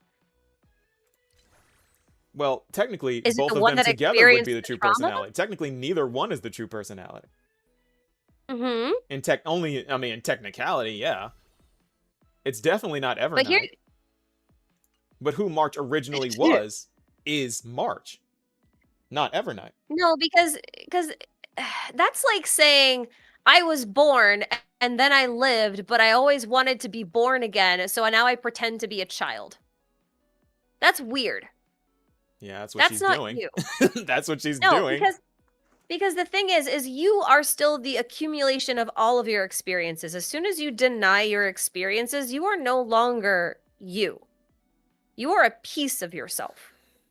You are denying a very big part of yourself. That's why I say Evernight is the original, because it's almost like if you have a seed and that seed grows into a little stem, and then that stem has the ability to branch into two different directions. Mm-hmm. Right? To me, that is Evernight and March. They originate from the same point, and then they split. Right? But I think Evernight continues the main branch, and March kind of goes sideways. I don't think so. Well, you don't have to agree with me. Yeah. I just wanted to make my point. Yeah, That's I get all. your point. I get your point. The thing that I'm saying with Fuli, too, is that if you're trying to argue that someone is born pure, you have to argue that Fuli in and of itself is pure. And I don't think that's the case, because Fuli That's is what made a of memories, Nostrava and memories are means. by nature. I know, but when we talk about pure child, we're talking about Pure Land Buddhism, which isn't the same as being completely pure or free of sin or free of trauma. Pure Land Buddhism is about transcending reality, right? So that you can transcend into the ultimate reality, and you understand existence as it is in totality, before, during, and after it exists. Huh? That's what we call the concept of emptiness. So I feel like it's a bit of a mistake to think of her as pure, as in like I am as the pure, untouched, completely just H2O, no other minerals. You know, I don't think she's like that. I think that's a misnomer. I mean, unless you want to think of Evernight as like March, that I mean, you're basically saying the Fuli doesn't exist thing, but with March now. Yeah. And we're having the same argument again. Yes. We're having the same exact argument again. Oh, God. Ugh. At least we're consistent.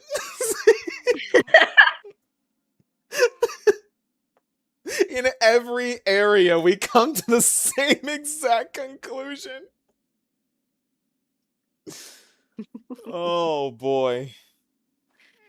I mean, either way, if March exists or not, Evernight wants March to exist, so.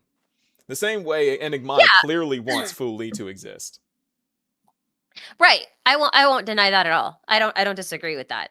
I think it is, to me, it's like to protect your innocence is something that people should do, but to deny that you have anything that would make you not innocent is to deny your reality. I think Evernight's very much in denial. I think she. I don't think is. Evernight's in denial. I think March is in denial. I mean, well, she can't. She got erased. She can't think of. She can't be in denial if she just straight up doesn't remember. Oh no, I think we're talking about two different things.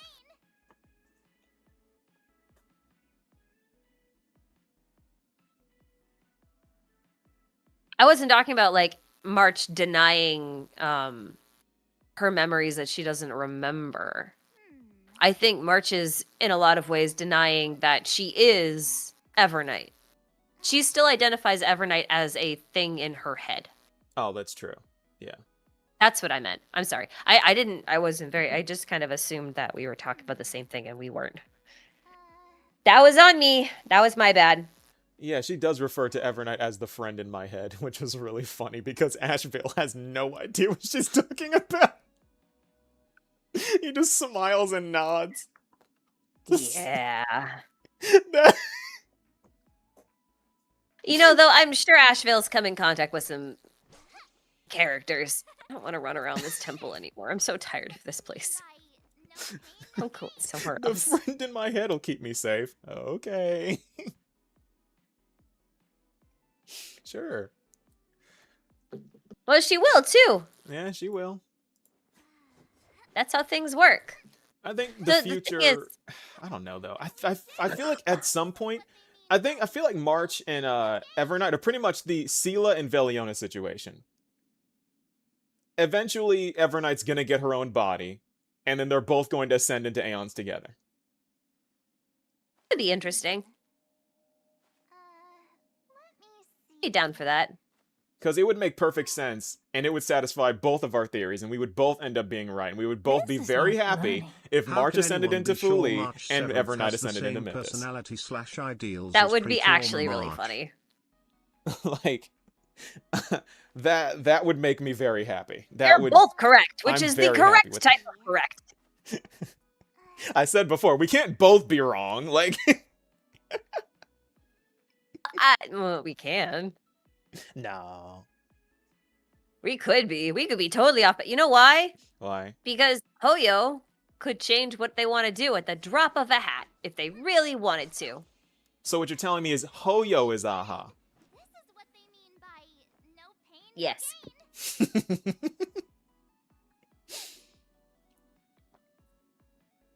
That's why Silver Wolf is like an Eon, is a emanator of elation. She's a game developer, the Mhm. ultimate gamer. Well, Branya is the CEO of Hoyoverse, so. Exactly, and Welt was also making games, wasn't he? Yep. What's it called? What's it called? And Welt is supposed to be like based on DeWay. Yes. So. He put himself in the game. Oh, what was it called? Chat, what was it called? I forgot what his name. I forgot what his game was called. I did too. Don't worry. How can anyone be sure that March 7th has the same personality as pre-trauma March? We're just assuming because that's Evernight's intention. And if she didn't, then everything Evernight would have done would be for naught. She'd be a Nihility character. I mean, remembrance is kind of like the catch-all. Right? Like, Yeah. Hyacine is remembrance, but she's obviously both preservation and abundance. The thing about Hyacinth is that her entire story was about her remembering her own lineage and who she is. I know, but I'm saying, like... I mean, that's why she's a remembrance character. In my opinion, that's why she's a remembrance character. See, but for Evernight, she was also about March's memory, so she's remembrance, but, like, she basically has Nihility mechanics. Oh, for sure. So... It's possible. What was my point? I don't remember. I keep meaning to read this super, and then I get distracted. I'm just like... Oh! JKY, thank you again for the super. They said Freya's tears is a kenning for gold. Stellarons are Adrilla's tears, and Adrilla is a part of Shipe. I have heard that theory before. Okay. I've heard that one too. And I have no idea where to go with it. Arahado, that's what his game is called. I had to look it up. wasn't that even the game or just the what you call them? Name Well, of the that's like game or the big robot? Oh, that's his game that he was working on. Oh, I thought it was just the name of his robot.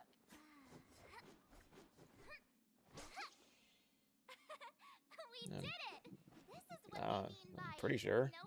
Pretty sure it's the game. Maybe Pretty the sure. game's named after the robot. Probably is. That to makes be sense. honest. It probably is. I don't remember. Is Shipe harmony, beauty, and order? The better question is, what isn't Shipe? I think it's interesting because, like, Nihility and Harmony both have the ability to consume everything. Yeah. Just in different ways. Mm-hmm. So, like,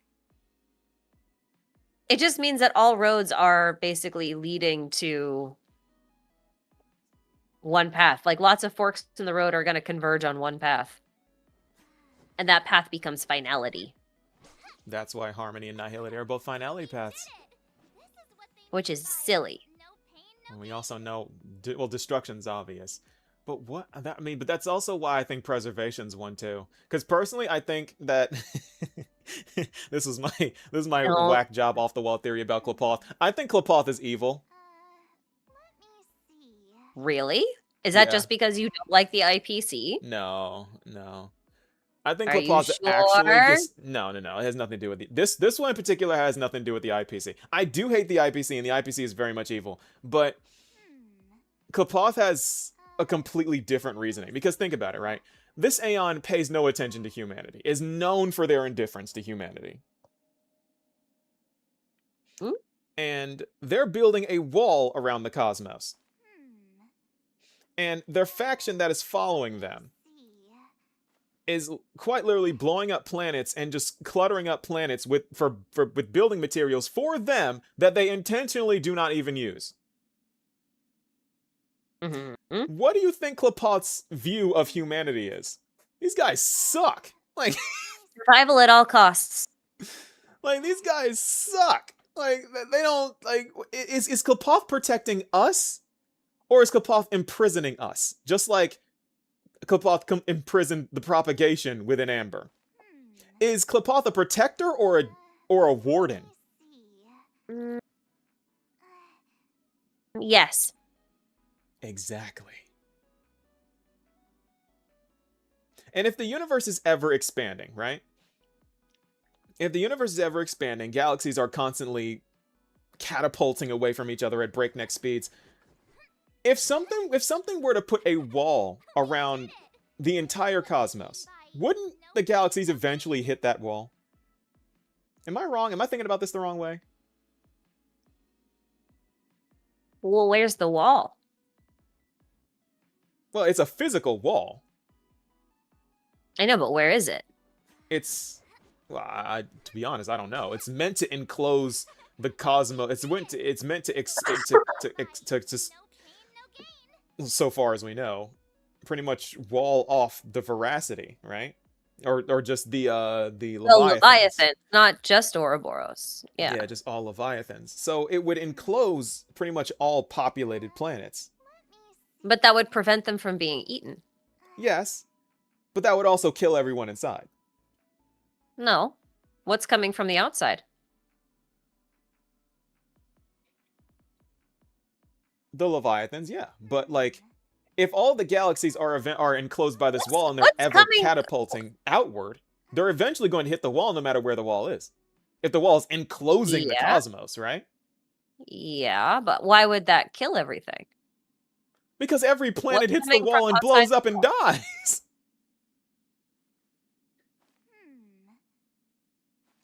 how that works. That's what I'm saying. Am I thinking about this the wrong way? I think that's how that works. Because the thing is like, you have to understand, traveling between galaxies and stuff like that is already supposed to not be a thing, right? Yeah. Like, the destruction actually tunnels through imaginary space in order to get to different galaxies. And prior to the Trailblaze, there was no way to safely traverse between these galaxies and stuff like that Right. without passing through one of the destruction's tunnels. Or without proceeding like through those types of tunnels. So if you didn't have a silver rail that went to your area, like, you were screwed. Like, Yeah. you couldn't move anyway. So Uh-huh. how is that different from Klipoth's wall? Well, the Trailblaze isn't enclosing anything. Those I worlds didn't would say it still was. exist. I'm saying that the reason why those, like, the worlds are already isolated from each other by design naturally. It's only because of brute force and the Trailblaze that travel is possible. Okay. So how is that different from Klipoth? Klipoth is putting a wall around an ever There's expanding already space. barriers. But there's already barriers. Not a physical one. It's a And how do you know figurative that they're one. trying to enclose a space in and not trying to enclose the space out? That's a fair point. That's why it's like, I mean, it's a fair point. That's why it's like, I don't know for sure. That's just what I think. Because that's what Klipoth tends to do. Klipoth has never truly protected anything. They just imprison things. With like, just like they did with the propagation. It's preservation at all costs. And that's suffocation. That can lead easily to suffocation. I guess. But anything in a high quantity can do that. I think though, like, it's about what are you trying to preserve and what are you trying to preserve it from? It's like, just like too much harmony can lead to finality. All of everything just Let me dying. throw an idea past you. Let me throw an idea past you. I actually don't know what I'm doing in here. This is worth learning. Space is expanding, as in the look fabric at of a dream? Oh. space. Physical things in space aren't actually Um, being catapulted at breakneck speeds in I opposite think directions. that Ahatopia is actually indicative, is actually a microcosm of the greater cosmos. So at its center is an imaginary tree, just like Evanesia's tree, and that tree is in a pool of water, which you can say is the Sea of Quanta, right? It grows out of the sea. Mm-hmm. Dusk leviathans and leviathans are sea creatures. They swim in the Sea of Stars, but they're also based on whales. Whales live in the sea. What's the sea? The Sea of Quanta. So if you ask me, what Klipoth makes more sense to be doing in that case is building a barrier between the tree and the sea, because we live in the tree, but the dusk leviathans would live in the sea. So you don't want the sea creatures to come up onto the tree and devour everything. So why wouldn't you just enclose the sea instead of trying to close in the tree? That's a good point. It's like, it depends on what Klipoth is doing with the wall. I'm assuming that the wall is around, like, populated worlds, right? It could not be. But I'm thinking it's like, how do you make a wall? You enclose what you want to preserve, right? Like, you don't enclose everything else. Like, how would you do that? Because that would be all directions. And if you do that, Yep. if you enclose everything else in all directions and leave this one thing, you've still enclosed that one thing. Yep. So it doesn't really matter how you look at it. Klipoth is imprisoning the whole universe. I guess, but that's still not saying that it would kill everything. If galaxies are speeding away from each other all the time, Yeah. and if a wall is fixed in place, it doesn't matter where that wall is or how far away it is, which is not actually that far away because How do you know the Sanjo wall has doesn't seen move? it before. How do you know the wall doesn't move?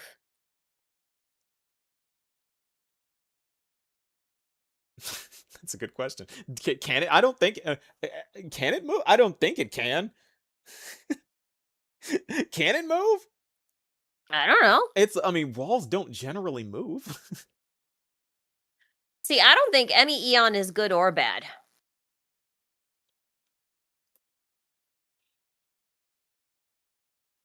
I think some Aeons have good intentions, and some Aeons have I good don't think intent. they have intentions. Really? Nanook sure does. Nope.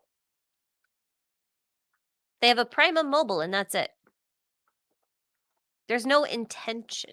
Well, you just had a theory earlier about them being able to descend. If they can descend, then they obviously have a. If they descend, it will. means they've lost their ability to follow their path. Their path is their source of their power. That's their Prima Mobile, right? Lost the ability, or they just no longer want to.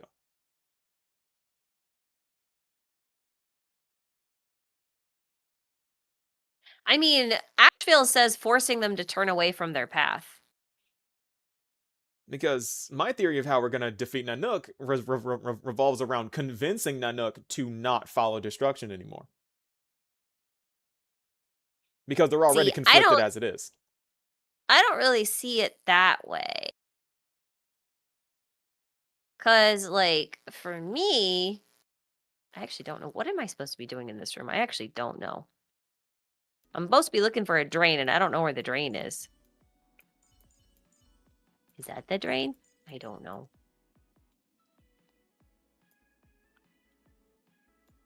I think destruction is a necessary force. Because if you think about it, the point of destruction is that they're trying to destroy other eons, right? Like that's the Prima Mobile. Destruction destroys all the eons. Yes. It's not so much that destruction needs to destroy everything, but what does it mean to destroy a god? What does it mean to be a god that destroys other gods? You're basically saying, we don't want to be ruled by gods. Humanity shouldn't be ruled by gods. Fate shouldn't be ruled by gods. People should rule themselves. So if you think about it that way, Nanook isn't you can't even argue that Nanook is evil. It's just that the intent that created the path of destruction was, I'm going to destroy all the paths. No. And so now Nanook is going to destroy all the paths. The description of Nanook literally says the birth of the universe is a mistake. Yeah, I know. Like, Nanook doesn't want to just destroy all the paths and aeons, just everything. Destruction's not a process but an outcome. On the path they promised, all paths and aeons will terminate in the heat death of the universe. Nanook wants everything gone. If you want things to grow in your garden, you first have to till the fields. Tilling is an act of destruction.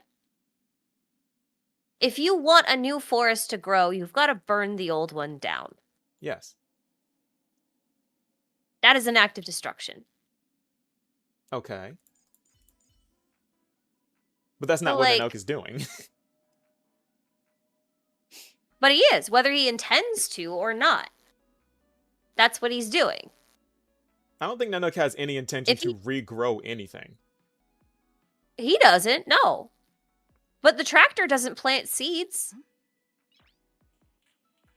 Depends on the type of tractor we're talking about here. Oh. No, that's a different type of machine. A tilling tractor does not plant seeds. There's a very different attachment that does that. The blades, trust me, I got 15 years on a farm. The disc does not plant seeds. It just doesn't. It never has, it never will. It's not what it does. And there is no kind of tractor that tills the land and plants seeds at the same time. If not, someone needs to invent one, because that would make a lot of people's lives a lot easier. It wouldn't be a tractor at that point. Also, you kind of don't want to do that anyway. You don't want to plant the seeds. Okay. When you till the soil, there's multiple types of tilling that you can do. You've got to break the soil down, and then you can also form the rows. And both of those are different machines. They're both different parts that you drag behind the machine.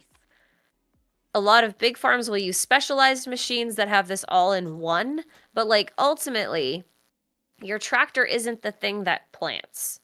You actually have a specific piece of machinery that, plants within the rows. And there's an order that you do things. You're going to till the ground, you're going to form the rows, you're going to generally fertilize something or treat the soil if you're working with commercial farming, and then you're going to plant your seeds or your seedlings. But those are all different machines or different parts. So if Nanook is the tractor, Nanook has nothing to do with planting the seeds then. Right, that's Fuli. In your world, that's Fuli, because Fuli is the blossom, the seed of memory that gets Yes. planted. Correct. Right. So like neither of those acts are evil. Well, I mean, it depends on if you... I think destroying everything is evil. Don't. It Evil is requires intent. Evil requires intent. Good also requires intent. And it also just depends on like who you're talking to. Like Do you don't one think person's Xandar's evil? dystopia. Nope, Wow. because he made Noose. Wow. I don't know. I don't even know how to Here's the respond to thing. that. Here's the thing. When you talk about evil, you have to talk about relative evil, and you also have to talk about intent of evil. Xandar wasn't technically trying to destroy everybody else. That wasn't his goal. He wasn't killing people for the sake of killing people. He was trying to kill an Eon specifically, an Eon that was basically a reflection of himself. Yes. But So, in doing that... In doing that, he committed a lot of crimes that we would consider evil. Yeah. But the thing is like there is evil intent and then there's evil actions. And I think a lot of good people can do really evil things, and I think a lot of evil people can do really good things. If you're trying to destroy the entire universe because you don't like something you made, you're evil. Agree to disagree. Like, I'm so surprised that we disagree on this. Nah. It's like, This is pretty standard, because like I don't think natural forces can be evil, for example. Like I don't think a hurricane can be evil because it doesn't have any intent. It does a lot of damage, does a lot of destruction. well, it's It not has no sentient. intent. Is an Eon technically sentient? Yes, I think they are. It's not human. They are living beings. We don't know. I think they. I mean, well, some of them were. We know that some of Well, them Noose were. Noose is just a computer. Is that technically a living being? Intellitrons are. I would argue against that, but that's a whole different discussion. Oh, you don't think Intellitrons are people? No. Oh, that is heinous! Oh my god, screw them, no! They're not any more people than my phone is a person. Or Siri is a person. Oh! But you have to understand something kind of important. That's not a bad thing. Because, like, humans aren't gods. Robots aren't people. They're their own thing, right? People want to become gods because people want to become the things, like, closer to the things that created them. If gods created people, then people are their children. People want to become like their parents. They want to become like gods. The same thing can be said of robots. If robots are made by people, then people are their creators. They are not people, but they want to be closer to people. So they try to emulate or act like people. But there's something different. I think a person does not have I to don't be a think human. to me, I don't think that's a bad thing. I think that's a good thing. My chat's losing it. My chat's to cut the stream. No clankers allowed. Oh my god, mods. I didn't say I was against robots, but I don't think that they're alive in the same way that we define life. I think in HSR they are considered that way. If you look at Wow. Genshin, mechanical life forms are an entirely different subsection of the glossary. So, Well, like, that's I don't know. different. That's different. That's a different Oh, game. is it really? Do you think so? You think the robots in Genshin are somehow, even though they could be sentient, you think those are different I think from the Anefa's a Intellitrons? person. Nefa was a dragon. Anefa's a person. She counts as a Nefa was person. a dragon. A Anefa dragon was can a be a dragon. person. We have Vidyadhara. They're people. See, I think there's different levels of existence, and I don't think that you have to be a person to be valid or to have a valid existence or even to be sentient, but I wouldn't call it living. It's a very different experience. And maybe this is semantics on my point, but I just wouldn't argue that point. Wow. I would never argue that point. Wow. I mean, I hate AI too, but wow. This has nothing to do with my feelings on generative AI. I was making a joke. Just for the record. I really think But this quest is either wow. bugged or I have no idea what's going on. So is Shui a person? Shui? Yeah. She was a person. So she's not a person anymore? Oh my god. She's a robot now. She There's leads a very still a different soul type of in existence. there. Yeah, There's a and? human soul in there. Okay, but what makes you you? My soul? Are you your body, your soul, or your memories? Or are you the combination of all three? My soul. Okay, so if you lost all of your memories and were put into a different body, but you still had your soul, are you still you? Yes. Or is that a different you? It's a different me, but it's still me. No, it's not me. See, I think if I lose my whole memory and it changes my whole personality and I've got a whole different set of experiences, I'm a different person. And Hoyo agrees with me or else XPs wouldn't exist. Okay, that's a video game though. No, it's not a video game. This is real philosophy. This is Cartesian dualism. You are arguing against Descartes. Well, technically you're arguing for him, I guess. And? My point is, And like the question of existence is something that philosophers and novelists and all thinkers of all kinds have thought about for a long time. And no one's in agreement because there's no way to prove one over the other. It's just whatever you believe it to be. Personally, I think if I was to swap into somebody's body and suddenly like the things I wanted to taste were different, the things I could do physically were different. Imagine if I just suddenly woke up in some like 40-year-old dude's body. Mm-hmm. That would be fucking weird. Yeah. I wouldn't feel like me.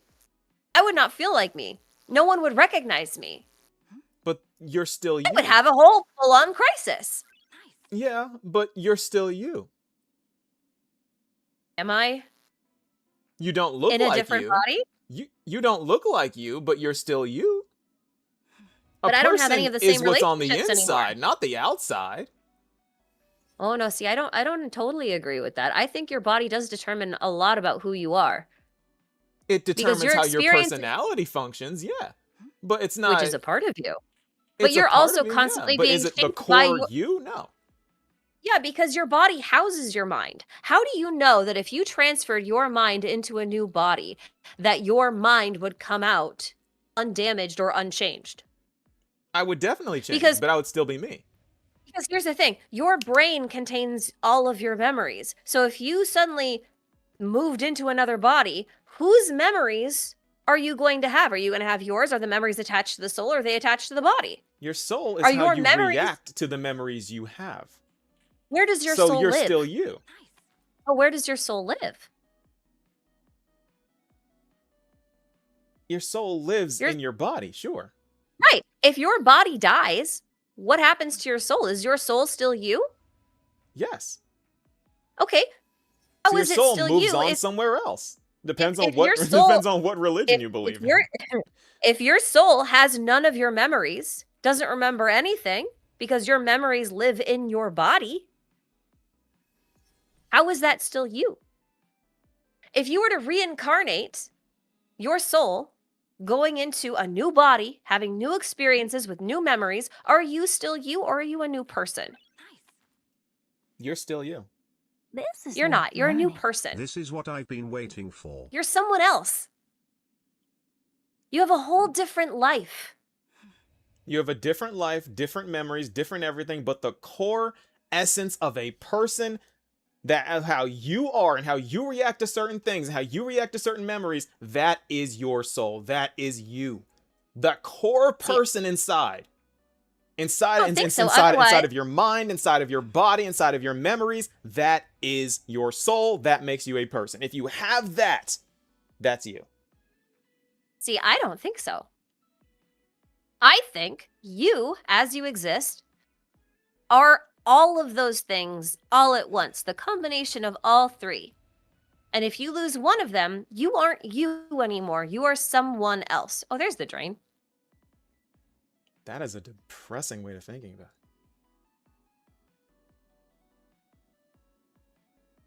it. That's sad. That makes me sad. I was sitting here wondering what the hell I was looking for. That's what I'm looking for. Why is the drain up there? This is It's worth not even a learning. drain. If you were a clone It's of a yourself spout. with all your memories, flesh and so soul, annoying. are you still you? If All right, you were well, I was cloned- looking for the wrong thing the whole time. This is worth learning. Ashik, I can't even prove she's the same person who went to sleep last night. T underscore what? T. Don't say that. You were Austin. saying? Don't say that, Austin. If you were a clone of yourself with all your memories, flesh and soul, are you still you? Well, a clone can't replicate a soul.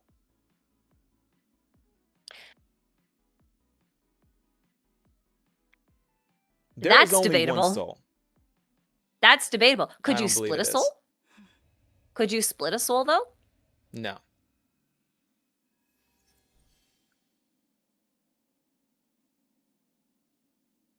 Hoyo kind of disagrees with you then. Well, I'm not talking about a video game. And in Hoyo games, sure, you can split a soul, do all these different things. Yeah, in the way you're describing the way the soul works, that makes sense for Hoyo. Yeah, that makes sense for the lore of the game. But if we're talking like real life, I don't believe that's the case at all. Well, I mean, the philosophy of the game is based on the work of real philosophers, though. Like, these are real questions posed by real people done in real space. It's not Yeah, and just I a video disagree. game.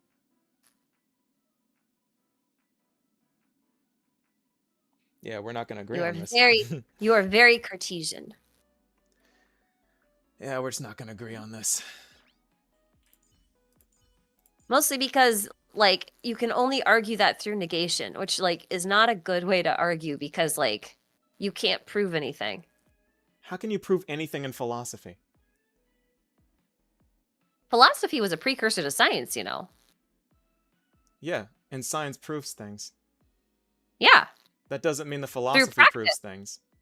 Here's the That's thing. not the same thing. Oh, it is. Philosophy can prove things, but it proves different things than what science proves. Science proves things in the physical material world. Philosophy is made to not necessarily prove things absolutely, but it's to argue proofs for things in a logical sense. You made my point. Are you saying you can't prove anything with logic? No, I'm saying if you can prove something with science, you can prove something with logic, sure. Philosophy in itself does not prove things. Science is philosophy's proof. Philosophy relies on science in order to prove things. Only in the physical plane.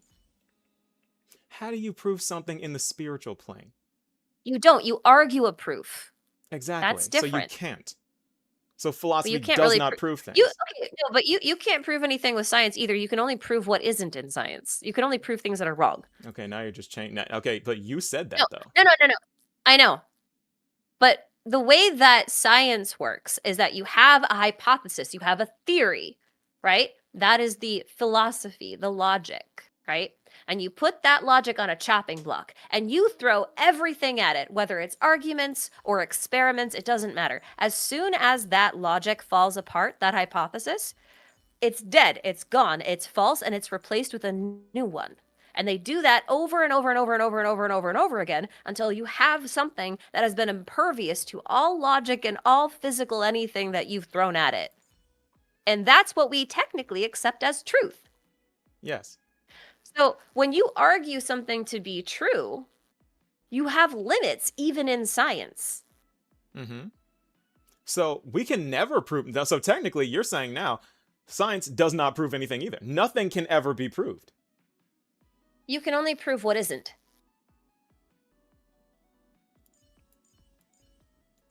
You just disproved yourself. I didn't. Because your original point was that philosophy can prove things. Then your point shifted to science can prove things. Now you're arguing that science can't prove things. My words are failing me. Listen. Science proves what isn't, and what we view as something that we can't disprove, we accept as truth.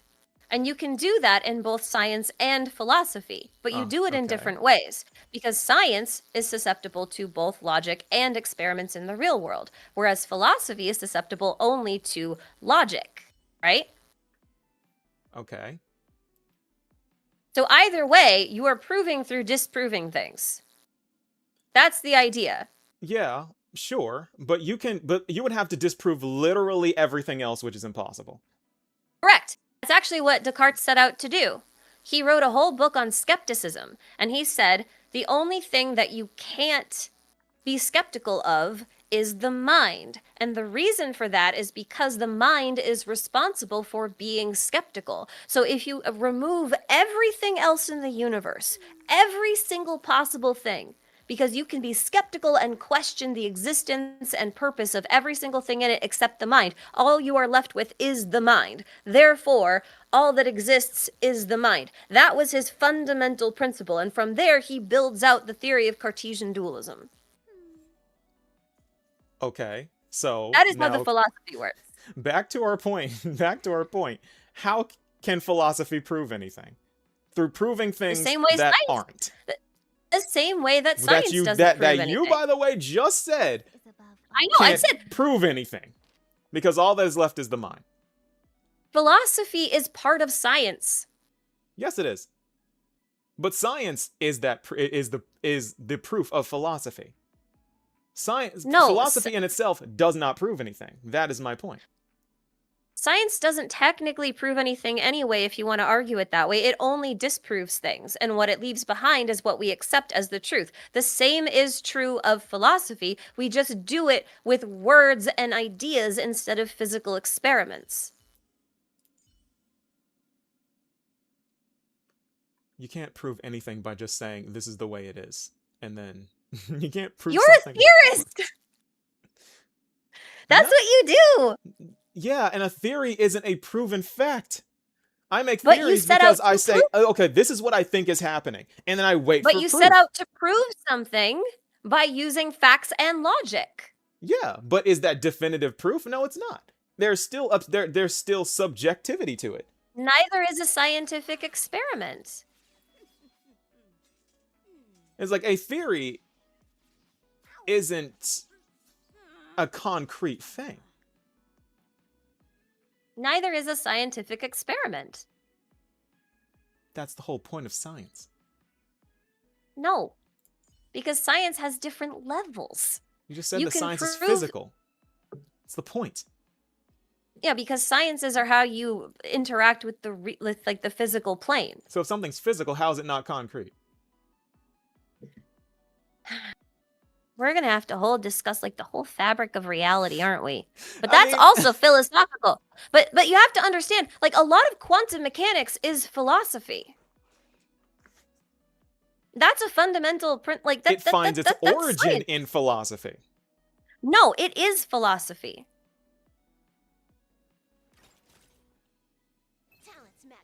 That is why scientists always say, this is what we think for right now. This is what we're working Right. with. Right, because you can't actually, technically, by your definition, prove anything with science either. You can only prove what things aren't. You can't prove what things are. Neither can you do that with philosophy. Unless The you point- can isolate every other negative thing, there Which is you no can't do in possible way. science. Yeah, which you can't do with science or philosophy. Which Correct? means they can operate in the same way. So that means nothing can ever be proved ever. Because you'll never reach that point. Correct. That's my whole point. Oh. That's what I've been saying since the moment we started this conversation. Okay, we're talking in circles. And then you say no, and then you explain to me exactly why I'm right. Like,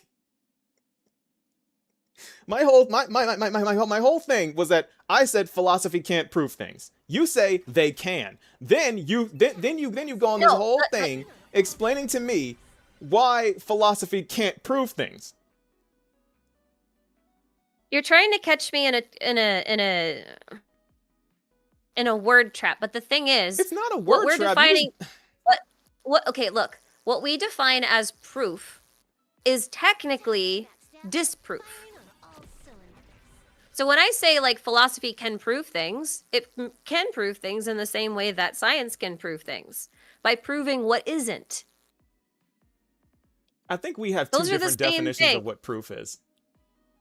I just said science looks at things and it finds what's not true. And what's left after you find all the things that aren't true, those are the things you can prove, you are left with something that we accept as true. Those are things that we say, or that we call, a proof. Right? That's not what I'm working with. I'm like, what is true, Okay. what is real, what will work 100% of the time, bar none, nothing going on. That is what will happen. That is what proof but is. That is what is true. Okay, but that is a very, very, very surface level of how reality functions. It doesn't function like that. So truth isn't real, is what you're saying. A perfect truth isn't real.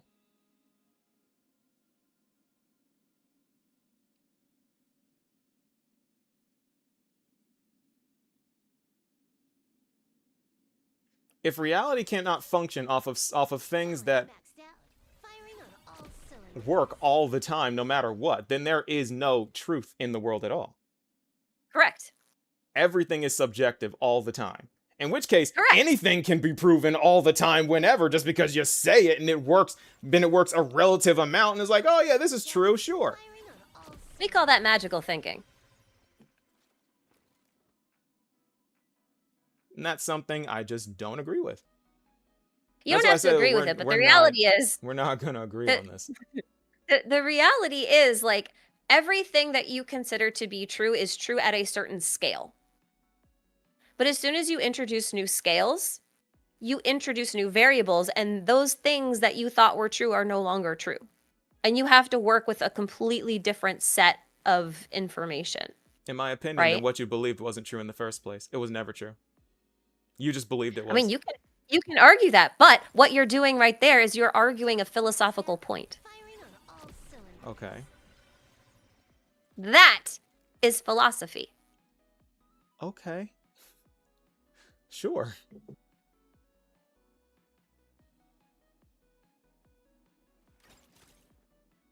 Talents maxed out.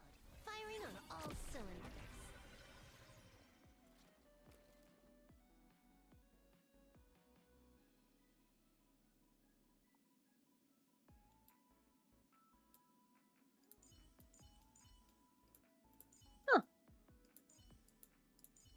Interesting.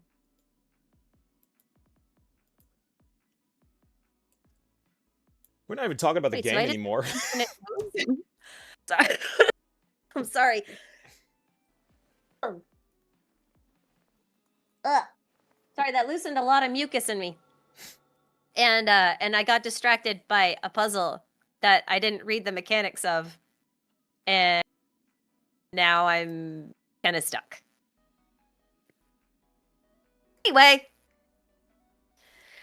I thought this was an HSR lore stream. What you Nova don't Kapolka understand is that a Katamon lot of Beta HSR is about quantum mechanics and space is weird. I think this is where I'm gonna have to end off. It's really getting late. It's really getting late. I wish we stayed on topic. I wish we did. There were some more things I want to talk to you about. We have to do this again. We have We to can do do this this again. again. Except, I had a lot of fun. I Did almost you have wonder. fun? I almost wonder if someone should maybe be here to mediate in case we get really distracted, as I'm very prone to do. I still wanted to talk very prone about for Dr. distraction. Primitive and Nihilux and Luxbane showing up if the veracity. Oh, so many things. I mean, we can still do that. I gotta go. I gotta go. I'm out of time. Oh, that's fair. That's fair. Oh, this is how this puzzle can work. Okie dokie. Anyway, though, I had a great time. It's been great debating things with you, all these different topics.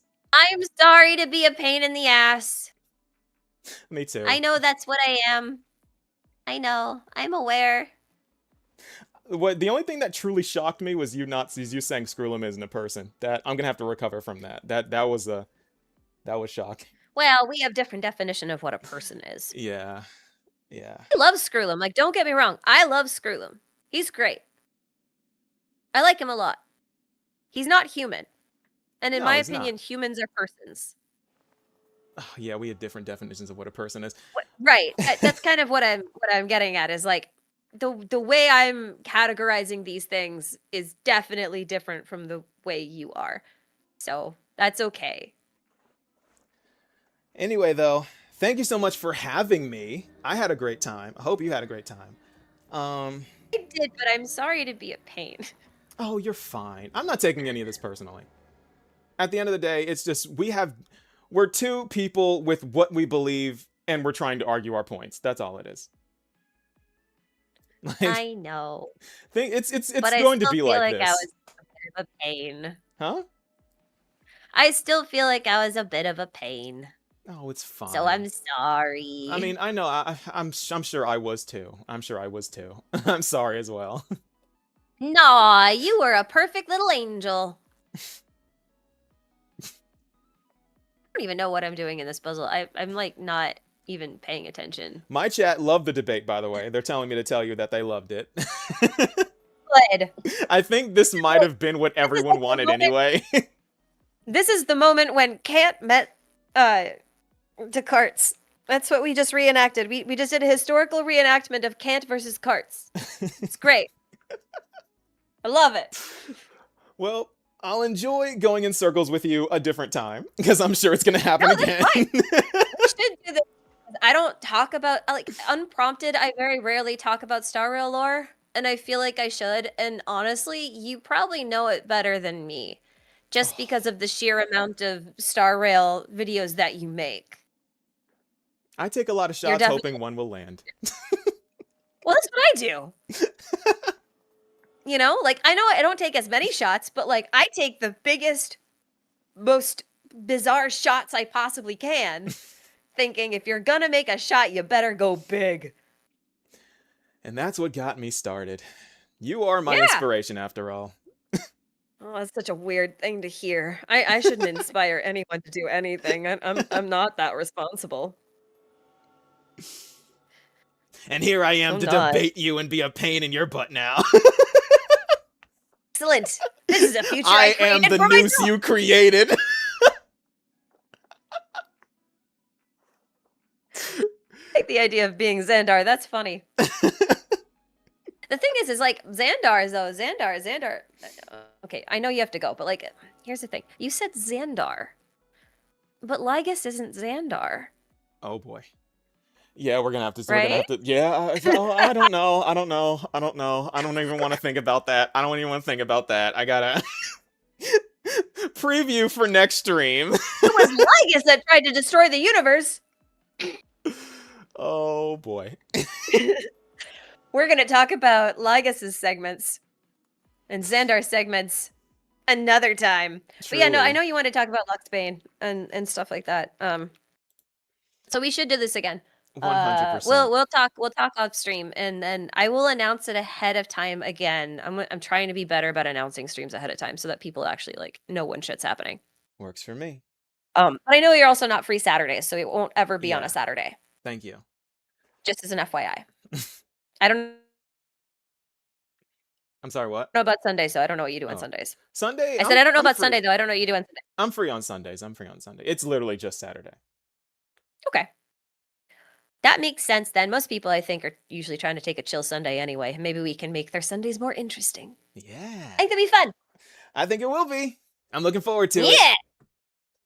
All right, Nova, thank you very much for doing this with me. Thank you for suggesting a collab. At some point, we're gonna have to find a topic on stream that we can actually agree on enough to write a co-theory together, because I think that would be fun. I think that would be awesome. Alternatively, though, here's a fun idea. We could find a topic we don't agree on, and we can alternate different sides of the argument. Oh my gosh, can you imagine? That'd be so hype. That would be so hype. That would be so. Oh, I'm excited already. I'm excited already. Cool if it's in one video or two Yeah. videos, because then you could have one on each channel for, whatever. But like, if it's in one video and like one section it's you talking, then one section it's me talking the counterpoint, and then you talk your counterpoint, and it's like a debate, but in a theory, and that'd be fun. Yes. Oh, I'm excited. I'm I excited. feel I'm like excited. we'll- I gotta go though. I gotta go. Thank you so that's much fine, for that's fine, having me. Thank you, chat. Thank You you guys for have been inviting me. This was wonderful. so Thank you, fun. Ashikai's chat. Thank you all. Oh my god, I'm Thank you, I've Nova's had such chat. a great time. I'm glad to meet you guys. Hopefully next time I won't be coughing up a lung. That'll be great. I love that. But we'll make this a regular thing, I promise. 100%. Or at least, okay. well, at the very least, we'll do it again. Okay, I'll let you go now. Thank you. I'm Peace, gonna stay on peace. stream for a couple minutes. Peace, Okay, peace. bye.